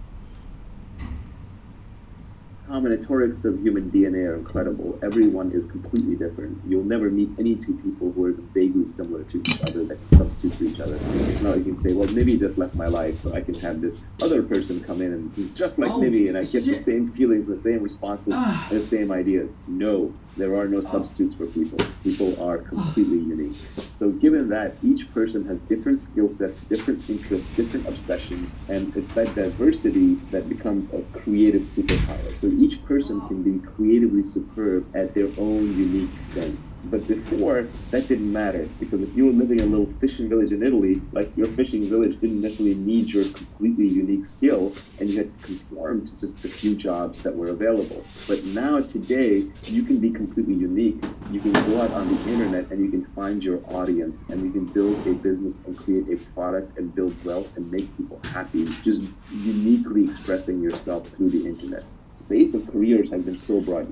Esports players, the people making millions of dollars playing Fortnite, people creating videos and uploading them, YouTube broadcasters, bloggers, podcasters. Joe Rogan, I read, true or false, I don't know, but I read that he's going to make about $100 million a year on his podcast, and he's had 2 billion downloads. Even PewDiePie, this is a hilarious tweet that I retweeted the other day. PewDiePie is the #1 trusted name in news. This is a kid, I think, in Sweden, and he's got 3 times the distribution of the top cable news networks, just on his news channel. It's not even on his entertainment channel. The internet enables any niche interest, as long as you're the best at it, to scale out. And the great news is, because every human is different, everyone is the best at something, being themselves. Another tweet I have that is worth kind of weaving in, but didn't go into this tweet storm, was a very simple one. I like things when I can compress them down, because they're easy to remember and easy to hold on to. But that one was escape competition through authenticity. So basically, when you're competing with people, it's because you're copying them. It's because you're trying to do the same thing. But every human is different. Don't copy. I know we're mimetic creatures, and Rene Girard has a whole mimesis theory, but it's much easier than that. Don't imitate. Don't copy. Just do your own thing. No one can compete with you on being you.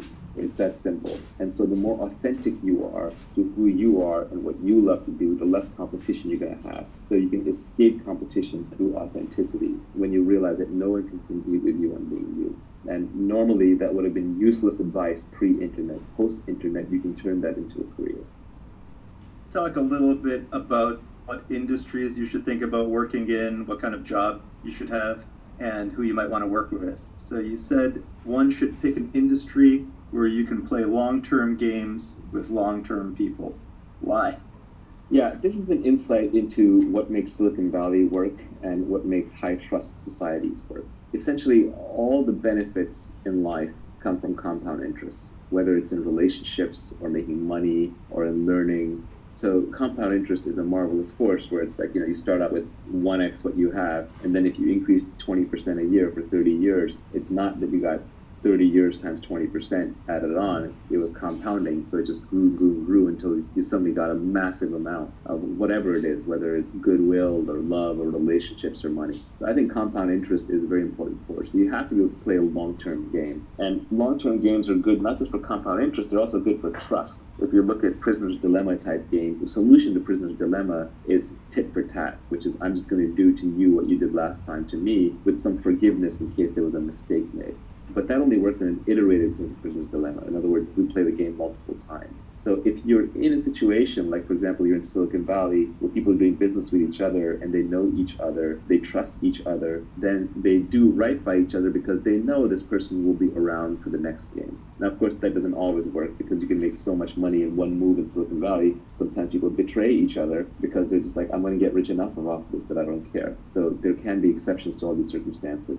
But essentially, if you want to be successful, you have to work with other people, and you have to figure out who can you trust. And who can you trust over a long, long period of time that you can just keep playing the game with them, so that compound interest and high trust will make it easier to play the game and will let you collect the major rewards, which are usually at the end of the cycle. So for example, Warren Buffett has done really well as an investor in the US stock market, but the biggest reason he could do that was because the US stock market has been stable and around and didn't get, for example, seized by the government during a bad administration, or the US didn't plunge into some war. The underlying platform didn't get destroyed. So in his case, he was playing a long-term game, and the trust came from the US stock market stability. In Silicon Valley, the trust comes from the network of people in the small geographic area that you figure out over time who you can work with and who you can't. If you keep switching locations, you keep switching groups. Let's say you started out in the woodworking industry and you built up a network there and you're working hard, you're trying to build a product in the woodworking industry. And then suddenly another industry comes along that's adjacent but different, but you don't really know anybody in it and you want to dive in and make money there. If you keep hopping from industry to, no, actually I need to open a line of electric car stations for electric car refueling. That might make sense. It might be the best opportunity, but every time you reset, every time you wander out of where you built your network, you're going to be starting from scratch. You're not going to know who to trust. They're not going to trust you. There are also industries in which people are transient by definition. They're always kind of coming in and going out. Politics is an example of that, right? In politics, new people are being elected. You see in politics that when you have a lot of old-timers, like the Senate, people who've been around for a long time and they've been career politicians, yeah, there's a lot of downside to career politicians, like corruption, but an upside is they actually get deals done with each other because they know the other person's going to be in the same position 10 years from now, and they're going to keep dealing with them, so they might as well learn how to cooperate. Whereas every time you get like a new incoming freshman class in the House of Representatives, which turns over every 2 years, the big wave election, nothing gets done because there's a lot of fighting. Because I just got here, I don't know you, I don't know if you're going to be around, why should I work with you, rather than just trying to do whatever I think is right. So it's important to pick an industry where you can play long-term games and with long-term people. So those people have to signal that they're going to be around for a long time, that they're ethical, and their ethics are visible through their action. In a long-term game, it seems that everybody is making each other rich. And in a short-term game, it seems like everybody is making themselves rich. I think that is a brilliant formulation. Yeah, in a long-term game, it's positive sum. We're all baking the pie together. We're trying to make it as big as possible. In a short-term game, we're cutting up the pie. Now, this is not to excuse the socialists, right? The socialists are the people who are not involved in baking the pie, who show up at the end and say, I want a slice or I want the whole pie. They show up with the guns. But I think a good leader doesn't take credit. A good leader basically tries to inspire people so the team gets the job done. And then things get divided up according to fairness and who contributed how much or as close to as possible and took risk, as opposed to just whoever has the longest knife, the sharpest knife with them. So these next two tweets are play iterated games. All returns in life, whether in wealth, relationships, or knowledge, come from compound interest. Yeah, when you've been doing business with somebody, you've been friends with somebody for 10 years, 20 years, 30 years, it just gets better and better because you trust them so easy that the friction goes down. You can do bigger and bigger things together. For example, the simplest one is getting married to someone, having kids and raising children. Like, that's compound interest, right? Investing in those relationships. Those relationships end up being invaluable compared to more casual relationships. It's true in health and fitness. The fitter you are, the easier it is to stay fit. Whereas the more you deteriorate your body, the harder it is to come back and claw your way back to a baseline. It requires heroic acts. Regarding compound interest, I think I saw you retweet something a while back. Maybe it was from Ed Lattimore. It went something along the lines of get some traction, get purchase, and don't lose it. So the idea was to gain some initial traction and never fall back. Just keep ratcheting up and up. I don't remember it exactly, but I think that was right. Yeah, it was like get traction and don't let go. It was a good one, yeah. In terms of pick people to work with that have high intelligence, high energy, and high integrity, I find that's the 3-part checklist that you cannot compromise on. You need someone who's smart or they're heading in the wrong direction and you're not going to end up in the right place. You need someone high energy because the world is full of smart, lazy people. We all know people in our lives who are really smart, but can't get out of bed or lift a finger. And we also know people who are very high energy but not that smart, so they work hard but they're sort of running in the wrong direction. And smart, it's not a pejorative. It's not meant to be like someone's smart, someone else is stupid, but it's more that everyone's smart at different things. So depending on what you want to do well, you have to find someone who's smart at that thing. And then energy, a lot of times people are unmotivated for a specific thing, but they're not motivated for other things. So for example, someone might be really unmotivated to go to a job and sit in an office, but they might be really motivated to go paint, right? Well, in that case, they should be a painter. They should be putting art up on the internet, trying to figure out how to build a career out of that, rather than wearing a collar around their neck and going to a dreary job. And then high integrity is the most important, because otherwise, you got the other two. What you have is you have a smart and hardworking crook who's eventually going to cheat you. So you have to figure out if the person's high integrity, and as we talked about, the way you do that is through signals, and signals is what they do, not what they say. It's all the nonverbal stuff that people do when they think nobody's looking. With respect to the energy, there was this interesting thing from Sam Altman a while back where he was talking about delegation, and he was saying one of the important things for delegation is delegate to people who are actually good at the thing that you want them to do. It's the most obvious thing, but it seems like you want to partner with people who are naturally going to do the things that you want them to do. Yeah, I almost won't start a company or hire a person or work with somebody if I just don't think they're into what I want them to do. When I was younger, I used to try and talk people into things. That was this idea that you can sell someone into doing something, but you can't. You can't keep them motivated. You can get them inspired initially. It might work if you're a king like Henry V and you're trying to get them to just charge into battle, and then they'll figure it out. But if you're trying to keep someone motivated for the long term, that motivation has to come intrinsically. You can't just create it, nor can you be the crutch for them if they don't have that intrinsic motivation. So you have to make sure people actually are high energy and want to do what you want them to do or what you want to work with them. Reading signals is very, very important. Signals are what people do despite what they say.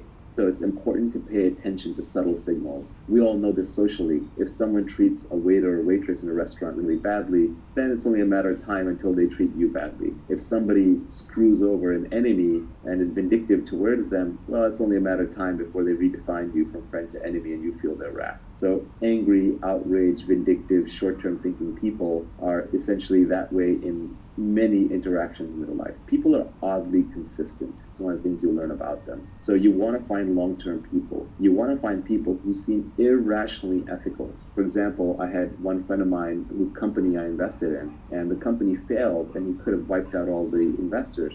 But he kept putting more and more personal money in. Through 3 different pivots, he put personal money in until the company finally succeeded. And in the process, he never wiped out the investors. And I was always grateful to him for that. I said, like, wow, that's amazing that, you were so good to your investors. You didn't wipe them out. And he got offended by that. He said, I didn't do it for you. I didn't do it for my investors. I did it for me. It's my own self-esteem. It's what I care about. That's how I live my life. That's the kind of person you want to work with. Another quote that I like, I have a tweet on this. I think I read this somewhere else recently, so I'm not taking credit for this, but I kind of modified it a little bit, which is that self-esteem is a reputation that you have with yourself. You'll always know. So good people, moral people, ethical people, easy to work with people, reliable people tend to have very high self-esteem because they have very good reputation with themselves and they understand that. It's not ego. Self-esteem and ego are different things, because ego can be undeserved, but self-esteem, at least you feel like you lived up to your own internal moral code of ethics. And so it's very hard to work with people who end up being low integrity. And it's hard to figure out who's high integrity and low integrity. Generally, the more someone is saying that they're moral and ethical and high integrity, the less likely they are to be that way. It's very much like status signaling. If you overtly bid for status, if you overtly talk about being high status, that is a low status move. If you openly talk about how honest and reliable and trustworthy you are, you're probably not that honest and trustworthy. That is a characteristic of con men. So yeah, pick an industry in which you can play long-term games with long-term people. In good relationships or being fit or even being happy, you need to have an action bias towards getting what you want. And you have to be optimistic about it. Not irrationally, there's nothing worse than someone who's just like foolhardy and chasing it's not worth. That's why I say rational optimist. But you have to be rational, know all the pitfalls, know the downsides, but still keep your chin up. I mean, you've got one life on this planet. Why not try to build something big? This is the beauty of Elon Musk and why I think he inspires so many people. It's just because he takes on really, really big, audacious tasks, and he provides an example for people to think big. And it takes a lot of work to build even small things. I don't think the corner grocery store owner is working any less hard than Elon Musk or pouring any less sweat and toil into it. maybe even more. But for whatever reason, education, circumstance, they didn't get the chance to think as big, so the outcome's not as big. So it's just better to think big, obviously rationally within your means, stay optimistic. The cynics and the pessimists, what they're really saying, and fortunate, but they're basically saying, I've given up. I don't think I can do anything. And so the world to me just looks like a world where nobody can do anything. And so why should you go do something? Because if you fail, then I'm right, which is great. But if you succeed, then you just make me look bad. Yeah, it's probably better to be an irrational optimist than it is to be a rational cynic. Yeah, there's a completely rational frame on why you should be an optimist. Historically, if you go back 2,000 years, 5,000 years, 10,000 years, two people are wandering through a jungle, they hear a tiger, one's an optimist and says, oh, it's not headed our way. The other one says, I'm a pessimist, I'm out of here. And the pessimist runs and survives, and the optimist gets eaten. So we're descended from pessimists. We're genetically hardwired to be pessimists. But modern society is far, far safer. There are no tigers wandering down the street. It's very unlikely that you will end up in total ruin, although you should avoid total ruin. Much more likely that the upside is unlimited and the downside is limited. So adapting for modern society means overriding your pessimism and taking slightly irrationally optimistic bets, because the upside is unlimited. If you start the next SpaceX or Tesla or Uber, you can make billions of dollars of value for society and for yourself and change the world. And if you fail, what's the big deal? You lost a few $1 billion of investor money and they've got plenty more, and that's the bet they take, the chances that you will succeed.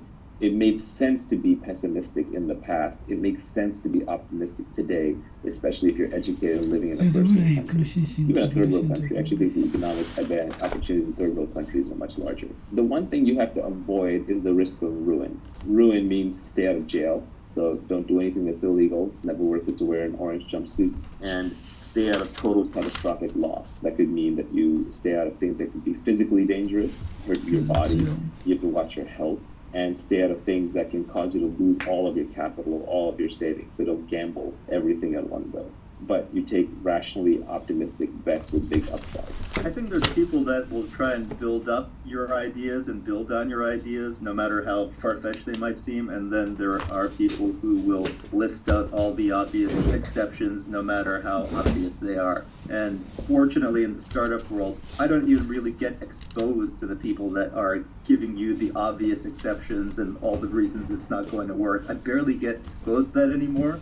That's what Twitter is for. Scott Adams got so annoyed by this, he came with the phrase, an acronym, which is, but of course there are obvious exceptions, BOCTAOE. And he used to pin that acronym at the end of his articles for a while. But Twitter is just overrun with nitpickers. And where exactly as you're pointing out, Silicon Valley has learned that the upside is so great that you never look down on the slobby kid who's wearing a hoodie and has coffee on his shoes and just looks like a slob, because you don't know if he's going to be the next Mark Zuckerberg or the next Reid Hoffman. So you got to treat everybody with respect. You got to look up to every possibility and opportunity, because the upside is so unlimited and the downside is so limited in the modern world, especially with financial assets and instruments. Do you want to talk a little bit about the skills that you need, in particular specific knowledge, accountability, leverage, and judgment? So the first tweet in this area is arm yourself with specific knowledge, accountability, and leverage. And I'll throw in judgment as well. I don't think you covered that in that particular tweet. If you want to make money, you have to get paid at scale. And why you, that's accountability. At scale, that's leverage. And just you getting paid as opposed to somebody else getting paid, that's specific knowledge. So specific knowledge is probably the hardest thing to get across in this whole tweet storm, and it's probably the thing that people get the most confused about. The thing is that we have this idea that everything can be taught. Everything can be taught in school. And it's not true that everything can be taught. In fact, the most interesting things cannot be taught, but everything can be learned. And very often that learning either comes from some innate characteristics in your DNA, or it could be through your childhood where you learn soft skills, which are very, very hard to teach later on in life, or it's something that is brand new, so nobody else knows how to do it either, or it's true on-the-job training because you're pattern matching into highly complex environments, basically building judgment in a specific domain. Classic example is investing, but it could be in anything. It could be in judgment in running a fleet of trucks. It could be judgment in weather forecasting. So specific knowledge is the knowledge that you care about. Especially if you're later in life, let's say you're post 20, 21, 22, you almost don't get to choose which specific knowledge you have. Rather, you get to look at what you have already built by that point in time, and then you can build on top of it. The first thing to notice about specific knowledge is that you can't be trained for it. If you can be trained for it, if you can go to a class and learn specific knowledge, then somebody else can be trained for it too. And then we can mass produce and mass train people. Heck, we can even program computers to do it, and eventually we can program robots to walk around doing it. So if that's the case, then you're extremely replaceable, and all we have to pay you is the minimum wage that we have to pay you to get you to do it, when there are lots of other takers who can be trained to do it. So really, your returns just devolve into your cost of training plus the return on investment on that training. So you really want to pick up specific knowledge. You need your schooling, you need your training to be able to capitalize on the best specific knowledge, but the part of it that you'll get paid for is the specific knowledge. For example, someone who goes and gets a degree in psychology and then becomes a salesperson. Well, if they were already a formidable salesperson and had great salesmanship to begin with, then the psychology degree is leverage. It arms them and they do much better at sales. But if they were always an introvert, never very good at sales, and they're trying to use psychology to learn sales, they're just not going to get that great at it. Specific knowledge is found much more by pursuing your innate talents, your genuine curiosity, and your passion. It's not by going to school for whatever is the hottest job. It's not for going into whatever field investors say is the hottest. Very often, specific knowledge is at the edge of knowledge. It's also stuff that's just being figured out or is really hard to figure out. So if you're not 100% into it, somebody else who is 100% into it will outperform you. And they won't just outperform you by a little bit, they'll outperform you by a lot. Because now we're operating the domain of ideas, compound interest really applies and leverage really applies. So if you're operating with 1,000 times leverage and somebody is right 80% of the time and somebody else is right 90% of the time, the person who's right 90% of the time will literally get paid hundreds of times more by the market because of the leverage and because of the compounding factors and being correct. So you really want to make sure you're good at it, so your genuine curiosity is very important. So very often, it's not something you sit down and you reason about. It's more found by observation. You almost have to look back on your own life and see what you're actually good at. For example, I wanted to be a scientist, and that is where a lot of my moral hierarchy comes from. I view scientists sort of at the top of the production chain for humanity. And the group of scientists who have made real breakthroughs and contributions have probably added more to human society, I think, than any single other class of human beings. Not to take away anything from art or politics or engineering or business, but without the science, we'd still be scrabbling in the dirt, fighting with sticks and trying to start fires. My whole value system was built around scientists, and I wanted to be a great scientist. But when I actually look back at what I was uniquely good at and what I ended up spending my time doing, it was more around making money, tinkering with technology, and selling people on things, explaining things, talking to people. So I have some sales skills, which is a form of specific knowledge that I have. I have some analytical skills around how to make money, and I have this ability to absorb data, obsess about it, and break it down, and that is a specific skill that I have. I also just love tinkering with technology. And all of this stuff feels like play to me, but it looks like work to others. So there are other people to whom these things would be hard. They say like, well, how do I get good at being pithy and selling ideas? Well, if you're not already good at it, or if you're not really into it, maybe it's not your thing, focus on the thing that you are really into. This is ironic, but the first person to actually point out my real specific knowledge was my mother. And she did it as an aside, talking from the kitchen, and she said it when I was like 15 or 16 years old. I was telling a friend of mine that I wanted to be an astrophysicist, and she said, no, you're going to go into business. And I was like, what?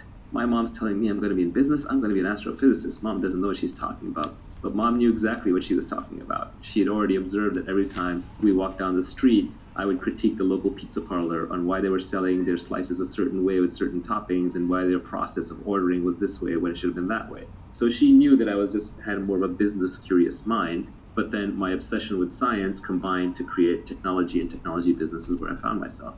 So very often, your specific knowledge is observed and often observed by other people who know you well and revealed in situations rather than something that you come up with. To the extent that specific knowledge is taught, it's on the job, it's through apprenticeships, and that's why the best businesses the best careers are the apprenticeship careers, because those are things that society still has not figured out how to train and automate yet. The classic line here is that Warren Buffett went to Benjamin Graham when he got out of school, and Benjamin Graham was the author of The Intelligent Investor and sort of modernized or created value investing as a discipline. And Warren Buffett went to Benjamin Graham and offered to work for him for free. And Graham said, actually, you're overpriced. Free is overpriced. And Graham was absolutely right, that when it comes to a very valuable apprenticeship, like the type that Graham was going to give Buffett, Buffett should have been paying him a lot of money. And that right there tells you those are skills worth knowing. Specific knowledge also tends to be technical and creative. So on the bleeding edge of technology, on the bleeding edge of art, on the bleeding edge of communication. Even today, for example, there are probably meme lords out there on the internet who can create incredible memes that will spread the idea to millions of people, or are very persuasive. Like, for example, Scott Adams is a good example of this. He's essentially becoming one of the most credible people in the world by making accurate predictions through persuasive arguments and videos. And that is specific knowledge that he has built up over the years because he got obsessed with hypnosis when he was young. He learned how to communicate through cartooning. He embraced Periscope early, so he's been practicing lots of conversation. He's read all the books on the topic. He's employed it in his everyday life. If you look at his girlfriend, she's like this beautiful young Instagram model. That is an example of someone who has built up a specific knowledge over the course of his career. It's highly creative. It has elements of being technical in it, and it's something that is never going to be automated. No one's going to take that away from him, because he's also accountable under one brand as Scott Adams, and he's operating with the leverage of media with Periscope and drawing billboard cartoons and writing books. He has massive leverage on top of that brand, and he can build wealth out of it if he wanted to build additional wealth beyond what he already has. Should we be calling it unique knowledge, or does specific knowledge somehow make more sense for it? You know, I came up with this framework when I was really young, and we're talking decades and decades. It's now probably over 30 years old. And so at the time, just specific knowledge stuck with me, so that is how I think about it. The reason I didn't try and change it is because every other term that I found for it was overloaded in a different way. At least specific knowledge isn't that used. I can kind of rebrand it. The problem with unique knowledge is, yeah, maybe it's unique, but if I learn it from somebody else, it's no longer unique.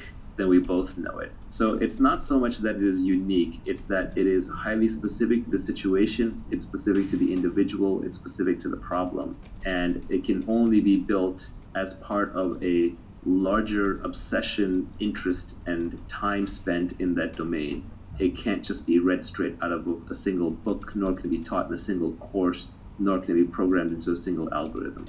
Speaking of Scott Adams, he's got a blog post on how to build your career by getting in, say, the top 25 percentile at 3 or more things. And by doing that, you become the only person in the world who can do those 3 things in the 25th percentile. So instead of trying to be the best at one thing, you just try to be very, very good at 3 or more things. Is that a way of building specific knowledge? I actually think the best way is just to follow your own obsession. And somewhere in the back of your mind, you can realize that, hey, actually, this obsession, like, I'll keep an eye out for the commercial aspects of it. But I think if you go around trying to build it a little too deliberately, if you become too goal-oriented on the money, then you won't pick the right thing. You won't actually pick the thing that you love to do, so you won't go deep enough into it. Scott Adams' observation is a good one. It's predicated on statistics. Let's say there's 10,000 areas that are valuable to the human race today in terms of knowledge to have. And the number one in those 10,000 slots is taken, right? Someone else is likely to be the number one in each of those 10,000 unless you happen to be one of the 10,000 most obsessed people in the world at a given thing. But when you start going the combinatorics of combining, well, number 3,728 with top-notch sales skills and really good writing skills and someone who understands accounting and finance really well, when the need for that intersection arrives, you've expanded now from 10,000 through combinatorics to millions or tens of millions. So it just becomes much less competitive. Also, there's diminishing returns, so it's much easier to be top 75 percentile at 3 or 4 things than it is to be literally the number one at something. I think it's a very pragmatic approach, but I think it's important that one not start assembling things too deliberately, because you do want to pick things where you are a natural. everyone is a natural at something. We're all familiar with that phrase, a natural. Oh, this person's a natural at meeting men or women. This person's a natural socialite. This person's a natural programmer. This person's a natural reader. So whatever you are a natural at, you want to double down on that. And then there are probably multiple things you're natural at, because personalities and humans are very complex. So we want to be able to take the things that you are natural at and combine them so that you automatically, just through sheer interest and enjoyment, end up top 25 or top 10 or top 5% at a number of things. Talking about combining skills, you said that you should learn to sell, learn to build. If you can do both, you will be unstoppable. This is a very broad category now, but it's two broad categories. One is building the product, which is hard, and it's multivariate. That can include design, that can include development, that can include manufacturing, logistics, procurement. It could even be designing and operating a service. It has many, many definitions, but in every industry, there is a definition of the builder. In our tech industry, that's the CTO, it's the programmer, it's the software engineer, hardware engineer. But, even in like a laundry business, it could be the person who's building the laundry service, who is making the trains run on time, who's making sure all the clothes end up in the right place at the right time, and so on. Then the other side of it is the sales side. Again, selling has a very broad definition. Selling doesn't necessarily just mean selling individual customers, but it could mean marketing, it could mean communicating, it could mean recruiting, it could mean raising money, it could mean inspiring people, it could mean doing PR.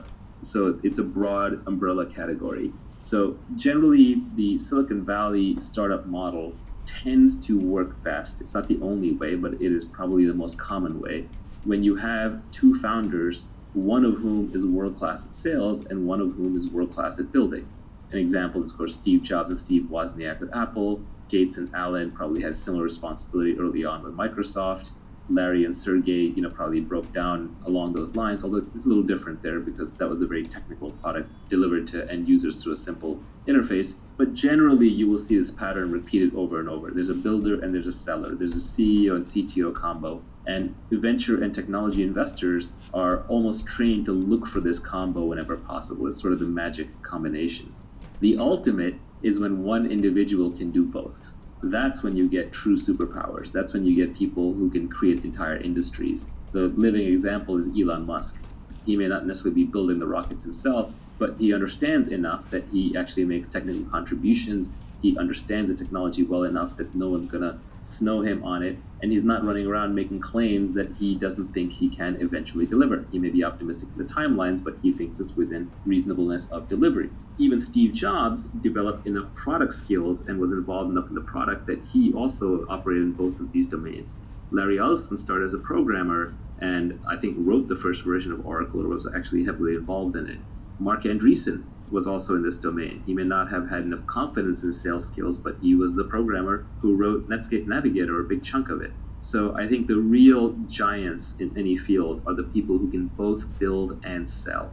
And usually the building is the thing that, like, a salesperson can't pick up building later in life. It requires too much focused time.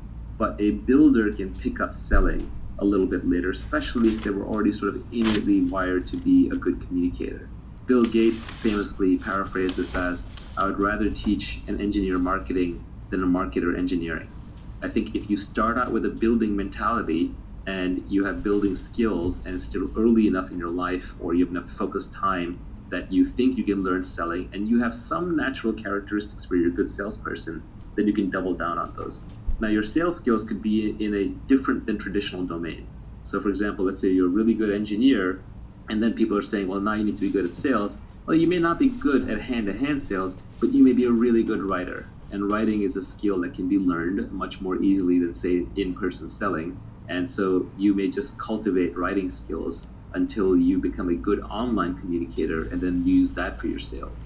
On the other hand, it could just be that you're a good builder and you're bad at writing and you don't like communicating to mass audiences, but you're good one-on-one. So then you might use your sales skills for recruiting or for fundraising, which are more one-on-one kinds of endeavors. This is sort of pointing out that if you're at the intersection of these two, don't despair, because you're not going to be the best technologist and you're not going to be the best salesperson. But in a weird way, that combination, back to Scott Adams skill stack, that combination of two is unstoppable. Long term, people who understand the underlying product and how to build it and can sell it, these are catnip to investors. These people can break down walls if they have enough energy, and they can get almost anything done. If you could only pick one to be good at, which one would you pick? When you're trying to stand out from the noise, building is actually better because there's so many hustlers and salespeople who have nothing to back them up. When you're starting out, when you're trying to be recognized, building is better. But much later down the line, building gets exhausting because it is a focused job, and it's hard to stay current because there's always new people, new products coming up who have newer tools and frankly more time because it's very intense, it's a very focused task. So sales skills actually scale better over time. Like for example, if you have a reputation for building a great product, that's good, but when you ship your new product, I'm going to evaluate it based on the product. But if you have a reputation for being a good person to do business with, and you're persuasive and communicative, then that reputation almost becomes self-fulfilling. So I think if you only had to pick one, you kind of start with building and then transition to selling. This is a cop-out answer, but I think that is actually the right answer. Before we go and talk about accountability and leverage and judgment, you've got a few tweets further down the line that I would put in the category of continuous learning. They're essentially, there is no skill called business. Avoid business magazines and business class. Study microeconomics, game theory, psychology, persuasion, ethics, mathematics, and computers. There's one other comment that you made in a Periscope that was you should be able to pick up any book in the library and read it.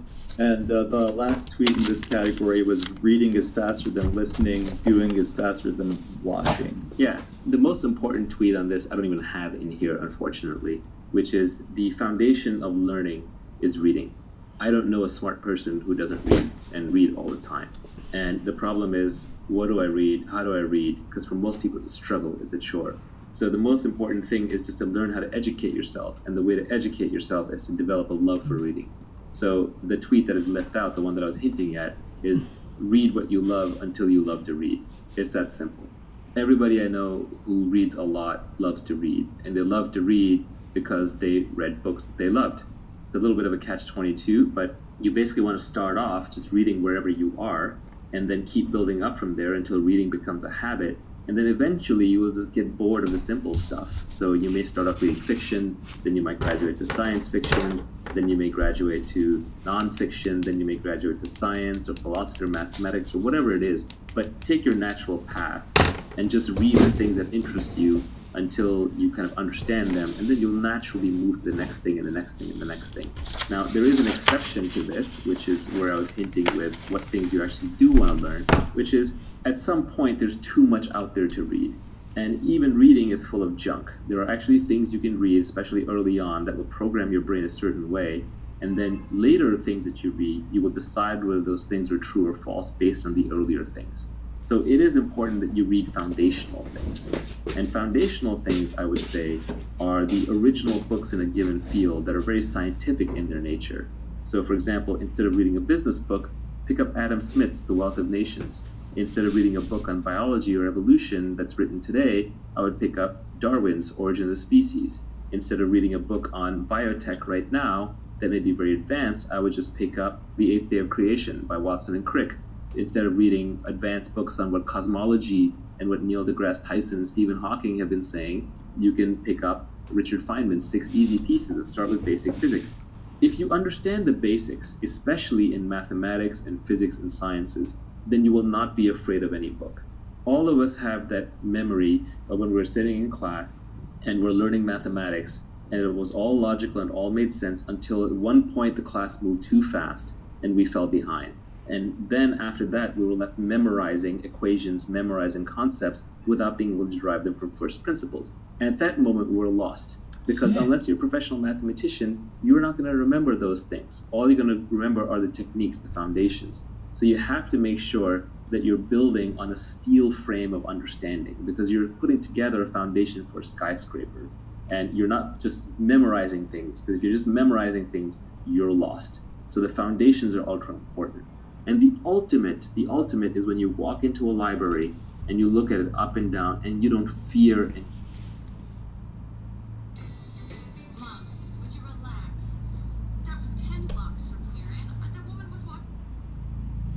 for 10 blocks from here. Mom, would you relax? So That was 10 it's 10 blocks. That woman was 10 blocks from here. It was 10 blocks. It's 10 blocks. The woman was walking last night. The woman was walking alone at night. I would never do that. Mom, come on, stop worrying. This is a safe This is safest. Okay.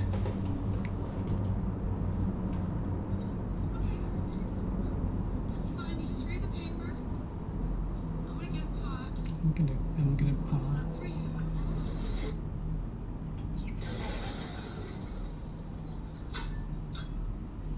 Okay, that's fine. Okay, that's fine. Really, Read the that's family fine. circle. The family circle. Right in the family circle. Circuit. Circuit. Enjoy the gin candy. Gentle comedy. Enjoy. Yes. Enjoy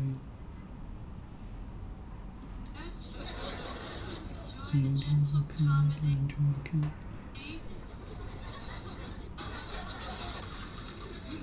How did you do for Phoebe? Does she still live here? No, she doesn't, but I can get a message to her. But I can use it. Okay, alright. Great. Just tell her her husband's not by. Stop the buy. Stop the. Just tell her stop the. Stop the buy. Stop the buy. Her what? How did you do that?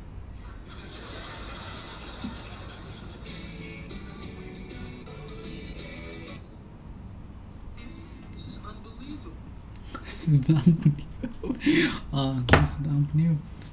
This is unbelievable. This is unbelievable. This is unbelievable. Okay, enemy scenes. During the comedy. Family circus. During the reading the family circus.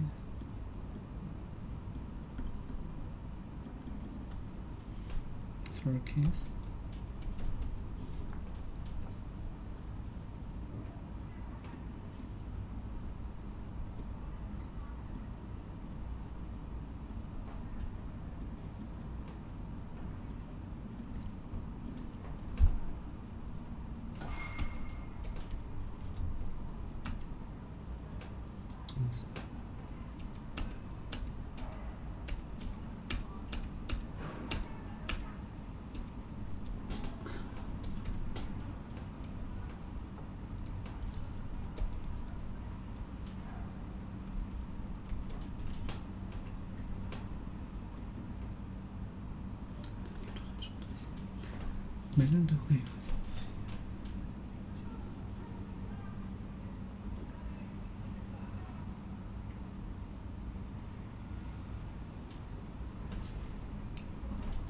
Unbelievable.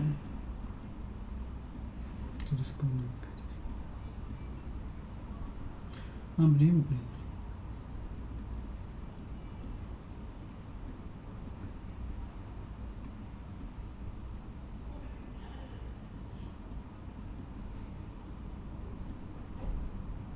Unbelievable. I'm extremely surprised. How can you be married? Well, I mean, I'm not married, you know. He's just a friend, and he's. This is unbelievable, Phoebes. How can you be married? Well, I mean, I'm not Not married. married, you know. He's just a friend. It's just a friend. Has a Gay, key. and he's from Canada. He just needed a green card. I can't believe you married. I can't believe you married Duncan. Thank I you. mean, Thank you. Okay, married. Okay, tell me, we live together with each other. how could you not tell me? We lived together. We told each other everything. I'm sorry, But if I knew it's very good. Monica, but I know if I told you, you'd get really, Judgment. Okay. I mean, how could you not tell me? We lived together. We told each other everything. And I know if I told you, you'd get really like judgmental and you would not Judgmental, like you like judgmental, and you like judgmental, you judgmental, you like judgmental, and you were not Of course I approved. wouldn't approve. I mean, you were totally in You're totally in love with guy. You were totally in love. You were totally in love with the guy who he loved. love with this guy who, hello, was gay. No, was gay. And you would not approve. Of course I wouldn't approve. I mean, you were totally in love with this guy who, hello, Oh no, was gay. was gay. I mean, what the hell were you thinking? See, and you thought she. You thought she say and you say and you thought she'd be judgment. And you thought You'd be you judgmental. thought Okay, I wasn't in love. I want to know. I want to know. I was in love with, but I just wasn't in love with him. But I was just helping out a friend. And I was just helping out a friend. Please, when he left town. Please, when he left town, you stayed in your pajamas for a month. You stayed in your pajamas for a month. And I saw you. and I saw you with cheeseburger. And Okay, I would not know him, and I was just a friend. Please, when you leave the town, put the pajamas for a month, and then I saw you eat her cheeseburger. I saw you eat cheeseburger. Well, didn't you? What did you? I might have. I might. Well, didn't you? I might have. You ate a cheeseburger. Yeah. Oh my god. This is cheeseburger.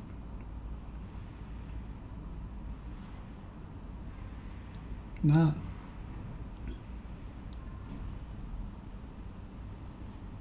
And a cheeseburger.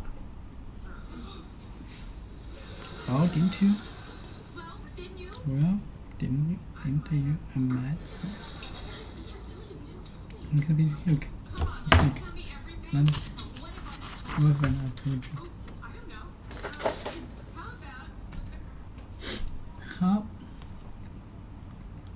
How about the fact how about the fact that underwear out there on the telephone pole is yours? the fact that the underwear out there on the telephone pole is yours?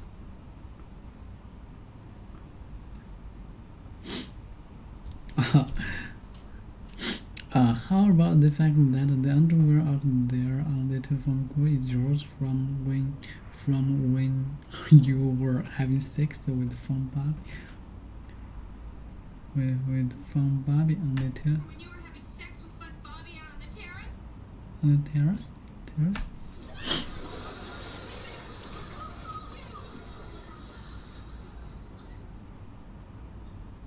You are dead meat. I didn't know it was a big secret.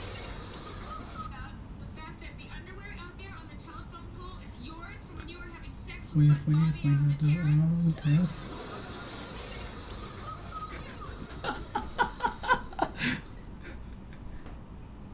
You are dead meat. I didn't know it was a big secret. It's not big. It's big. Not at all. You know, kind of the same lines. Kind of some like, Just saying, oh, I don't know, having a Heather, you don't have a story. You know, kind of some like you are dead meat. I didn't know it was a big secret. It's not big. Not at all. You know, kind of the same lines as saying, oh, I don't know, you kind of was something like having third. You have third. You bitch. Bitch. Bitch.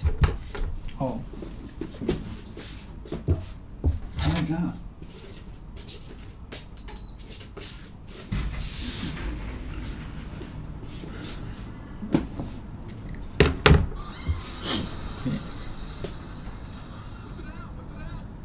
Whip it out, whip it out, whip it out.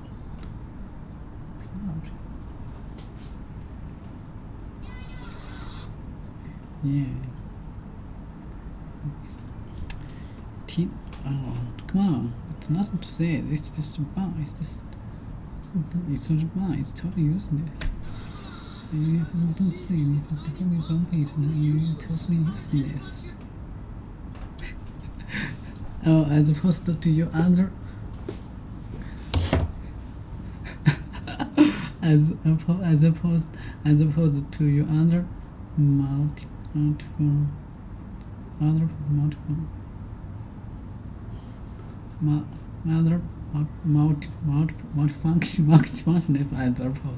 as opposed to your other multifunctional labels. I can believe you told me it was a nubbin. You told me it was a nubbin. You told me was a nubbin. Nubbin. No. Joey, what do you think of nubbin? Nubbin. You told me it was a nubbin. You told me it was nubbin. Nubbin. What do you think of nubbin? What do you think of nubbin? What? I don't know. You see something? I don't know. You see something, or just. Hear a word? You should. I thought that's what it was. I thought that's what it was. Let me see it again. Yeah, Mr. Gay. Joey was in your horror movie.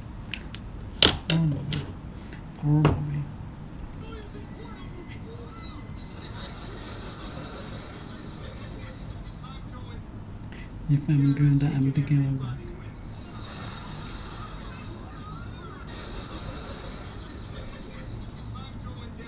Everybody with. I'm taking everybody with me. Don't just watch it. Then the last means I couldn't go through.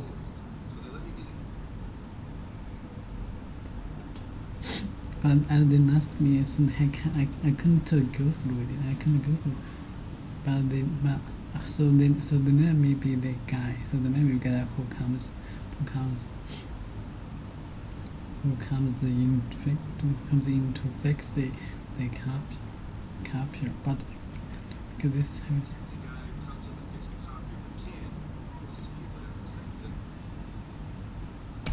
Six. Wow. That's wow. So what's it shaped like? So what is shaped like? Is hairline? Is dark hairline? So what is shaped like? So it's shaped with the hair. What happens if you flick? What happens if you flick? What happens if you flick? Flick it.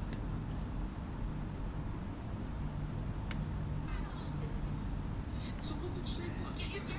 Is there? What if you flick? So does it hurt? No, it's special. Does it do anything special? Okay, cool. Okay, cool. Oh my god. Oh gosh.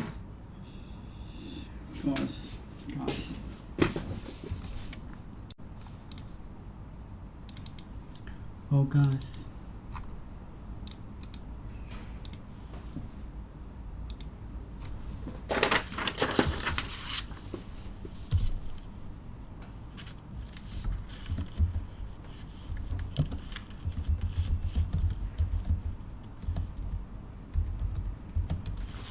Gosh. Oh.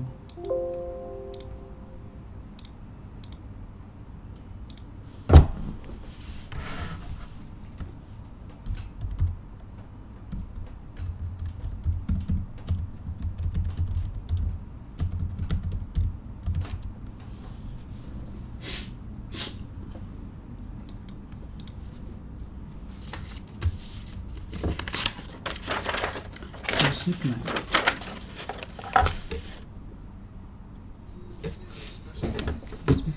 Why, yes, Ross. Pressing my third. Yes, Ross. Press. I press my third nipple opens. Nipple opens the delivery entrance to the. Oh, I press my third nipple. Oh, okay, press my third nipple opens the delivery entrance. To the medically non-deaf. Non-medically non-deaf. That's press nipple,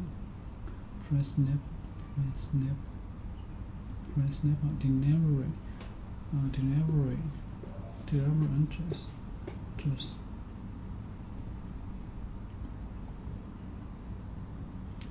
okay, press my.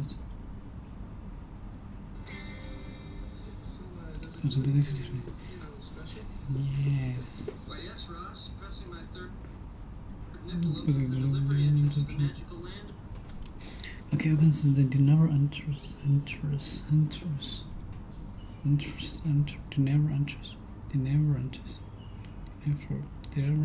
to the magical land of Narnia. Ross, pressing my third nipple opens the delivery entrance to the magical To the land. magical land of Narnia.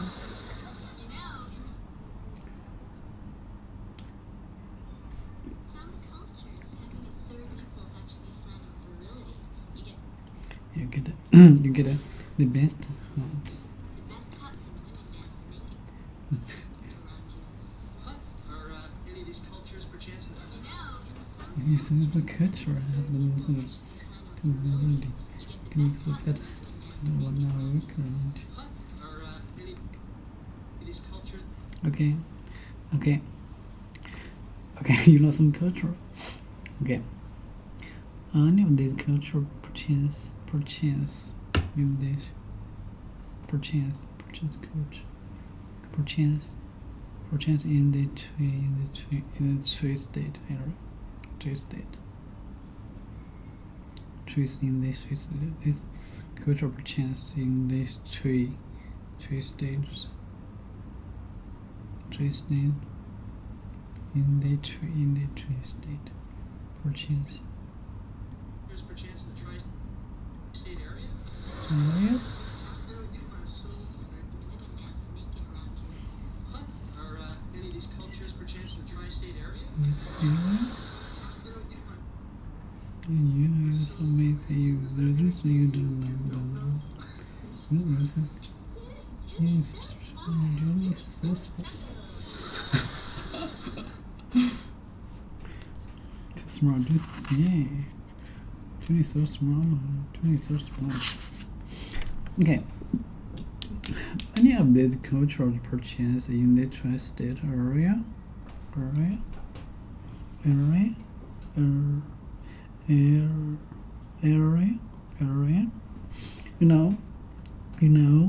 You are so amazing. Is there anything you don't know? Okay, so does it do anything special? Well, yes. Press master depth open the delivery entrance to the magical land of Narnia. Land of Narnia. In some cultures, having a third nipple is actually a sign of virility. You get the best hearts, and the woman dance naked, and the woman dance naked around you. Are any of these culture perchance in this twisted area? Okay.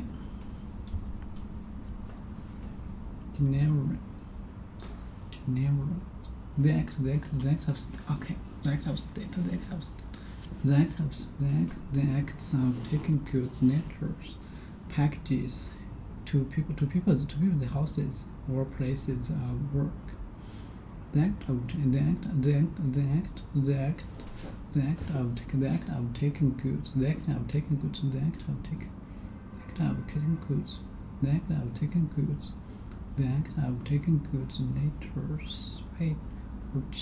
or packages to people's houses or places of work. The act of taking goods, letters, packages to people's houses or places.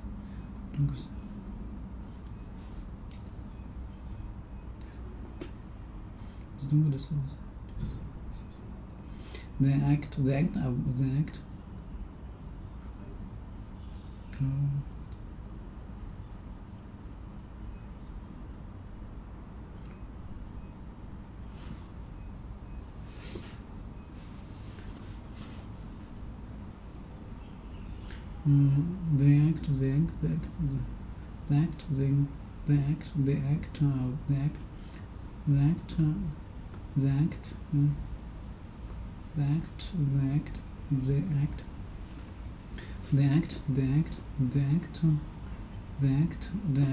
taking goods, letters, packages,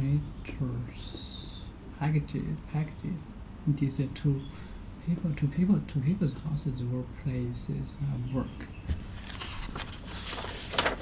Okay, Nick Honey, I want you to hook up with Ross. Did hook up. In that same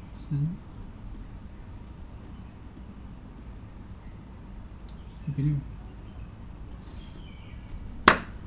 Gareth.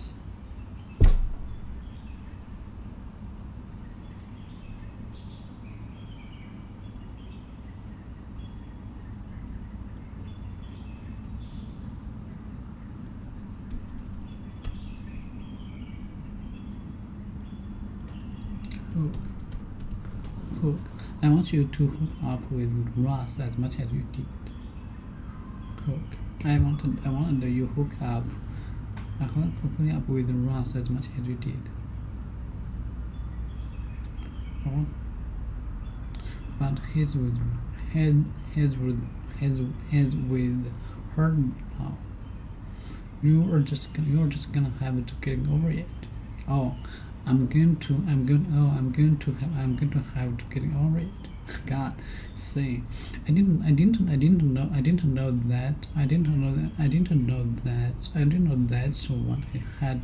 had to do.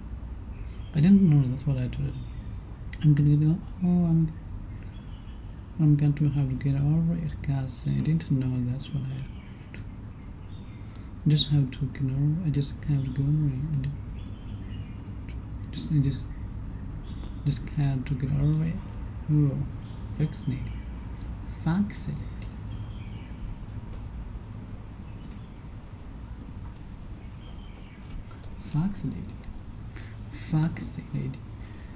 Okay, like a vaccinating a pure walking of this vaccinated.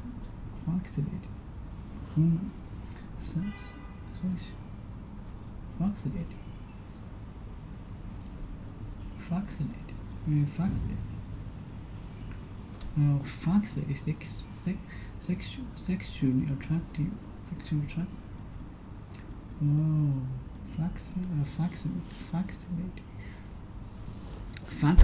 Oh, vaccinated.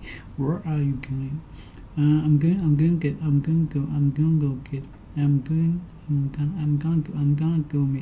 go meet Duncan. She's skating.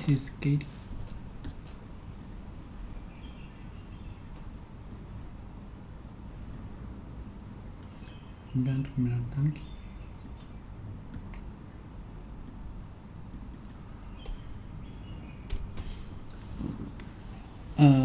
I'm gonna get me the donkey. He's skating.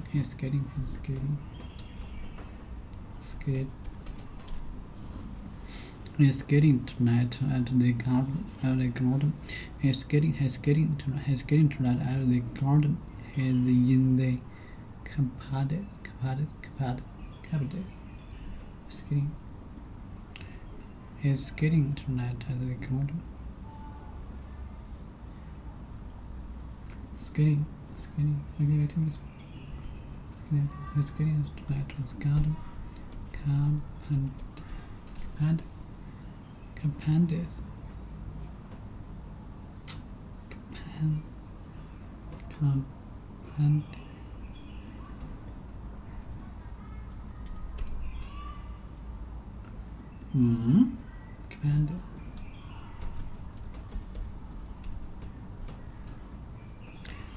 In the garden.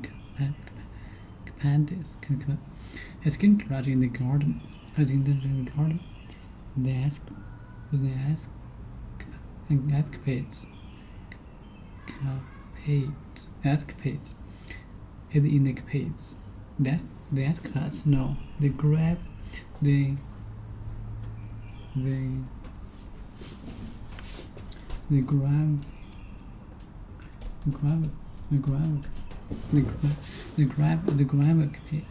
grab capades. Small round stones often mixed with the sand. Grab capades. Small round stones often mixed with sand. Grab.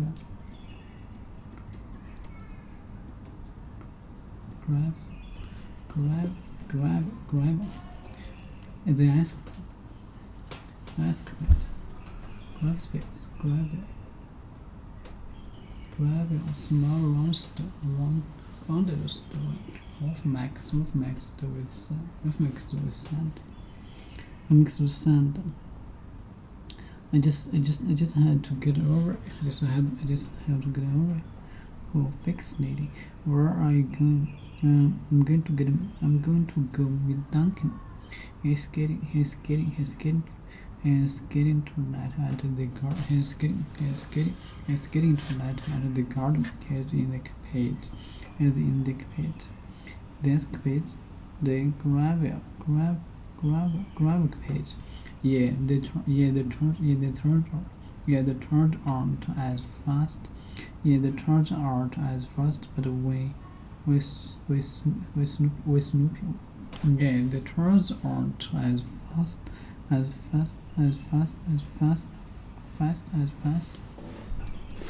Capades.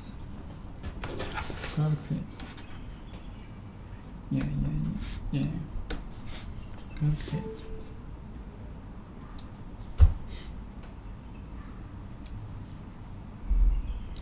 Fast. Yeah, they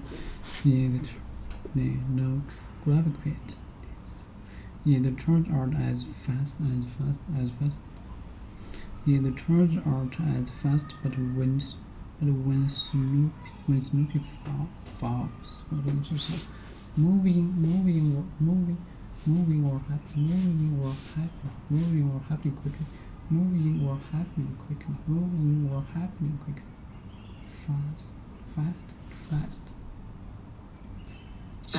Fast. As fast, but when Snoopy moves as fast, moving quickly.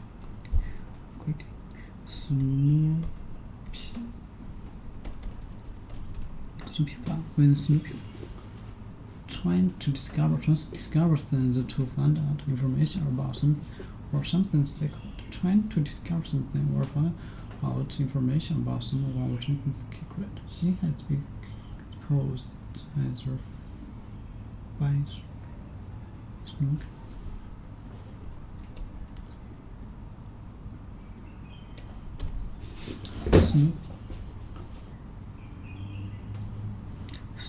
Snoopy. Oh, what you got? Snoopy trying to discover things. Snoopy trying to discover things or found out information about something. Snoopy. Snoopy. Man.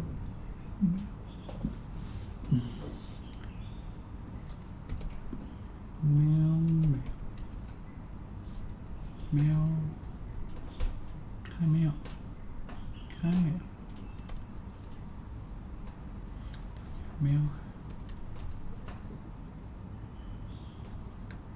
Meow. Is that smell better?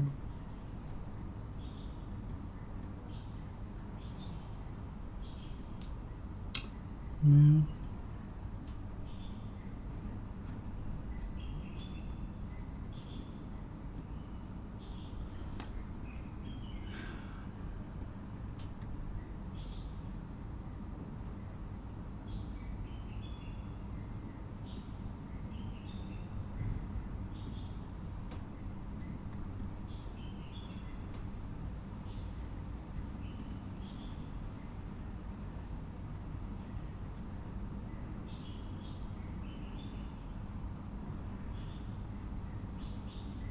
Meow.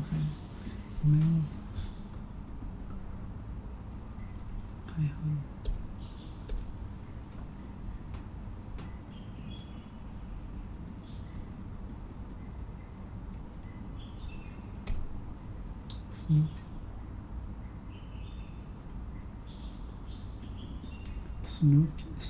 Snoopy fouls, but when Snoopy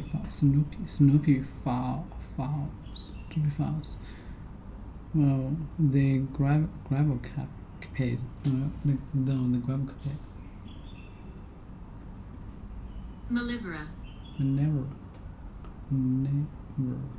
Malivera.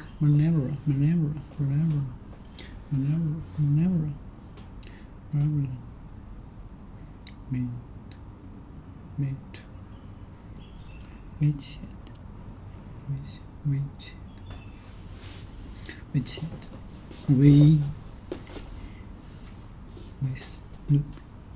search. We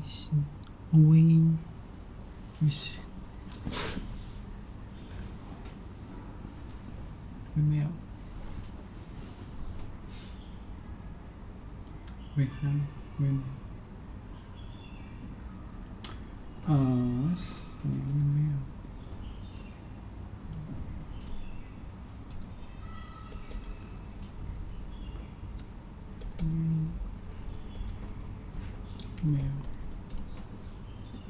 We have. Let's see. We mail.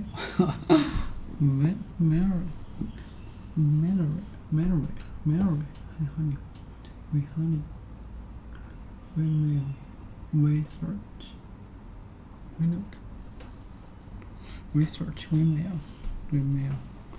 We cheat. We cheat. We mail. We come. We come. We come. We come.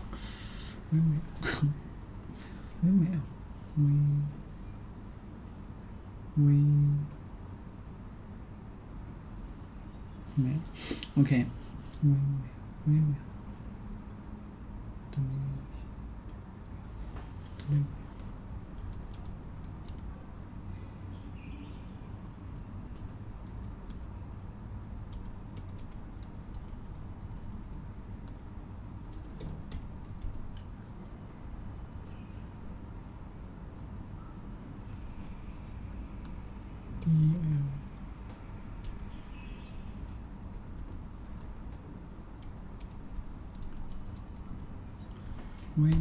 Windmill, space, Smith, Snoopy,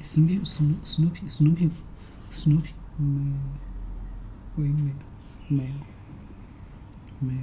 Snoopy fall, when Snoopy fall, the turns aren't as fast, but when Snoopy falls, funny. I can't believe you are dressing up for him. I mean, just you are sitting, just you are setting yourself up all over again. Just you setting you up just over again. Okay, now for your information, I'm going to sing it so I can put all those feelings behind me. So so I can put all those feelings behind me. No, okay, no. For your information, I'm going to sing him. So I can put all so I can put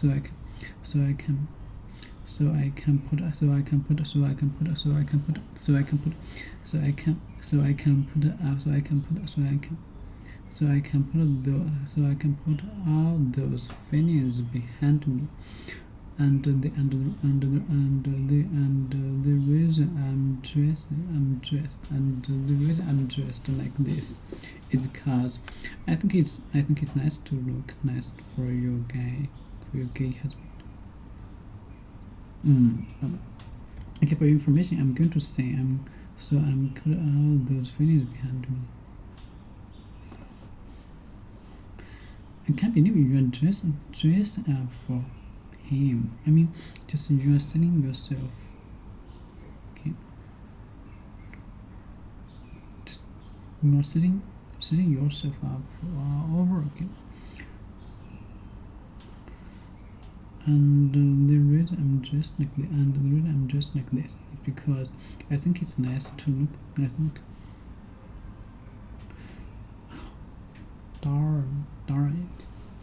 Darn it, we are out.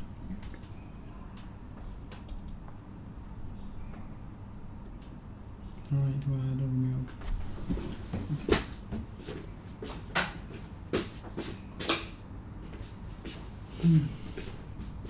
Oh, okay.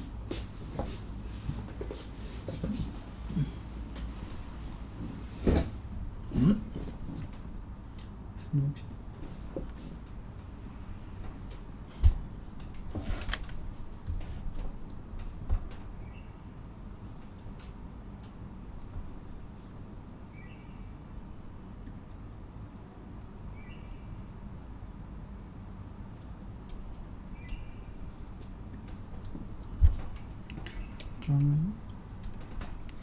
Oh, darn it. To repair a whole piece of cloth with non-stitches across the hole, and other stitch and another stitch and third stitch across the stitches. I think I look at this sometimes, but I understand. She's still down term used instead of them to express anger. To place in your piece of or cup of bricks mouse. Okay. A place in a piece of clothing where it had been repaired by Durham.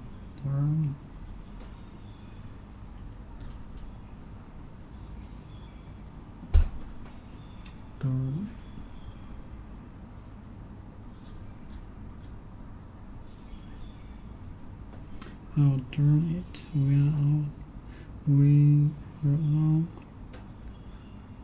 darn it. Oh, darn it, we are all out of milk. Hey, Chandra, what you fill me up there? What you fill me up there? Oh, I say because of this third lip thing. Because of. Oh, I see. Here, sweetie. I'll see you later. Bye bye. See you later, Rich. Bye bye, Rich. Hi. Hey, come on. Cut it off. Hey, cut it off. Hey, come on. Cut it off. Hey, what? Can I ask you something? Sure. What? Come on. Talk to me. Okay. What's the nicest that you will be in a relationship before having sex? What's the nicest you will be in a relationship before having sex? Why? Who's not? Are you and Junie not? Are you and Junie not having sex? Well, technically. No. 30. You doesn't phrases. Phrases. What you say? You instead of damn. You instead of damn to impress on girl. Point.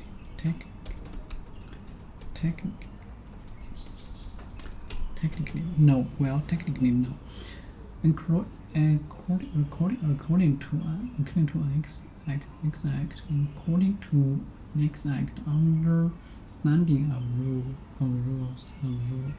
of facts.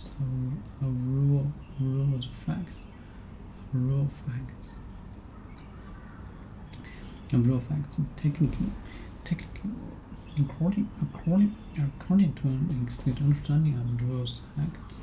Technically,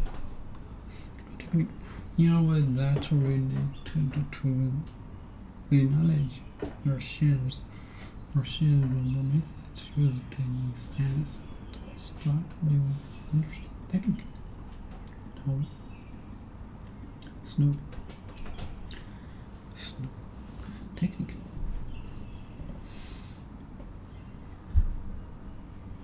In a way that related to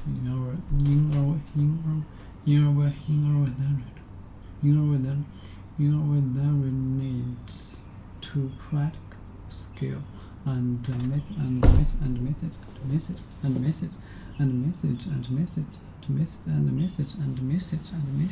that are used in particular activity. It was technically brilliant performance. Technically, according to an of rules facts. Well, technically, no. That related to the knowledge machines or methods used in science and technically.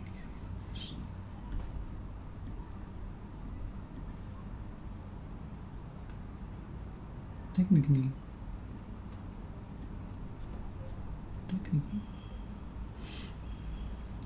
Okay. Technically, no. Technically, no. Technically, no. According to an act or understanding of rules, facts, in a way that relates to the knowledge machines or methods used in science and industry. Is this because it's so cold in bed? Or is it because this kind of bossy makes it feel like school? Kind of bossy? Or it's because it's kind of bossy? Think of bossy person. Okay, boss person is always telling people what to do. Oh, who is extremely bossy? It's kind of bossy makes it feel like school. I'll say, oh no, she's great, and it's not like we haven't done this. She's great, but it's not like we haven't done this. We do plenty have other stuff. Let's have other stuff like plenty of stuff. Bossy, plenty.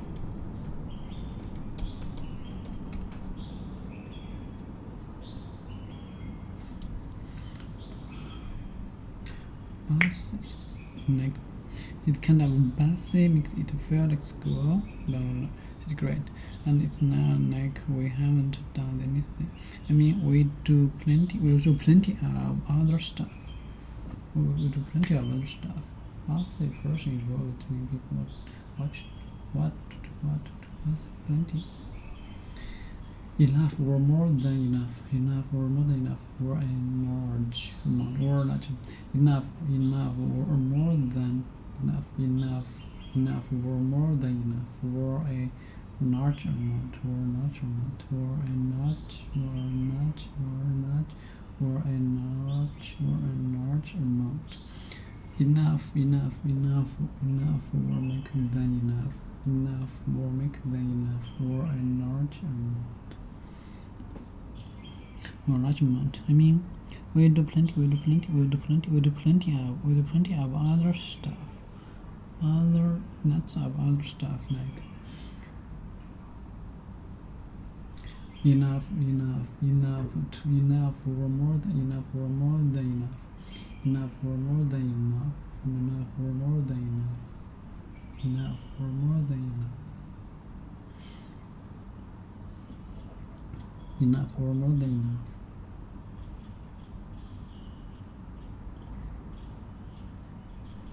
We haven't done anything.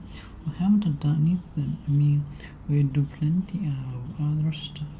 Plenty of the other stuff, lots of other stuff. Oh no, she's great, and it is none. We haven't done with plenty.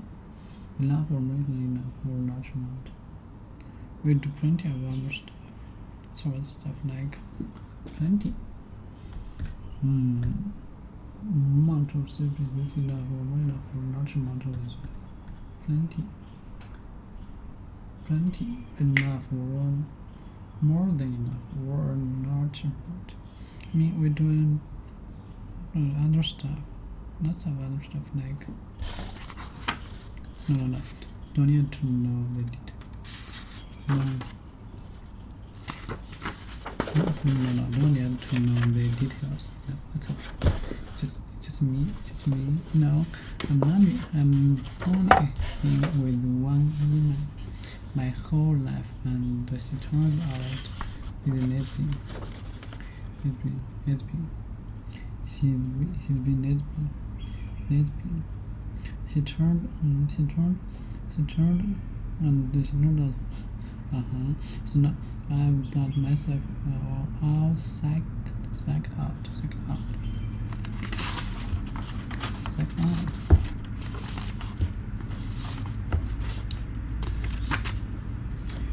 Maybe we'll do that. Okay. No. Don't need to know the details. That's okay.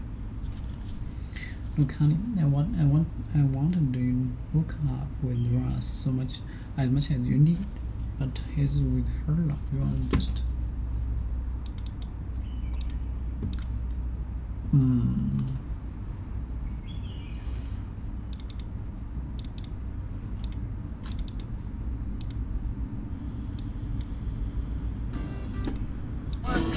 He left town, you stayed in your pajamas for a month, and I saw you eat a cheeseburger. Well, didn't you? Well, didn't you? I might have. He left town, you stayed in your pajamas for a month, and I saw you eat a cheeseburger. Well, didn't you? I might have. He left town, you stayed in your pajamas for a month, and I saw you eat a cheeseburger. Well, didn't you? Didn't you? I might have. Didn't You didn't tell me. you? Come on, like you tell me everything. Now, what? Well, didn't you? Well, didn't you? Well, didn't you? Well,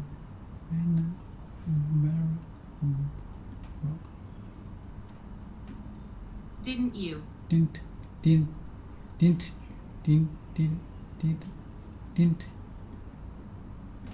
Didn't you?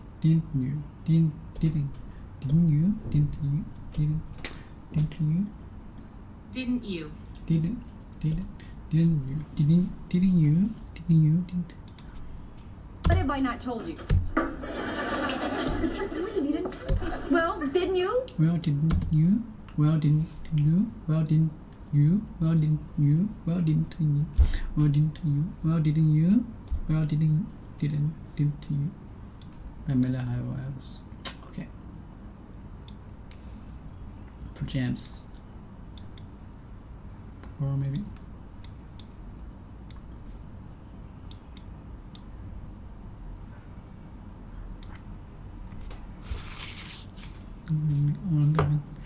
Let's go.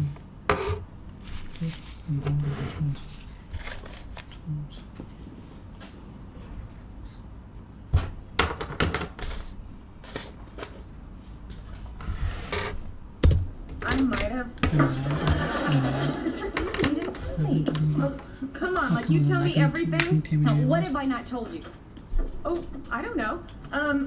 How about the fact that the underwear out there on the telephone pole is yours from when you were having sex with Fun Bobby out on the terrace? Wait a minute. Who told you? You are dead meat. I didn't know it was a big secret. No, it's not big. Not at all. You know, kind of the same lines as, say, oh, I don't know, having a third nipple. You have a third nipple? You bitch. Whip it out, whip it out. There's nothing to see. It's just a tiny bump. It's totally useless. Oh, as opposed to your other multifunctional nipples. There's nothing to see. It's just a tiny bump. It's totally useless. Oh, as opposed to your other multifunctional nipples. I can't believe you. You told me it was a nubbin. Joey, what do you think a nubbin was? I don't know. You see something, hear a word. I thought that's what it was. Let me see it again. Joey was in a porno movie. If I'm going down, I'm taking everybody with me. All right. I was young and I just wanted a job, okay? But at the last minute, I couldn't go through with it. So they let me be the guy who comes in to fix the copier but can't because his people are having sex out. Wow. So what's it shaped like? Yeah, is there a hair on it? What happens if you flick it? What is that? It's funny. So, does it do anything, you know, special? Why, yes, Ross. Pressing my third nipple opens the delivery entrance to the magical land of Narnia. You know, in some cultures, having a third nipple is actually a sign of virility. You get the best huts when women dance naked around you. Huh. Are any of these cultures perchance in the tri-state area? You know, you are so amazing. Is there anything you don't know? Ooh, Julie's so smart. Julie's so special. Look, honey, I wanted you to hook up with Ross as much as you did.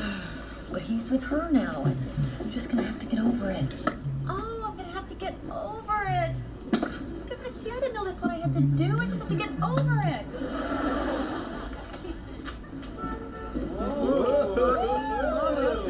Where are you going? I'm gonna go meet Duncan. He's skating tonight at the garden. He's in the capades. The ice capades? No, the gravel capades.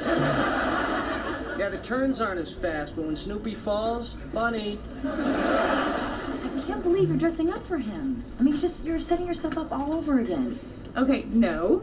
For your information, I'm going to see him so I can put all those feelings behind me. Okay, and the reason I'm dressed like this is because I think it's nice to look nice for your gay husband. Darn it, we're all out of milk. Hey, Chandler, would you fill me up here?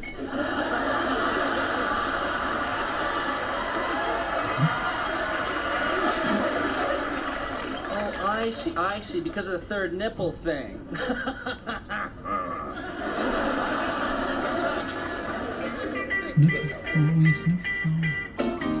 Okay, sweetie, I'll see you later. See you later, Rach. Bye-bye, Julie.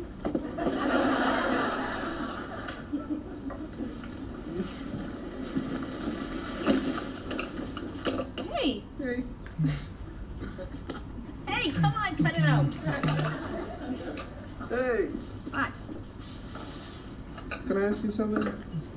Sure. Yeah. What? Yeah. Come on, talk to me. Okay. What's the longest you've been in a relationship before having the sex?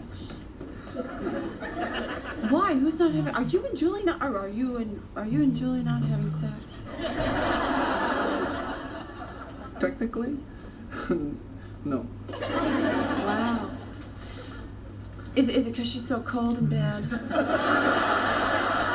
Or is it because she's like kind of bossy, makes it feel like school? No, she's great, and it's not like we haven't done anything. I mean, we do plenty of other stuff, lots of other stuff, like. No, don't need to know the details. No,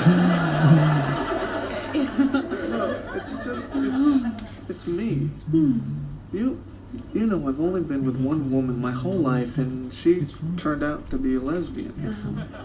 So now I've got myself all psyched out, you know, and it's become like this thing, and you must just think I'm weird. No, I don't think it's weird. I think, in fact, you know what I think? What? I think it's sexy. Sexy? Let me tell you something. As a woman, there is nothing sexier than a man who does not want to have sex. No kidding. Oh, yeah. In fact, you know what I'd do? What? I'd wait. You'd wait? Yes, absolutely. I would wait and wait. Then I'd wait some more. Really? Oh yeah, I don't care how much she tells you she wants it. I don't care if she begs, she pleads, she tells you she's gonna have sex with another man. That just means it's working. Oh, women really want this? More than jewelry.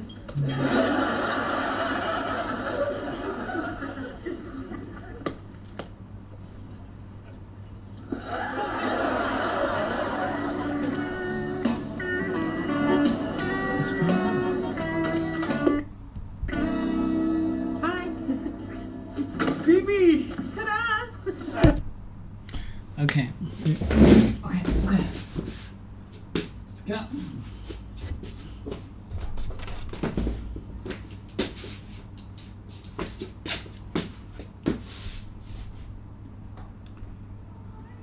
Book.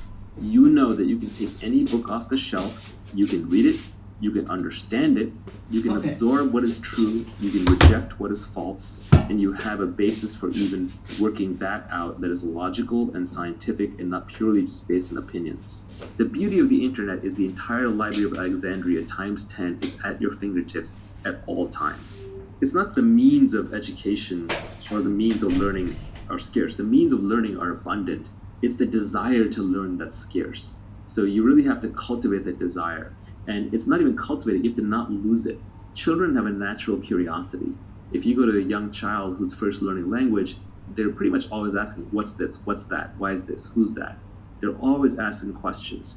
But one of the problems is that schools and our educational system and even our way of raising children replaces curiosity with compliance. And once you replace the curiosity with the compliance, you get an obedient factory worker, but you no longer get a creative thinker. And you need creativity, you need that ability to feed your own brain to learn whatever you want. And to me, foundational things are principles, they're algorithms, they're deep-seated logical understanding where you can defend it or attack it from any angle. And that's why microeconomics is important, because macroeconomics, a lot of memorization, a lot of macro bullshit. As Nassim Taleb says, it is easier to macro bullshit than it is to micro bullshit. Because macroeconomics is voodoo complex science meets politics. You can't find two macroeconomists to agree on anything these days, and different macroeconomists get used by different politicians to peddle their different pet theories. There are even macroeconomists out there now peddling something called modern monetary theory, which basically says, hey, except for this pesky thing called inflation, we can just print all the money that we want. Yes, except for this pesky thing called inflation. That's like saying, instead of limited energy, we can fire rockets off into space all day long. It's just nonsense. But the fact that there are people who have macroeconomists in their title and are peddling modern monetary theory just tells you that macroeconomics as a so-called science has been corrupted. It's a branch of politics. So you really want to focus on the foundations. The ultimate foundation are mathematics and logic. If you understand logic and mathematics, then you have the basis for understanding the scientific method. Once you understand the scientific method, then you can understand how to separate truth from falsehood in other fields and other things that you're reading. So be very careful about reading other people's opinions. And even be careful about reading facts, because so-called facts are often just opinions, but with a veneer around them. What you really are looking for is algorithms. What you're really looking for is understanding. It's better to go through a book really slowly and struggle and stumble and rewind than it is to fly through it quickly and say, well, now I've read 20 books, I've read 30 books, I've read 50 books in the field. It's like Bruce Lee said, I don't fear the man who knows 1,000 kicks and 1,000 punches. I fear the man who's practiced one punch 10,000 times or one kick 10,000 times. It's the understanding that comes through repetition and through usage and through logic and foundations that really makes you a smart thinker. To lay a foundation for learning for the rest of your life, I think you need two things if I was going to try and sum it up. One, practical persuasion, and two, you need to go deep in some technical category, whether it's abstract math or you want to read Donald Knuth's books on algorithms or you want to read Feynman's lectures on physics. If you have practical persuasion and a deep understanding of some complex topic, I think you'll have a great foundation for learning for the rest of your life. Yeah, if I could expand that a little bit, I would say that the 5 most important skills are, of course, reading, writing, arithmetic, and then as you are adding in persuasion, which is talking, and then finally I would add computer programming, just because it's an applied form of arithmetic that just gets you so much leverage for free in any domain that you operate in. If you're good with computers, if you're good at basic mathematics, if you're good at writing, if you're good at speaking, and if you like reading, you're set for life. So in that sense, business to me is bottom of the barrel. There's no actual skill called business. It's too generic of a thing. It's like a skill called relating, like relating to humans. That's not a skill. It's too broad. So a lot of what goes on in business schools, and there's some very intelligent stuff taught in business schools. I don't mean to distract from them completely, but some of the stuff that's taught in business school is essentially just anecdotes. They call it case studies, but it's just anecdotes. And they're trying to help you pattern match by throwing lots of data points at you, but the reality is you'll never understand them fully until you're actually in that position yourself. Even then, you will find that basic concepts from game theory and psychology and ethics and mathematics and computers and logic will serve you much, much better. So I would focus on the foundations. I would focus on the science bent. I would develop a love for reading, including by reading so-called junk food that you're not supposed to read. You don't have to read the classics. That is the foundation for your self-education. What did you mean when you said that doing is faster than watching? When it comes to your learning curve, if you want to optimize your learning curve, one of the reasons why I don't love podcasts, even though I'm a generator of podcasts, is that I like to consume my information very quickly. And now I'm a good reader, a fast reader, and I can read very fast, but I can only listen at a certain speed. I know people listen to 2x, 3x, but everyone sounds like a chipmunk. And it's hard to go back, it's hard to highlight, it's hard to pinpoint snippets and save them in your notebook and so on. Similarly, a lot of people think they can become really skilled at something by watching others do it, or even by reading about others doing it. And going back to business school case studies, that's a classic example. They study other people's businesses, but in reality, you're going to learn a lot more about running a business by operating your own lemonade stand or equivalent, or even opening a little retail store down the street. That is how you're going to learn on the job, because a lot of the subtleties don't express themselves until you're actually running the business. For example, everyone's now into mental models these days, right? You go to Farnham Street, you go to Poor Charlie's Almanac, and you can learn all the different mental models. But which ones matter more? Which ones do you apply more often? Which ones matter in which circumstances? That's actually the hard part.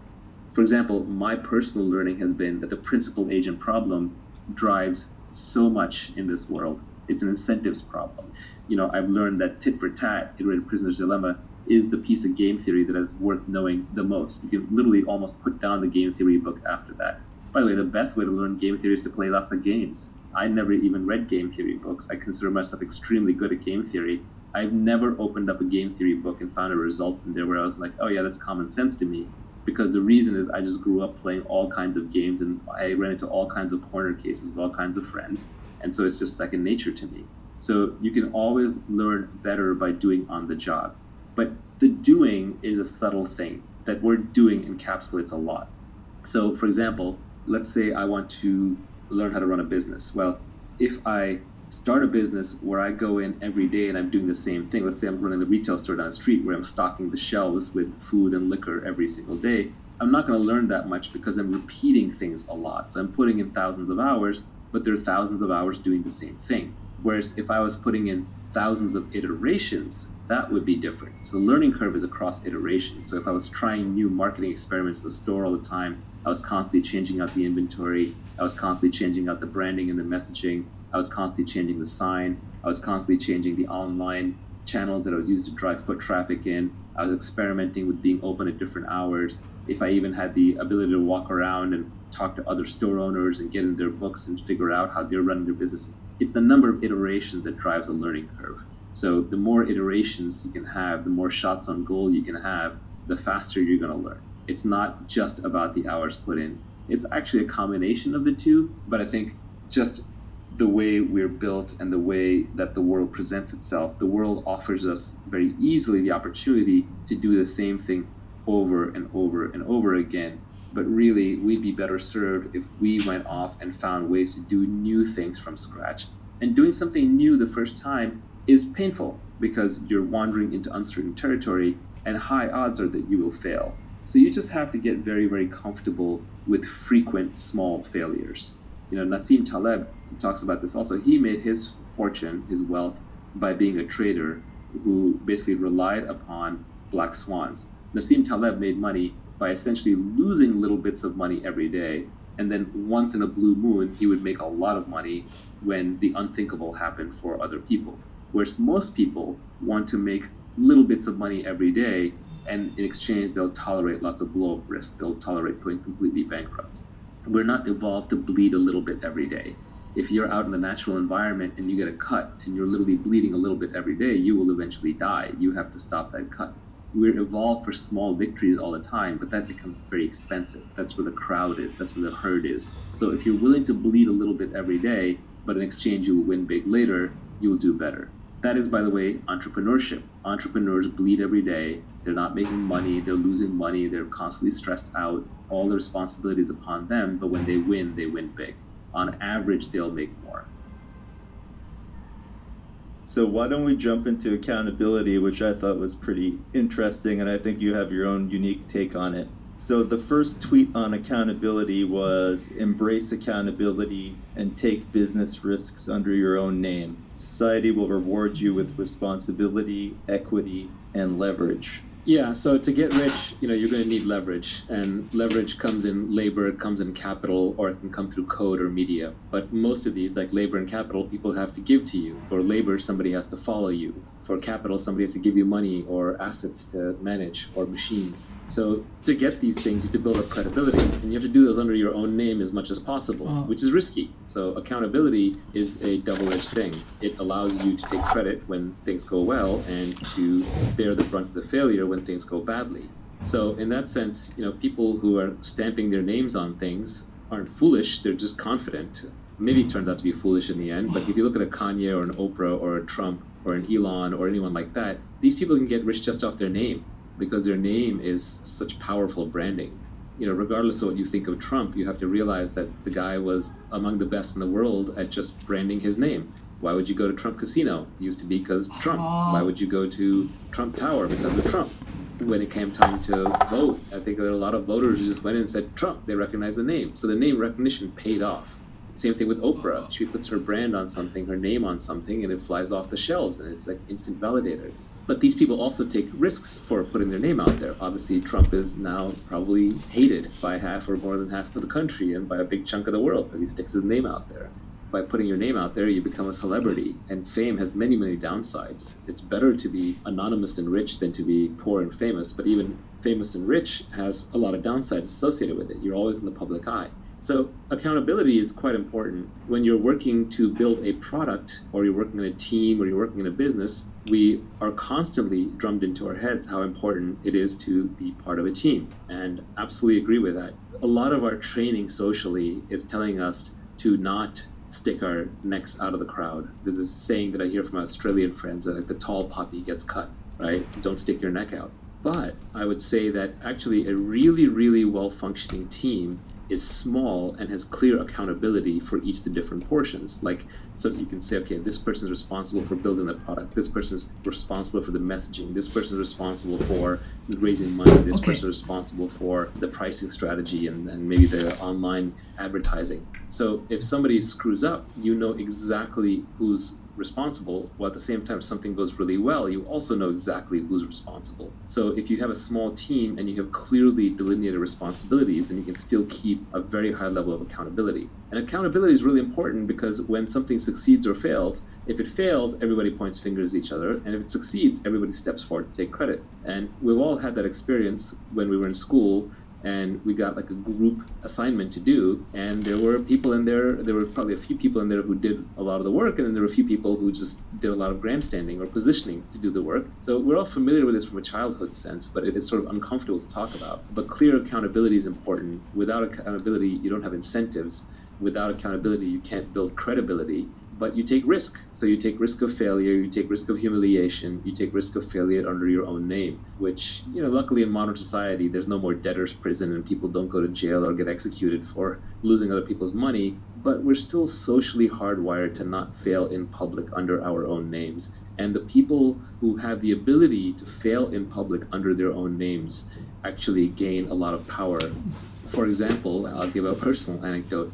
Up until about 2013, 2014, my public persona was entirely around startups and investing. And only around 2014, 2015 did I start talking about philosophy and psychological things and kind of broader things. And it made me a little nervous because I was doing it under my own name. And there were definitely people in the industry who sent me messages kind of through the back channel, like, what are you doing? You're ending your career. This is stupid. And I kind of just went with it. I took a risk. Same with crypto early on. I took a risk. But when you put your name out there, you take a risk with certain things, you also get to reap the rewards, you get the benefits. Accountability is important because that's how you're going to get leverage. That's how you're going to get credibility.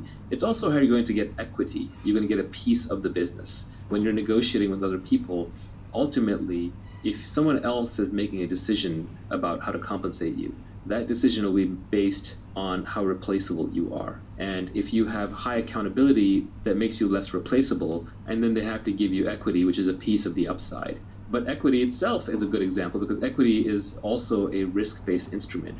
Equity means you get paid everything after all the people who need guaranteed money are paid back. So if you look at the hierarchy of capital in a company, the employees get paid first. They get to pay the salary first. Like in the legal proceedings, you know, the salaries are sacrosanct. If you are a board member and the company spends too much money and has back salaries to pay, the government will go after you personally to pay back the salaries. So the employees get the most security, but in exchange for that security, they don't have as much upside. Then next in line would be the debt holders, who are maybe the bankers who lent money to the company for operations, and they need to make their fixed coupon every month or every year, but they don't get much more upside beyond that. Now they might be making 5, 10, 15, 20, 25% a year, but that's where their upside is limited to. And then finally are the equity holders, and these people are actually going to get most of the upside. So once the debt holders are paid off and the salaries are paid off, whatever remains goes to them.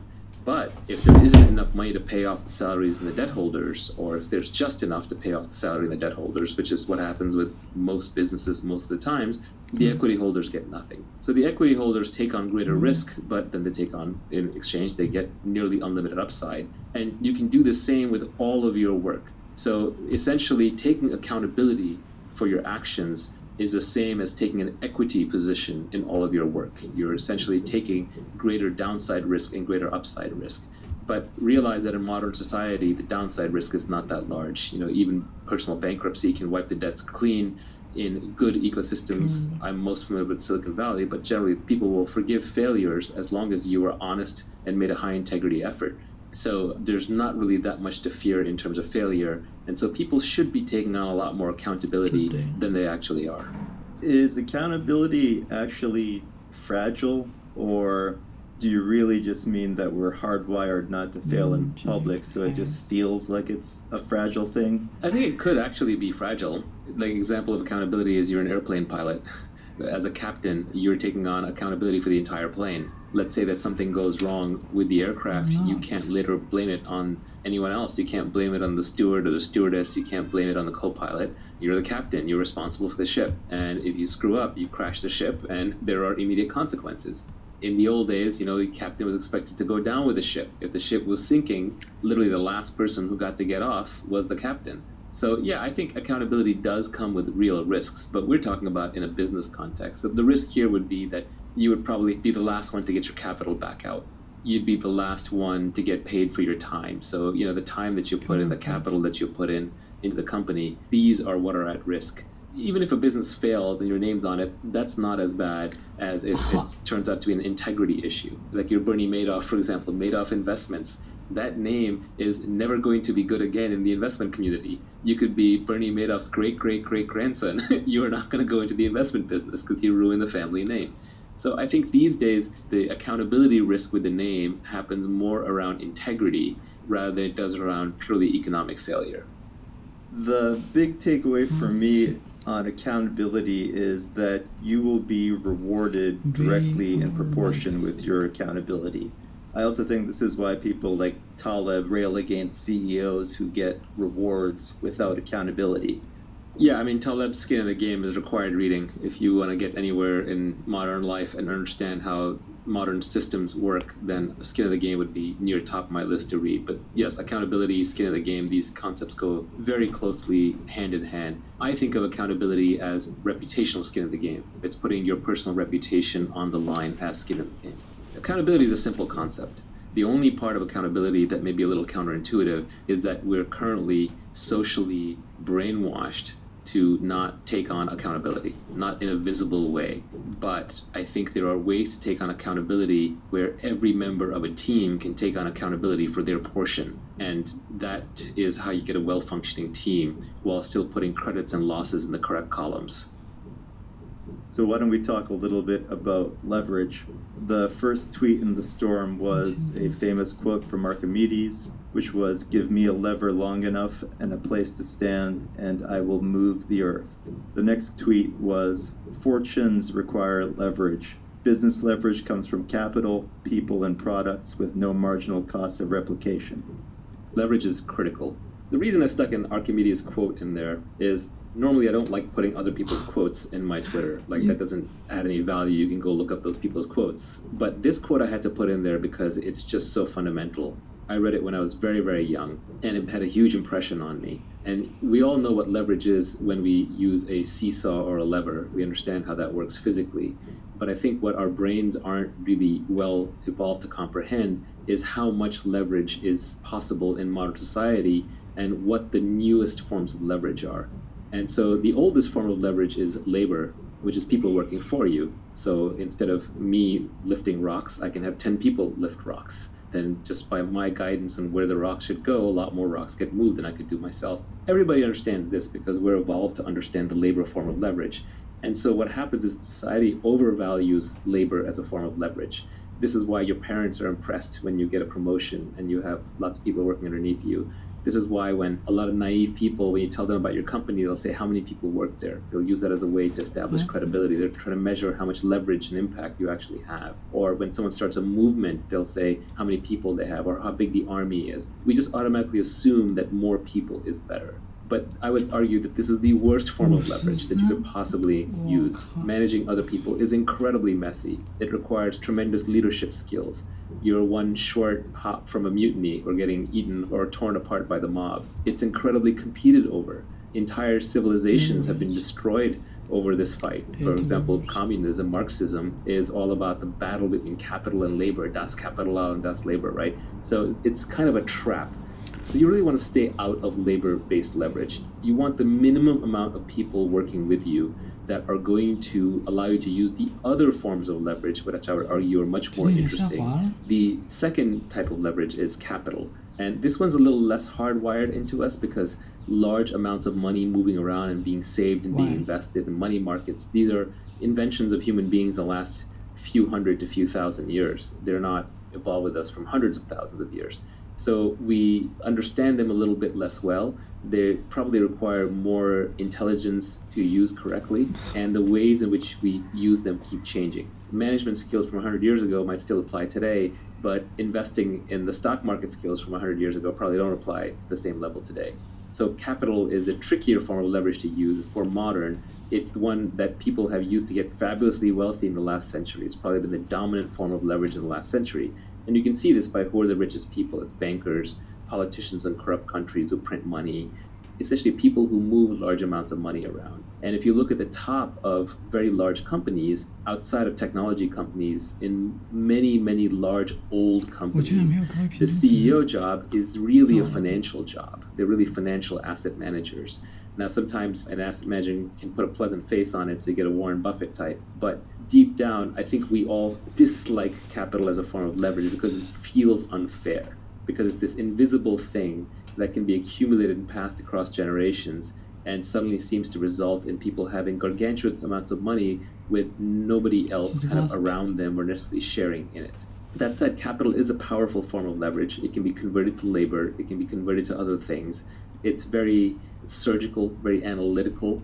If you are a brilliant investor and you have $1 billion and you can make a 30% return with it, whereas anybody else can only make a 20% return, you're going to get all the money and you're going to get paid very handsomely for it.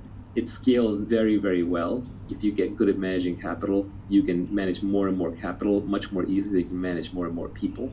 So it is a good form of leverage, but the hard part with capital is how do you obtain it? And that's why I talked about specific knowledge and accountability first. If you have specific knowledge in a domain, and if you're accountable and you have a good name in that domain, then people are going to give you capital as a form of leverage that you can use to then go get more capital. So, but capital also is fairly well understood, and I think a lot of the knocks against capitalism come because of the accumulation of capital. The most interesting and the most important form of leverage is this idea of products that have no marginal cost of replication. This is the new form of leverage. This was only invented in the last few hundred years. It got started with the printing press, it accelerated with broadcast media, and now it's really blown up with the internet and with code. So now you can multiply your efforts without having to involve other humans and without needing money from other humans. This podcast is a form of leverage.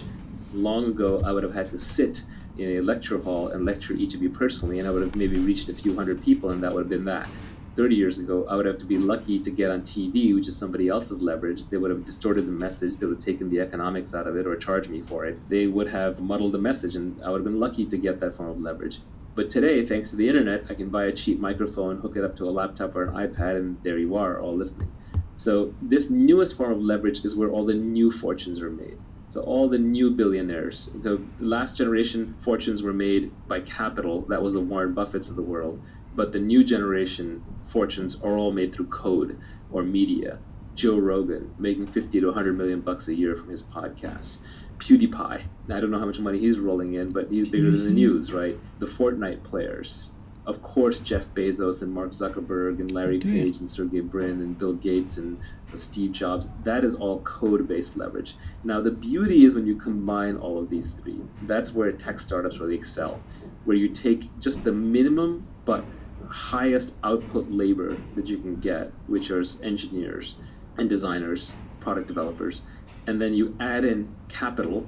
You use that for marketing, advertising, scaling, and you add in lots of code and media and podcasts and content to get it all out there. That is a magic combination, and that's why you see technology startups explode out of nowhere, use massive leverage, and just make huge outsized returns. Do you want to talk a little bit about permissioned versus permissionless? Probably the most interesting thing to keep in mind about the new forms of leverage is they are permissionless. They don't require somebody else's permission for you to use them or succeed. For labor leverage, somebody has to decide to follow you. For capital leverage, somebody has to give you money to invest or to turn into a product.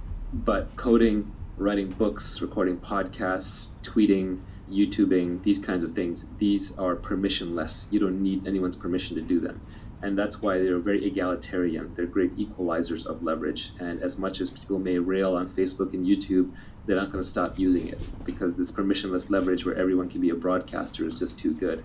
The same way, you can rail upon Apple for having a slightly closed ecosystem in the iPhone, but everyone's writing apps for it. So as long as you can write apps for it, you can get rich or reach users doing that. Why not?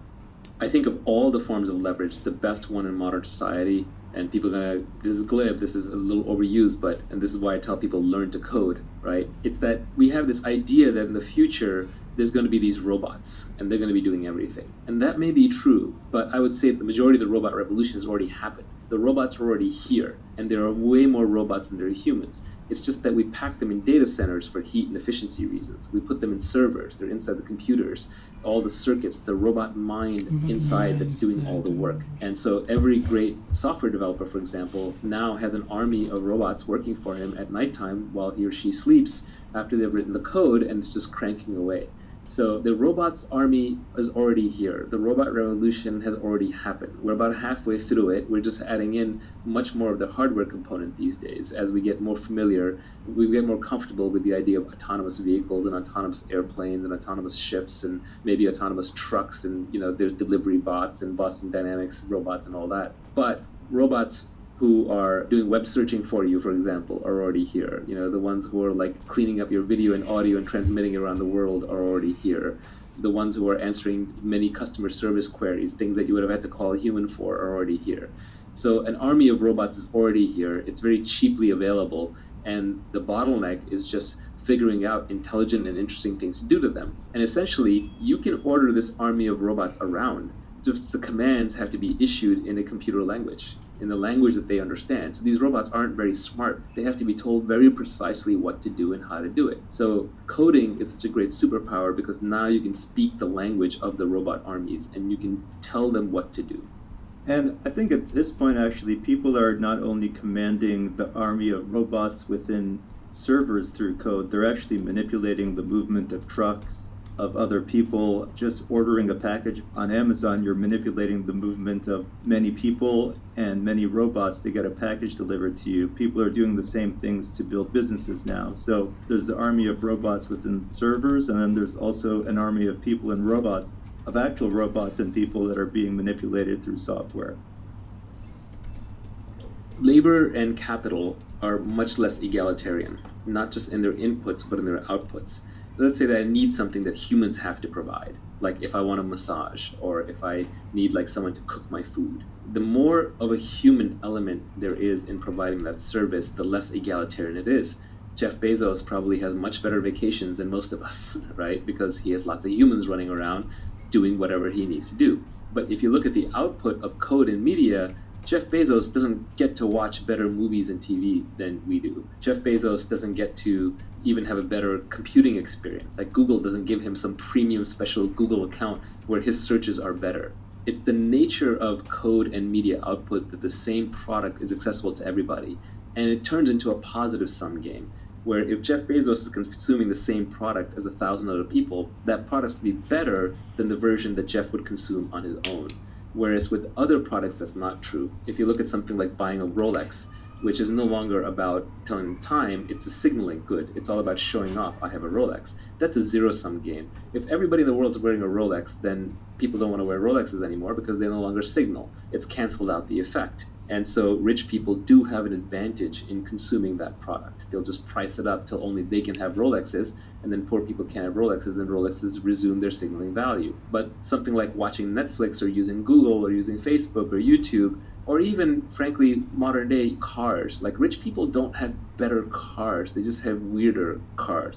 You can't drive a Lamborghini on the street at any speed that makes sense for a Lamborghini, so it's actually a worse car on the street. It just turned into a signaling good at that point. Your sweet spot where you want to be is somewhere like a Tesla Model 3 or like a Toyota Corolla. It's an amazing car. A new Toyota Corolla is a really nice car, but because it's mainstream, the technology has amortized the cost of production over the largest number of consumers possible, and the best products tend to be at the center, at the sweet spot, the middle class, rather than being targeted at the upper class. So I think one of the things that we don't necessarily appreciate in modern society is as the forms of leverage have gone from being human-based, labor-based, and being capital-based to being more product and code and media-based, that most of the goods and services that we consume are becoming much more egalitarian in their consumption.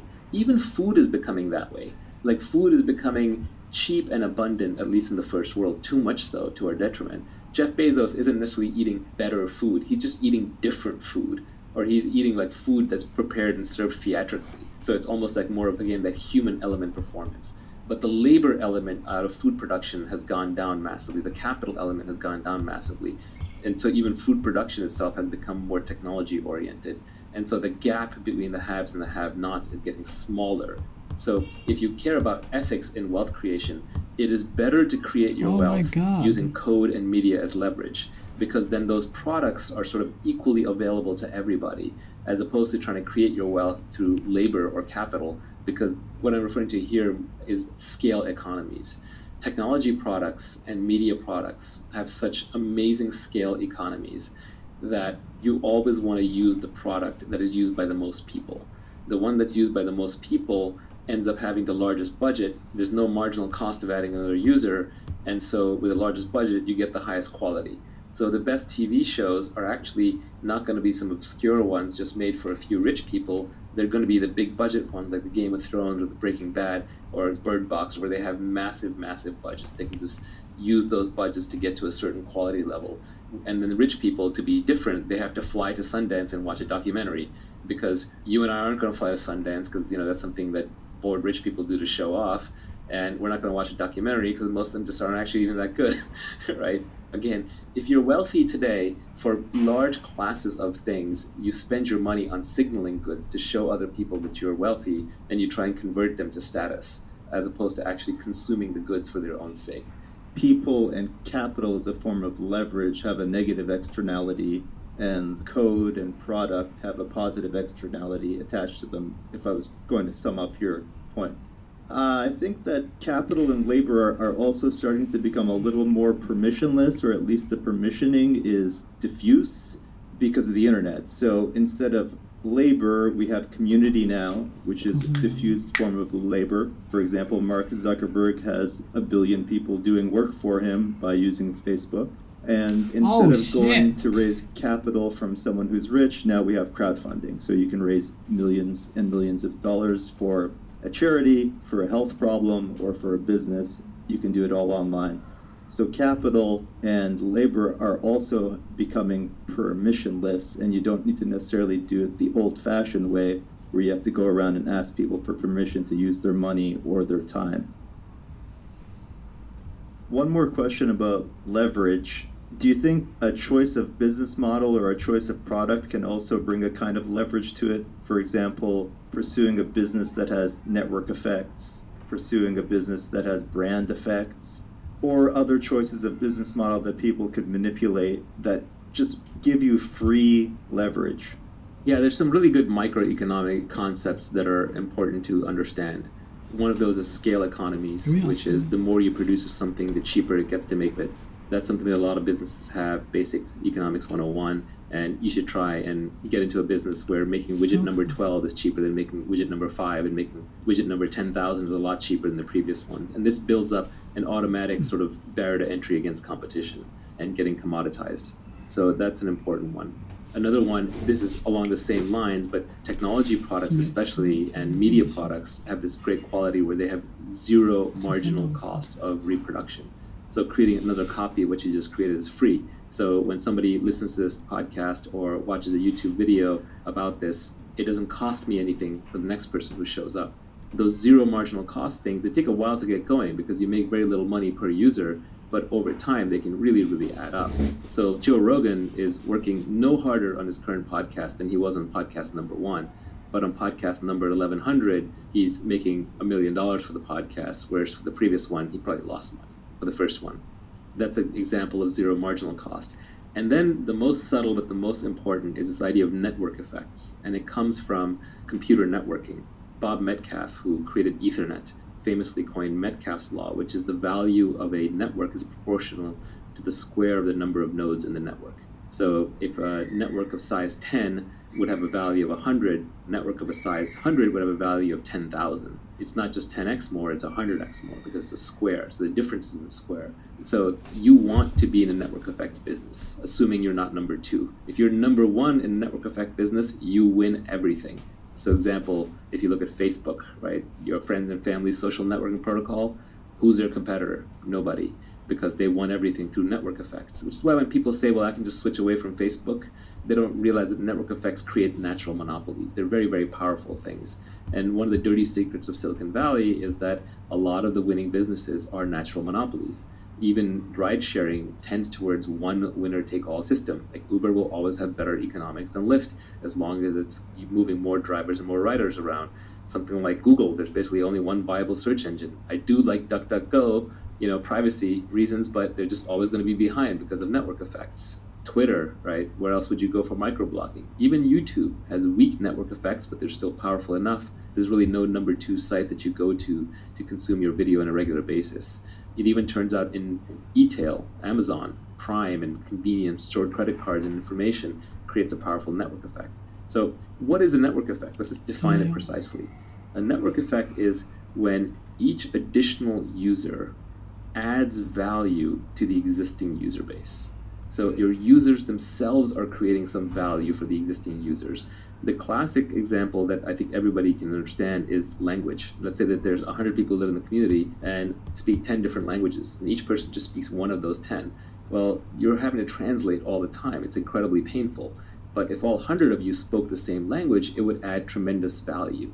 And so the way that community will play out is 10 people start off speaking 10 languages. So let's say that one extra person learns English. Well, now all of a sudden, 11 people know English. So the next person comes in to learn a new language, probably going to choose English. At some point, let's say English gets to 20 or 25 people, it's done. It's just going to own the entire language marketplace, and the rest of the languages will get competed out. Which is why long term, the entire world is probably going to end up speaking English and Chinese. China is closed off on the internet, but the internet itself is a great leveler, and people who want to communicate on the internet are forced to speak English because the largest community of people on the internet speaks English. I always feel bad for my colleagues who grew up speaking foreign languages in foreign countries because you don't have access to so many books. So many books just haven't been translated into other languages. So if you only spoke French or you only spoke German or you only spoke Hindi, for example, you would be at a severe disadvantage in a technical education.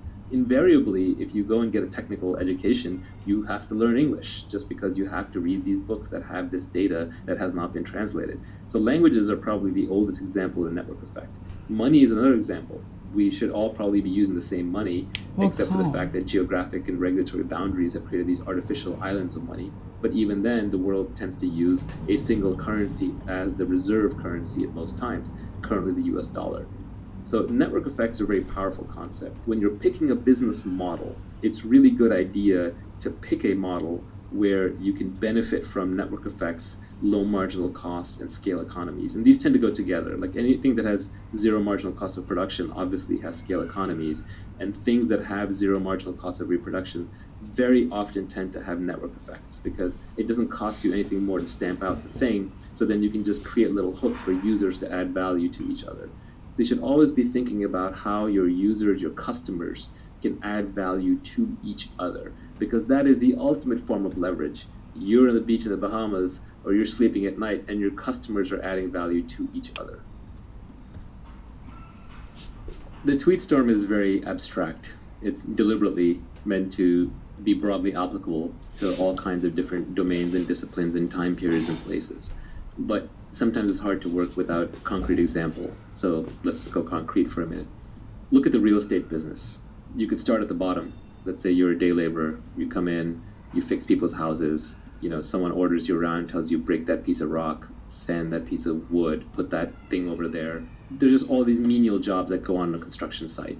If you're working one of those jobs, unless you're a skilled trade, like say a carpenter or electrician, you don't really have specific knowledge. And even carpenter and electrician is not that specific because other people can be trained how to do it, so you can be replaced. So you get paid your $15, $20, $25, $50, if you're really lucky, $75 an hour, but that's about it. You don't have any leverage other than from the tools that you're using. So if you're driving a bulldozer, that's better than doing it with your hands. So day labor in India makes a lot less because they have no tool leverage.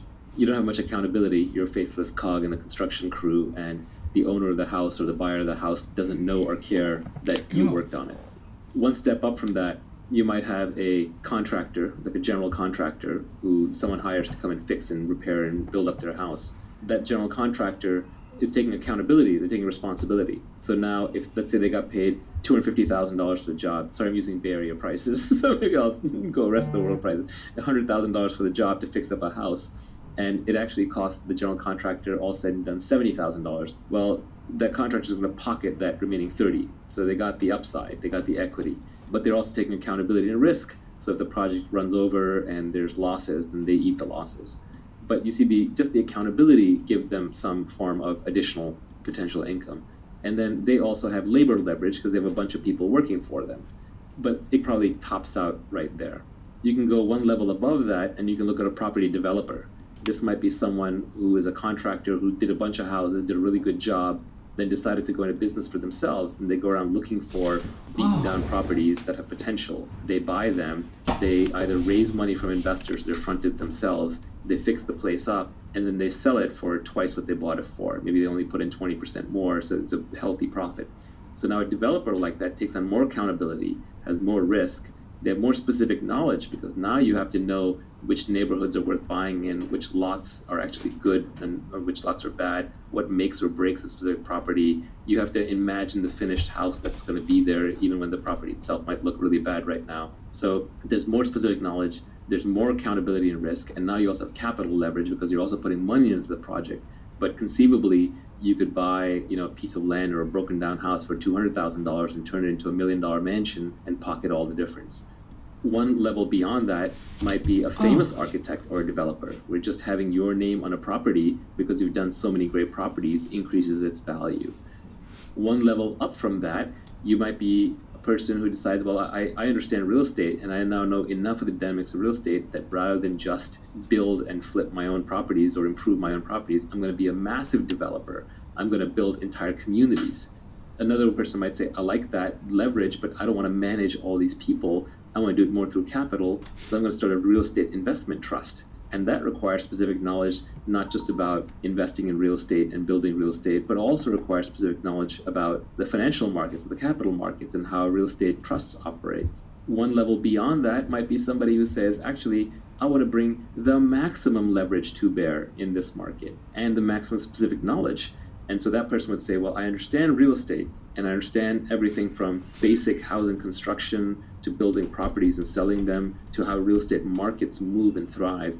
And I also understand the technology business. So I understand how to recruit developers, how to write code, and how to build good product. And I understand how to raise money from venture capitalists and how to return it and how all of that works. And obviously not a single person may know this. You may pull a team together to do it where each have different skill sets. But that combined entity would have specific knowledge in technology and in real estate. It would have massive accountability because that company's name would be a very high risk, high reward effort attached to the whole thing. And people would devote their lives to it, take on significant risk, and then it would have leverage in code with lots of developers. It would have capital with investors putting money in and the founder's own capital, and it would have labor of some of the highest quality labor that you can find, which is high quality engineers and designers and marketers who are working on the company. And then you may end up with a Trulia or a Redfin or a Zillow kind of company, and then the upside could potentially be in the billions of dollars or the hundreds of millions of dollars. So as you layer in more and more kinds of knowledge that sort of can only be gained on the job and aren't common knowledge, and you layer in more and more accountability and risk-taking, and you layer in more and more great people working on it, and more capital on it, and more code and media on it, you keep expanding the scope of the opportunity all the way from the day laborer who might just literally be scrapping on the ground with their hands, all the way up to somebody who started a real estate tech company and then took it public. We spoke about specific knowledge, we talked about accountability, we talked about leverage. The last skill that Naval talks about in his tweet storm is judgment, where he says that leverage is a force multiplier for your judgment. We are now living in an age of nearly infinite leverage, and all the great fortunes are created through leverage. So your first job is to go and obtain leverage, and you can obtain leverage through permission by taking risks and getting people to work for you, or by raising capital, or you can get leverage permissionlessly by learning how to code or becoming a good communicator in podcasting, broadcasting, creating videos, writing, etc. So that's how you get leverage. But once you have leverage, what do you do with it? Well, the first part of your career is spent hustling to get leverage. Once you have the leverage, then you want to slow down a bit because your judgment really... Let me see. I want you to talk about as much as you did, as much as you did.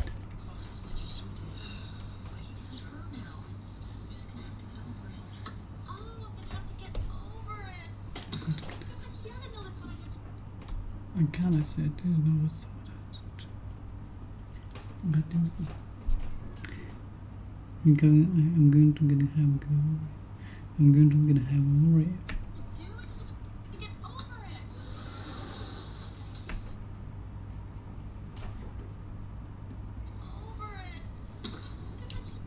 God, I just didn't know what to do. I just have to go over it.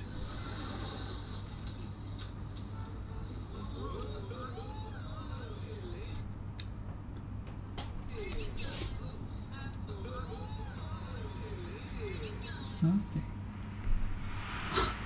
See? Sassy. That's it.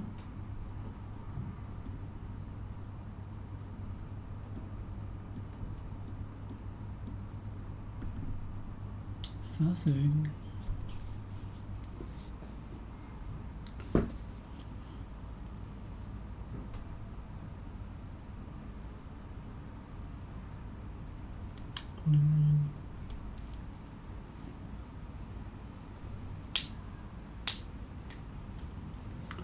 I'm going to have a over it because I didn't know that's what I had to do. So I have to get over it. Just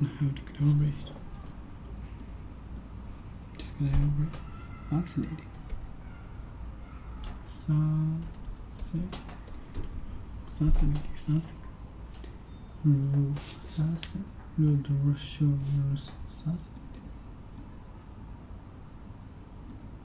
Rude and show no respect.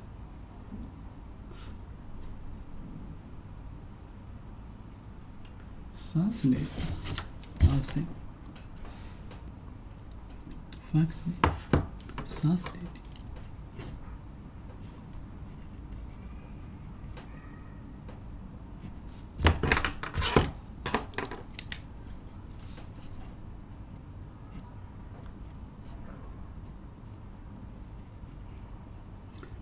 Nice. Fascinating. Rude and show no respect. Fascinating. Where are you going? Fascinating. Where are you going?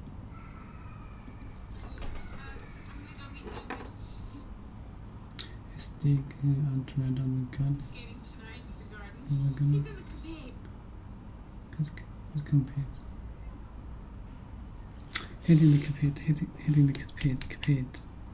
Hitting the capade. Hitting the capade.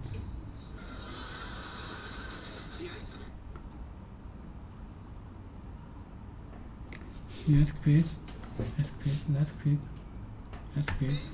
No, the gravel.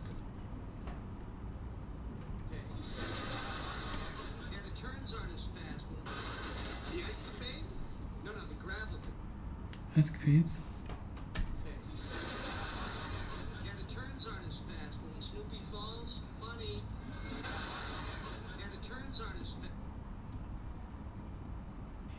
Tonight in the garden. He's in the capades. The escapades? No. The grab capades. Escapades? No, the grab.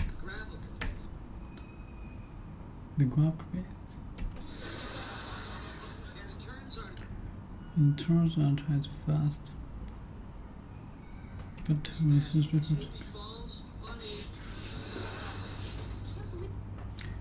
I can't believe you are dressed for him. You are setting yourself up. Okay. Oh no. Information. I'm going to see him, so I put in the husband baby. I'm going to see him so I can put all those feelings behind me. Okay, and the reason I'm dressed like this is because I think it's nice to look nice for your gay husband. I'm going to sing and I can put in all those behind me. And the reason I'm dressed like this is because I think it's nice to look nice for your gay husband. Oh, darn it, we are all out of milk. We are all out of milk. Hey Chandler, what do you feel me up here? Hey Chandler, what do you feel me up here? What do you feel me up here? What do you feel me up here? What do you feel up here? Darn it. Oh, darn it. Well, it's milk. Hey Chandler, what do you feel me up here? Oh, I see.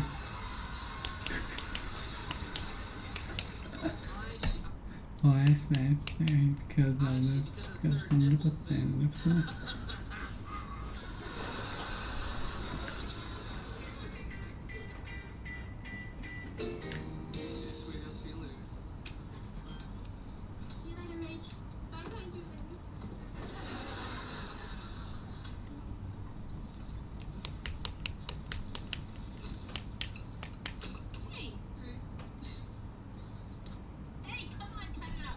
Coming out, okay. Hey, what? Can I ask you something? Hey. What? Yeah. Come on, talk to me. Okay. Let's be honest. Can I ask you something? Can I ask you something? Sure. Hey. What? Come on, talk to me. Okay. What's the longest? What's the longest relationship? In a relationship before. How do you listen? What's the longest relationship in your life? Why? Who's not even? Are you and Julian? Are you and Julian having sex? Technically? No. Is it because she's so cold and bad? Cool. Or is it because she's like kind of bossy, makes it feel like school? Make school. No, she's great. It's not like we haven't done anything. We did plenty of other stuff. No, don't need to know the details. Okay, Connie, I want you to hook up with Ross as much as you did, but he's with her now. You're just gonna have to get over it. You're just gonna have over it. You're just gonna have to get over it. Oh, I'm going to have to get over it. Can't say I didn't know what I didn't know that's what I had to do. I just have to get over it. I just have to get over it. I just have to get over it. I just have to get over it. Oh, fascinating. Oh, fascinating. Where are you going? I'm going to meet Duncan. He's getting tried in the garden. He's getting at the garden. He's getting right at the garden. He's in the capades. He's in the capades. That's capades. That's capades. That's capades. Capades. Capades.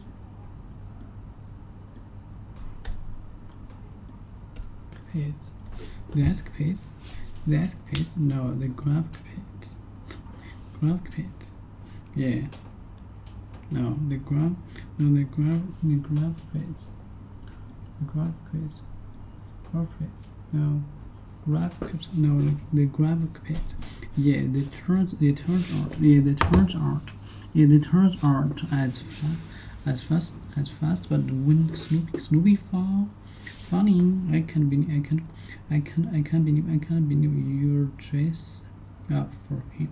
I mean, I'm just resetting yourself up all over again. Okay, no. For your information, I'm going to sing here so I can put all those feelings behind me. So I can put all those feelings behind me. I'm going to sing here so I can put all those feelings behind me. And the reason I'm dressed like this because I think it's nice to look nice for your gay husband. Oh darn it. We are out of milk. Hey, Chandler, why you fill me up here? Why is it because of the third thing? Hey, sweetie, I'll see you later. Bye. See you later, Rich. Bye. Julie, hey, come on, cut it out. Hey, what? Can I ask you something? Sure. What? Come on, talk to me. Okay. What's the nice that you've been in a relationship before having sex? Why? Who's not? Are you and Julie not having sex? Well, technically, no. Well, is it because she's so cold in bed? No, it's because she's kind of boss and makes it feel like school. No. It's great, and it's not like we haven't done anything. I mean, we do plenty of other stuff. Lots of other stuff, like lots of other stuff. Basic, counter something to. A basic person is always telling people to do what's right.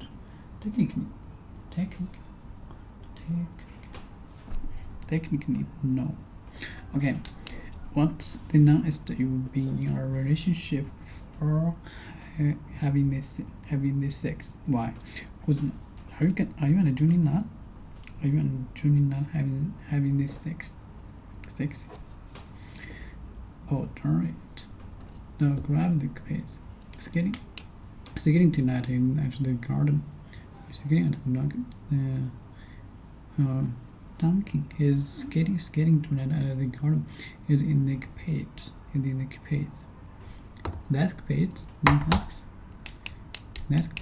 No, the grab capades. Yeah, the turns aren't as fast, but the Snoopy falls. Yeah, the turns aren't as fast, but turns aren't. The turns aren't as fast. The turns aren't as fast, but when Snoopy falls, funny. I can't believe you're dressed up for him. I mean, just you're setting yourself up all over again. Okay, now for your information, I'm going to sing him, so I can put all those feelings behind me. All and the reason I'm dressed, and the reason I'm dressed like this is because I think it's nice to look nice for your gay husband. Oh, darn it! We're all out milk. Hey, Chandler, why do you fill me up again? What do you fill me up again? Oh, I see, because of this third lip thing. Darn it. Like similar damage thing. Oh, I see, because of the third lip thing. Third lip thing. Hey, Chandler, what you fill me up again? Up in here. Oh, I see, because of this third lip thing. Hey, sweetie, I'll see you later. Rich. Bye, June. Hey, come on, cut it up. Hey, what? Can I ask you something? Sure. What? Come on, talk to me. Okay. What's the nicest you've been in a relationship before having this sex? Why? Who's not? Are you and June not? Are you and June not having sex? Having this sexy? Well, Technically, no. Well, is it because she's so cold in bed? No, it's because it's kind of embarrassing because it feels like school. No, she's great, and it's not like we haven't done anything. I mean, we do plenty of other stuff. We do plenty of other stuff. Lots of other stuff like okay. Some other stuff. Let's have other stuff. Okay. Get over it. I have to get over it. I just have to get over it. I just have to get over it. I just have to get over it. I just have to get over it. I just have to get over it. I just have to get over it. I just have to get over it. I just have to get over it. I just have to get over it.